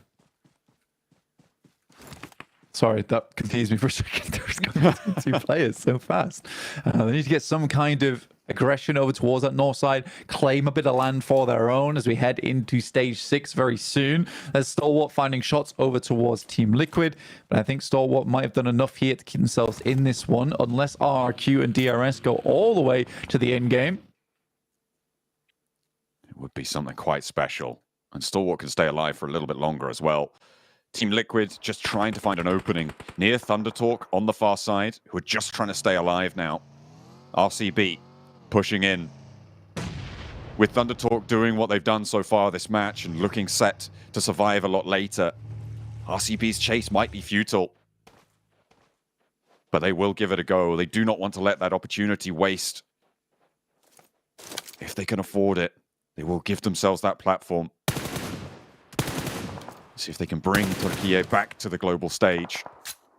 Into the top spots. The next circle. It pops central. It cuts Thunder Talk's position out. It keeps D+ in. So important for them. Team Liquid up against Stalwart. One good shot around the side. We'll find one, but it's Stalwart coming back into this one. Fearless. Braving the building. We'll get 2 knocks off the back of that one as Team Liquid try to regroup on that north side, but saw what had already laid down the fortress. It was just the turrets on the sidelines to take down the majority of Team Liquid. So for Jason, no easy Team Liquid win to finish off their tournament run here. Donkey, though, finding a shot onto Norbu. That's very bad news. Leave them down as just 3 players. And again, there's no one really to challenge the ThunderTalks on this eastern side. They have to make a move, though. I mean, they have to move and probably pass Lorazin. If Brute Force can just outlast the Brazilian opponents, they will claim this top spot blank unless ThunderTalks get some miraculous results, and maybe they can do it here. RRQ crashing into Brute Force, but Snake goes down. 2 players for Brute Force, maybe too much to handle here as Freezer up and down the stairs. Fnatic tries to crash down for the assistance, but there's top shots coming through from Donkey as well. Freezer with the 1, looks for a second as well with a pump action around the door frame. He's low, steps aside for the spray down and heads back upstairs, looking to try and heal, stay safe, allow the teams around him to take the shot to Fnatic as well, and in he goes. Brute Force fall down. Can Influence Rage do enough from the east side here to push past them? But with 3 elims on the board, 187 is the mark. Even if they're able to get a second place here, John, they need eliminations. 6 points is not enough to see them into first place. And there's 1, so let's set some... Oh, actually, 186 would put them up there. And down they go. Still need 2 eliminations yet. So it is Brute Force to secure that top spot. But we still have ThunderTalks in the game with 6 eliminations so far in this match. And it's looking ever more dire for DRS go down. DRS go down. Blank, that's a team that was chasing the Vicious. Now it's only RRQ that can upset it. And the Vicious may have just hold on to the bottom set of bubble. And that is crazy to think. We were looking at those teams beneath them and thinking they could resurge. DRS had such a strong position, but RCB are on fire today. 7 elims so far. RCB leading the charge with Silas right at the front of the chariot. Doing some very, very good work. D+ down to 3 players. ThunderTalks on the other side, top 5. D+ would need a ton more eliminations to make this work, and they have been completely cut out by Donkey. And it's an unfortunate timing for Donkey to suddenly step up in performance here, John. And the Vicious maintain their spot. Just about. They will make it to the survival stages. We've cut out the bottom 5, but it's still all to play for around the 3rd place bubble. It's looking likely that we're seeing 3 EMEA group champions as well moving into these finals. Blank, that's a great result for the region. But let's see who's going to join them, because ThunderTalk, they're on the defense, and they may also be able to push them off of that top spot too. Push back down the hill. Circle shifts far down towards that south side. Doesn't really cut D+ in, but will force Donkey to move. It all comes down to placement points at this point in time. And a few eliminations. Realistically for D+, if they want this game to go their way, ThunderTalks have to go out 4th. And then a couple of eliminations need to go through to D+, or get a 2nd place. And hope beyond hope that they get just a couple, 1 or 2 elims on their side. I feel like ThunderTalk are kind of primed to be going down here, though. They're going for that bold sweep out, and actually they're putting a player forward. So maybe that is just their insurance gambit here, moving Sheng into that position along the roadside. Keeping RCB backed up against the wall. They're not actually going for that sweep. They're just putting pressure on. Donkey want to get rid of D+ here and ruin their chances of making a top 3 as well, potentially. We've got 2 teams battling for the top 3 spot. And we've got RCB and Donkey who have been standing up strong today. What a way to close down the group stages. Every single one of these teams deserves to be here. The biggest thing right now is Donkey. Do they opt to try and take this fight with D+, or do you start thinking about what is your next move inside this lobby? Because you need to head down the hill. RCB needs to head down the hill. They know there's a team waiting from the roadside. For the ThunderTalks, they might have secured themselves an insane position. Obviously, RCB currently have the high ground. They move down. But as the circle gets closer and closer towards this roadside, ThunderTalks get more and more capability inside this match, and King already finds 1 as the circle's closing, which might just mean RCB goes down to 3 off the back of this. Thunder Talk making their move now. RCB will light them up, so will Voin Donkey if they have angles on it. You'd think the D+ Kia would be all too happy to, but they're not. And they haven't made all the way across the crossing. They draw short and up to the ridgeline. Loxy's within nade range now, but the top side still cannot protect them. RCB getting torn down bit by bit. Silas is next. Loxy up into the tree. What have you got? There's nades there. And Sync does go down. That's their forward position for Thunder Talk. So still, danger is afoot here. 7 eliminations. Won't be enough to chase all the way. But finally, D+ Kia have found an angle with chips. They need that angle as well. Taking shots up towards Voin Donkey in the process. They need to get rid of Thunder Talks on this eastern side. They're going to be broadside soon. Voin Donkey gets sent off with Zeta going down to a knock there. D+ might have just been able to sit on this south side and get themselves away from a lot of the action. Good nade over towards Silas. That's 3 players down. And a big pickup from D+. Being able to take down one of the players on the high ground might just be they're able to finish off these players in the front line. And that's going to be a massive amount of points going through to D+. But it would also mean that Thunder Talk stay alive, Blank, and because of the placement points going to get started to adding onto their tally, that could change the tune. They don't want to take down these teams on the high ground. Sure, get those elimination points on side, but you need Thunder Talk to be going down here and now. D+ being very slow about this, opting instead to take this moment to move down the hillside. And Thunder Talk's currently a little bit more preoccupied with the players up on high. Might not have spotted D+ coming in through from the sidelines. Voin Donkey back up to 4 players, getting that res coming on through, but RCB look to roll straight on into it. That's not going to happen. 3rd place now guaranteed for Thunder Talk. The points start to come through now, and this is dangerous for D+ Kia. They need to take them out, and it might just be able to grant their wish here as Voin Donkey chime in. The roll down, it's a desperate breakout for Osal. He's sweeping through, and from the sidelines, D+ Kia make it work. How many of the points do they get? Have they done enough? Will the chicken dinner be able to make it work for them? Because Voin Donkey now are the only thing that's going to stand in their way and taking the team from PEL down with them. It is so uncertain at this point. All 3 eliminations might sit them close. Chips at an awkward angle, leaning off to the left-hand side to prevent the shots from going through, but Zeta finds one. We're on the last circle here. Voin Donkey have to come off the hillside. It's Fanfian and Osal still alive, bandaging up. The smokes are there to keep them undercover, but they need a knock right now as it's 4 players from Voin Donkey stampeding down the hill. Voin Donkey, Osal under pressure now from the top rope. They're looking to try and drink the soil from underneath them and push D+ Kia back to the edge, right to the wire. It's all on Osal. Does he have enough? That point could be crucial. Blank, every single point matters now for D+ Kia. And Voin Donkey, the only thing that can stop him, but the blue zone comes and it does not wait. It will stretch out behind him, and Osal may look for the res. No, just moving into position. The flush onto Favian, and Voin Donkey want to play spoiler to South Korea. Osal with a nade sent his way. He's got one in response, but it may not be enough. Voin Donkey get another chicken dinner today. A magnificent result for them. But what has happened to the 3rd place bubble? It's unbelievable what Voin Donkey's been able to do over the final day. I personally don't think D+ has made it. Sadly, it will be right down to the wire, but I think Thunder Talks had quite a few eliminations by the end of that one. It'll be real close, but D+, they turn it on, but way too late. And I think even the guys understand it over there. They'll be waiting to hear the news, but oh my days, what a sad way to end it.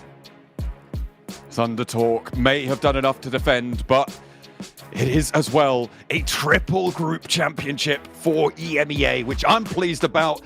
What's happened to that 3rd place? What are the tables looking like? There's only one way to find out. It's with Jason and the boys.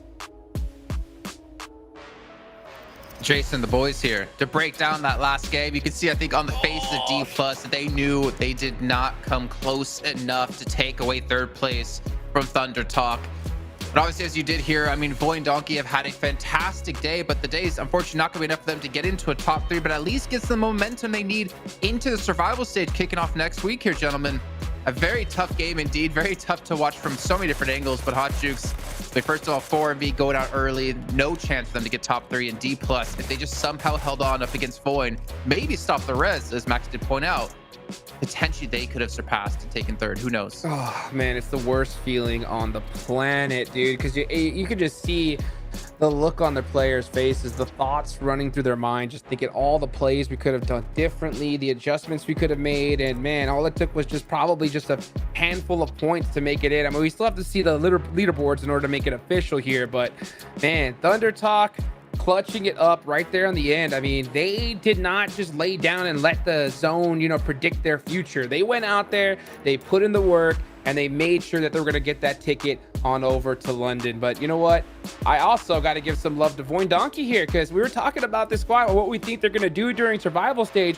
Winning a game like this right at the end is definitely going to do great things for their morale going into that.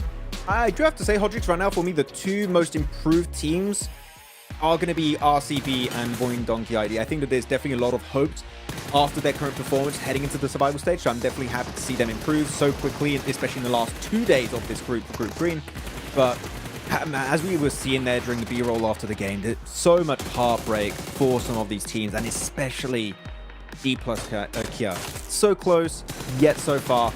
It was a good game plan, but man, the fact that Voin were able to just fully revive themselves from a solo player back up to 4 and then just completely control that high ground position is an insane comeback I was really not expecting. But I think they definitely gave it their best shot. But not only that, we do have to mention also, right, Hodrix, looking at RRQ, looking at DRS, they had a shot at escaping the bottom 5, but as we saw, it's going to be single-digit points, and I do not think it's going to cut it because they were about 10 points away from the Vicious in 11th. Yeah, makes total sense. And this is why I keep talking about it. Like you don't want to have a 10-point gap going into the final game of the day, because there's just too much chaos, too much unpredictability. Teams are going to be just so desperate for points. They're going to play extra risky. And we saw, this circle didn't help out either. So by stage 5, we already had half the lobby gone, and the desperation you could definitely see in these players' faces. Nice run over there, by the way, from Osal. But man, you know what? It's going to make that survival stage just that much more interesting, dude. Because you got, the previous global championships in Silas, right? They're going to be in the survival stage. You have some monster squads there from the other groups. So, I mean, that's what my eyes are going to be really looking forward to here in the future. Oh, we can see here 21 points for VD as D+ taking 13, Thunder Talk taking 13. And we already know D+ were behind Thunder Talk. So to me, that already says that unfortunately D+ will not advance through to the grand finals. They'll have to play at the survival stage. I just wonder by how many points is it going to be? Not many. Not many. It's going to be a fraction of points. It's going to be so close, but I mean, it's like all about looking back, right? Like, let's say it's less than 5 points. It's like, if we just got this elimination here, or we just didn't rotate that way in this one match, you could have been in the grand finals. I think that's one of the hardest pills to swallow here for any of the teams. Yeah, you're just going to hurt yourself if you think that way. I think the ones that should be thinking that way is 4MV, more specifically, to be completely brutally honest right now. I think that they are the ones looking, if we didn't do that crash, we would have been maybe top 3, who knows. But here we go at the bottom. Vicious run off by himself. You said we? Yeah, I was about to say it should have. Yeah, okay, dog. Yeah, fair enough. But Vicious, man, they were playing with fire, Hot Jukes. The fact they get 0 points this game, get eliminated so quickly in this game, when teams like DRS and RRQ are just hot on their heels, and yet I still don't believe that was enough. Like, they were in a risky spot, but luckily enough, it should be just what they needed to secure a spot in top 11. Yep, I think so too. Yeah, I mean, it's really solid from the Vicious to make it all the way to the survival stage, because nobody believed it. Nobody believed in them for sure. And they definitely were on a decent spot on the leaderboards for a good side of this tournament. So I'm really proud of the squad, coming in from the Latam region to be able to go ahead and make it on over to the next stage. It's still a possibility for them. It's going to be difficult, that's for sure, right? But I mean, they have a chance, and regardless, they're going to learn from it. So it's a good thing for sure. You broke my heart, Max. It hurts. You said that 77 will get a chicken dinner. Let's see it. Oh. And they didn't get a chicken dinner. Cool. 3 points! Oh my God. 3 points, baby! Oh, you hate to see it. And they would have won the tie, right? So yeah, if D+ Kia would have been able to win that last fight, they would have made it into the grand finals. Yeah, they would have gotten 4 more placement points, which would have been enough, and not to mention the 4 limbs on top of that, so they easily would have been able to actually get through, and I think even surpass Influence Rage, if I can do my math correctly. wouldn't quite pass brute force, unfortunately. But either way, that's what's going to happen at the end of this group, and that means D+, 4MV, Regnum Karya, VD, Team Liquid as well, all going to be playing in a survival stage. While these 3 teams get to chill for that extra week of time and really get themselves prepared for the biggest event of the year. It's actually very, very interesting. On this first half of the leaderboards, no one moved. No up or down arrows. Like, everyone was just completely still in this final game, because everyone was able to get a few points here and there, and it was just they remained completely idle in the leaderboards. But here we go. Even here, no one moved. Okay, but wait, none of the 16 teams moved. Okay, very interesting. But yeah, Vicious, sure, it was a 0-point game, but as we saw, Hodrix, that was enough, and RRQ and DRS, unfortunately, that was not quite enough at the end in this game to make it survival. And we'll also say goodbye to Alliance, CAG Osaka, and Team Secret here for Group Green. Wild. So unfortunate for those squads. I mean, DRS especially, right? Because we thought they had a chance, right? They were right there on that 11th, got dropped down, and then back up, and then back down once again. Hopefully these guys, could put in the reps, because I think this is a team that we could definitely see, improve here as time goes on, for sure. I don't know, man. How many opportunities are they going to get before we stop saying that? I'm being very they have positive. the lowest eliminations. They've played in national events like this before. I mean, they're seen as the best Nepal team, but we know there's more to offer, and we're just not seeing DRS, unfortunately, live up to how strong players and, of course, how passionate fans are from the Nepal region. But at the end of the day, here for Group Green, we can see Doc going to be leading the charge when it comes to our limbs and damage dealt, even with a very rocky performance today overall from the team. I mean, he still had a damn good performance over the course of Group Green.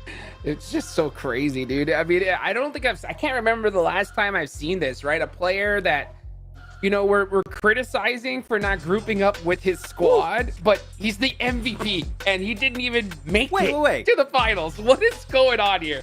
He's an MVP with a 17.25 average survival time. That is insanely low for an MVP to have. Like, wild, okay, he got away with murder here. Okay, MVP of Group Green. We know his MVP potential, but what? Even his average damage has gone outside the bounds of our little pentagram here. He did that much damage. He surpassed the highest player, which is himself. But he surpassed himself. No, I mean, that's just what Doc does, right? We talked about PMWC. His team finished 11th. He was still one of the top 10 players of the entire event. He is a very strong player.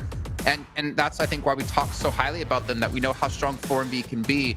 But there clearly needs to be some change up in their style. But we can see the teams qualified: Brute Force, Influence Rage, Thunder Talk, all getting to the grand finals. And of course, our 8 teams going to be playing in the survival stage. You know what? I'm changing the narrative, dude. Doc doesn't need to slow down with his team. The team needs to catch up to him, It's the other squad's fault for not being there when he is pushing, dude. Because, I mean, what else can I say? The numbers don't lie. This dude's a beast, If the other teammates can just make sure that they're that step quicker, it'd be interesting to watch. Okay, well, here's our qualified teams from all the groups. You can see if you missed out on any of these weeks, we had Team Spirit make it through, Navi make it through, TJB, DRX, Alpha 7, Enigma Galaxy as well.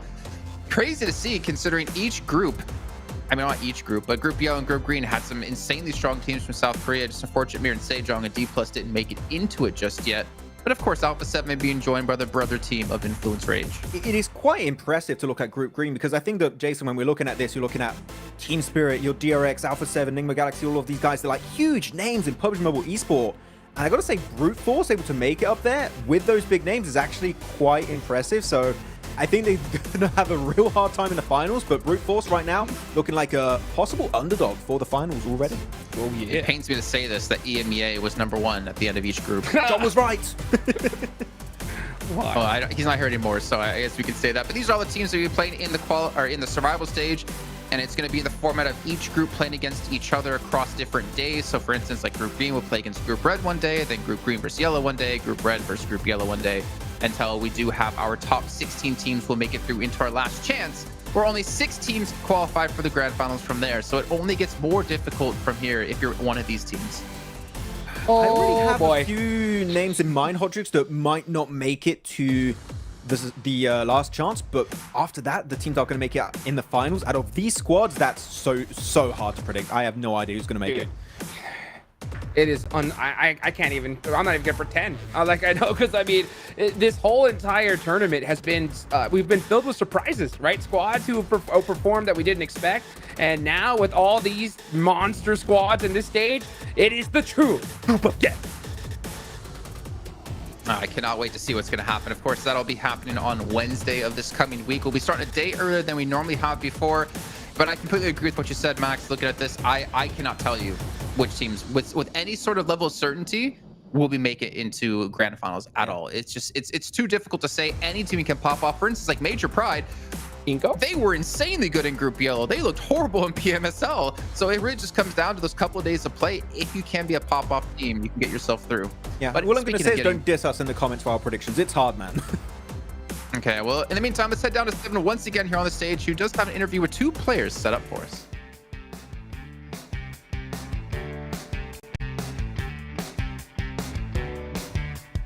That concludes Group Green as we finally know the 3 teams going to be moving to the Grand Finals in London. But right now, I'm joined by none other than Potato the Agidel for VD. After 4 hard-fought days, you guys were changing strategies, you guys were changing rosters too. How is the team feeling going into survival stage with this positive momentum that you guys have right now?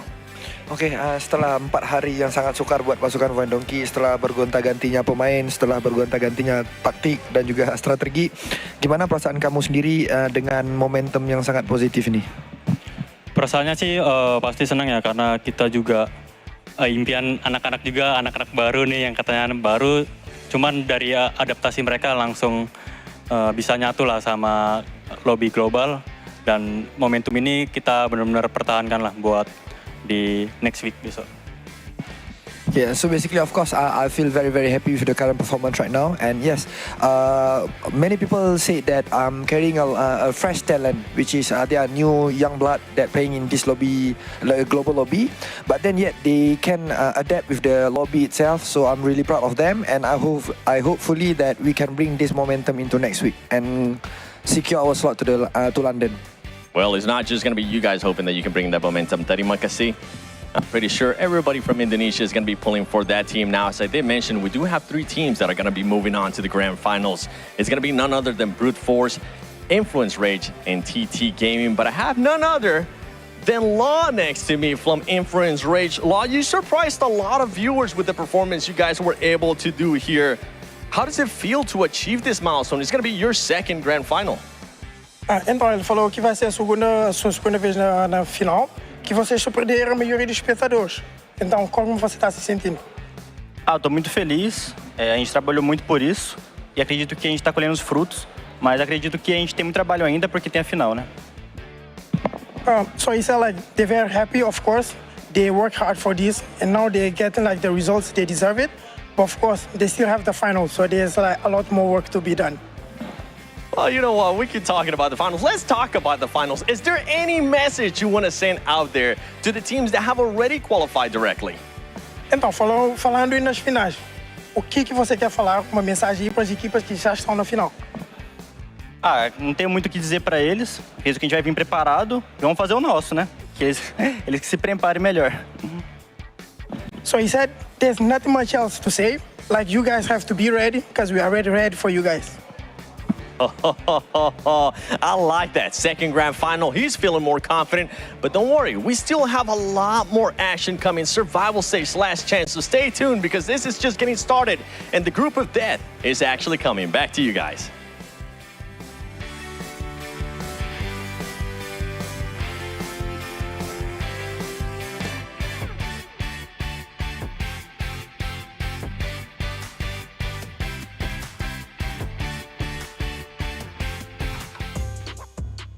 Man, Law was like ready to already go straight over to London there, ready to leave the stage, board the plane, and get on over to the UK.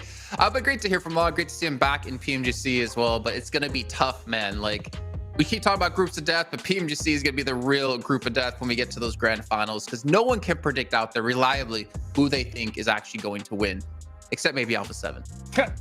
They're a contender. Definitely. Dude, I wanted to know that from Law, and I can't wait to see how he feels about it, because the last time we saw him at PMGC, he was wearing an Alpha 7 jersey. You know what I'm saying? So now he's going under new banners, under Influence Rage. I'm excited to see what these guys can do. Maybe a little bit of a rivalry? Maybe. I'll just wait for Max to chime in on that one. I didn't have anything. Obviously, that's still a few weeks away, but you know, it's not too far away. That. If you could check your mailbox right now, Hot Jukes, I did just get word that Blank has joined the show once again here on his Infinix GT20 Pro. He looks so good in 120 FPS and 144 Hertz, I have to say. And maybe Blank can play like the Pro. Is that the same picture used for your Blank body pillow, Max? No. Yes.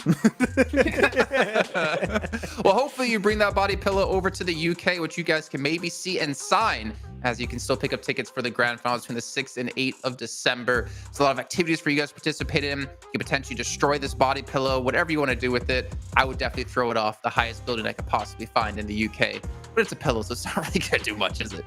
No, why do you not like Blank secretly, Jason? What's happening? So that's going to do it for the show here. Let's get some final thoughts here about the group and, of course, what's to come up next week. Survival stage, last chance. Group Green, though, how do you feel like it played out, Hot Juke? Oh, man, it was crazy, right? I think we had some surprises. The biggest one for me, am I going to pick Brute Force or Influence Rage? I think Influence Rage out of those two squads, because I mean, I think that's a team that even though they're stacked roster, you know, nobody really expected to go ahead and pop off the way they did. So I mean, big ups to them. I'm so proud of them, and I can't wait to see what they do in the finals. Max, what's your thoughts? I mean, for me, the surprise would have to be Brute Force, personally, Hodges. I think that they've had a really big surprise in Group Green. Of course, it was the easiest group maybe to qualify, but still a really, really good performance overall. And Jason, we've seen so many massive upsets in every single group leading to the Grand Finals, and I can tell you, they're going to be hungry going into the survival stage, so you better be there because it is going to be a tough time to reach the Grand Finals in London. Okay, well, ladies and gentlemen, that wraps up our last group stage here, but we still have survival stage followed up by last chance kicking off next week over on Wednesday. So you only have 2 days off now instead of 3 like the previous weeks. But of course, it just gets more difficult from here. Only 16 teams can move on from the survival stage of 24 to find out who our 6 final teams for PMGC Grand Finals will be. Hope you guys have a good couple of days off, and we'll see you soon for some more PUBG Mobile action.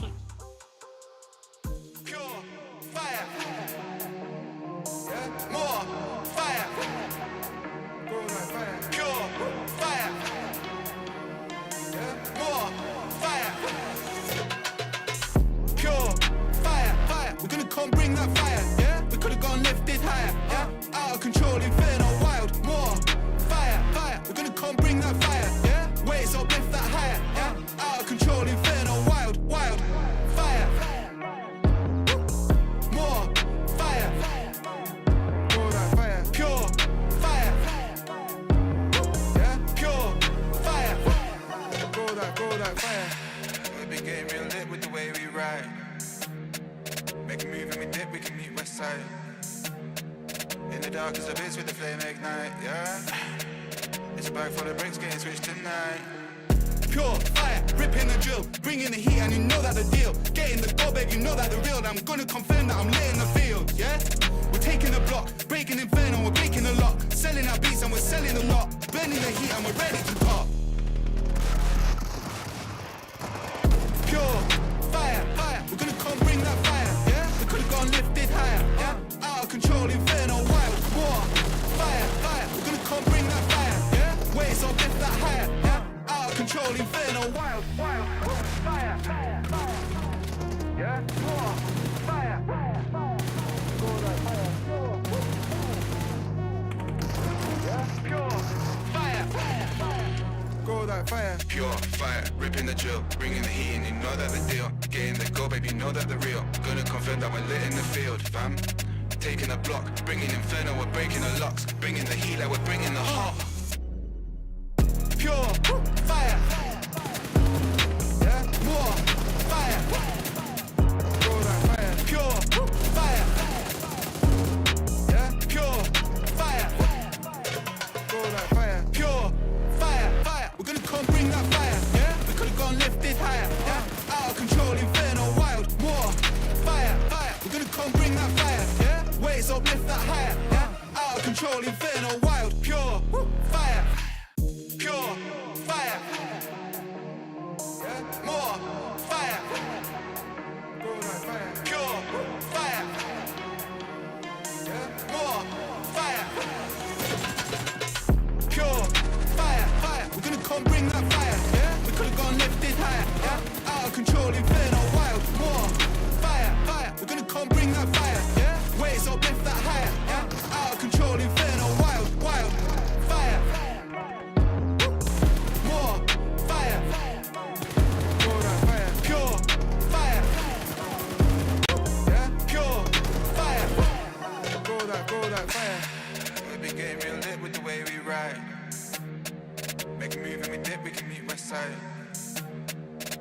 dark as a bitch with the flame ignite, yeah. It's a bag full of bricks getting switched tonight. Pure fire, ripping the drill, bringing the heat, and you know that the deal. Getting the goal, babe, you know that the real. I'm gonna confirm that I'm lit in the field, yeah. We're taking the block, breaking inferno, we're breaking the lock, selling our beats and we're selling the lot, burning the heat and we're ready to pop. Pure fire, fire, we're gonna come bring that fire, yeah. We could've gone lifted higher, yeah. Out of control, inferno, wild, more fire, fire. We're gonna come bring that fire, yeah. Waves up, lift that higher, yeah. Out of control, inferno, wild, wild, fire, fire, fire, yeah. More fire, fire, fire. Go that fire, pure, yeah. Pure fire, fire, fire. Go that fire, pure fire, ripping the drill, bringing the heat, and you know that the deal. Getting the goal, baby, you know that the real. Gonna confirm that we're lit in the field, fam. Taking the block, bringing inferno, we're breaking the locks, bringing the heat, like we're bringing the heart. Pure fire, yeah, more fire. Go that fire, pure fire, yeah, pure fire. Go that fire, pure fire, fire. We're gonna come bring that fire, yeah. We could've gone lifted higher, yeah. Out of control, inferno, wild, more fire, fire. We're gonna come bring that fire, yeah. Waves up, lift that higher, yeah. Out of control, inferno, wild, pure fire, pure fire, yeah. More fire, go that fire, pure fire, yeah. More fire. Pure fire, fire. We're gonna come bring that fire, yeah. We could've gone lifted higher, yeah. Out of control, inferno, wild, more fire, fire. We're gonna come bring that fire, yeah. Waves up, lift that higher, yeah. Out of control, inferno, wild, wild, fire. More fire. Go that fire, pure fire, yeah. Pure fire. Go that fire. We get real lit with the way we ride. Make a move and we dip, we can meet west side. In the dark as a bitch with the flame ignite, yeah. It's a bag full of bricks getting switched tonight. Pure fire, ripping the drill, bringing the heat, and you know that the deal. Getting the goal, babe, you know that the real. I'm gonna confirm that I'm lit in the field, yeah. We're taking the block, breaking inferno, we're breaking the lock, selling our beats and we're selling the lot.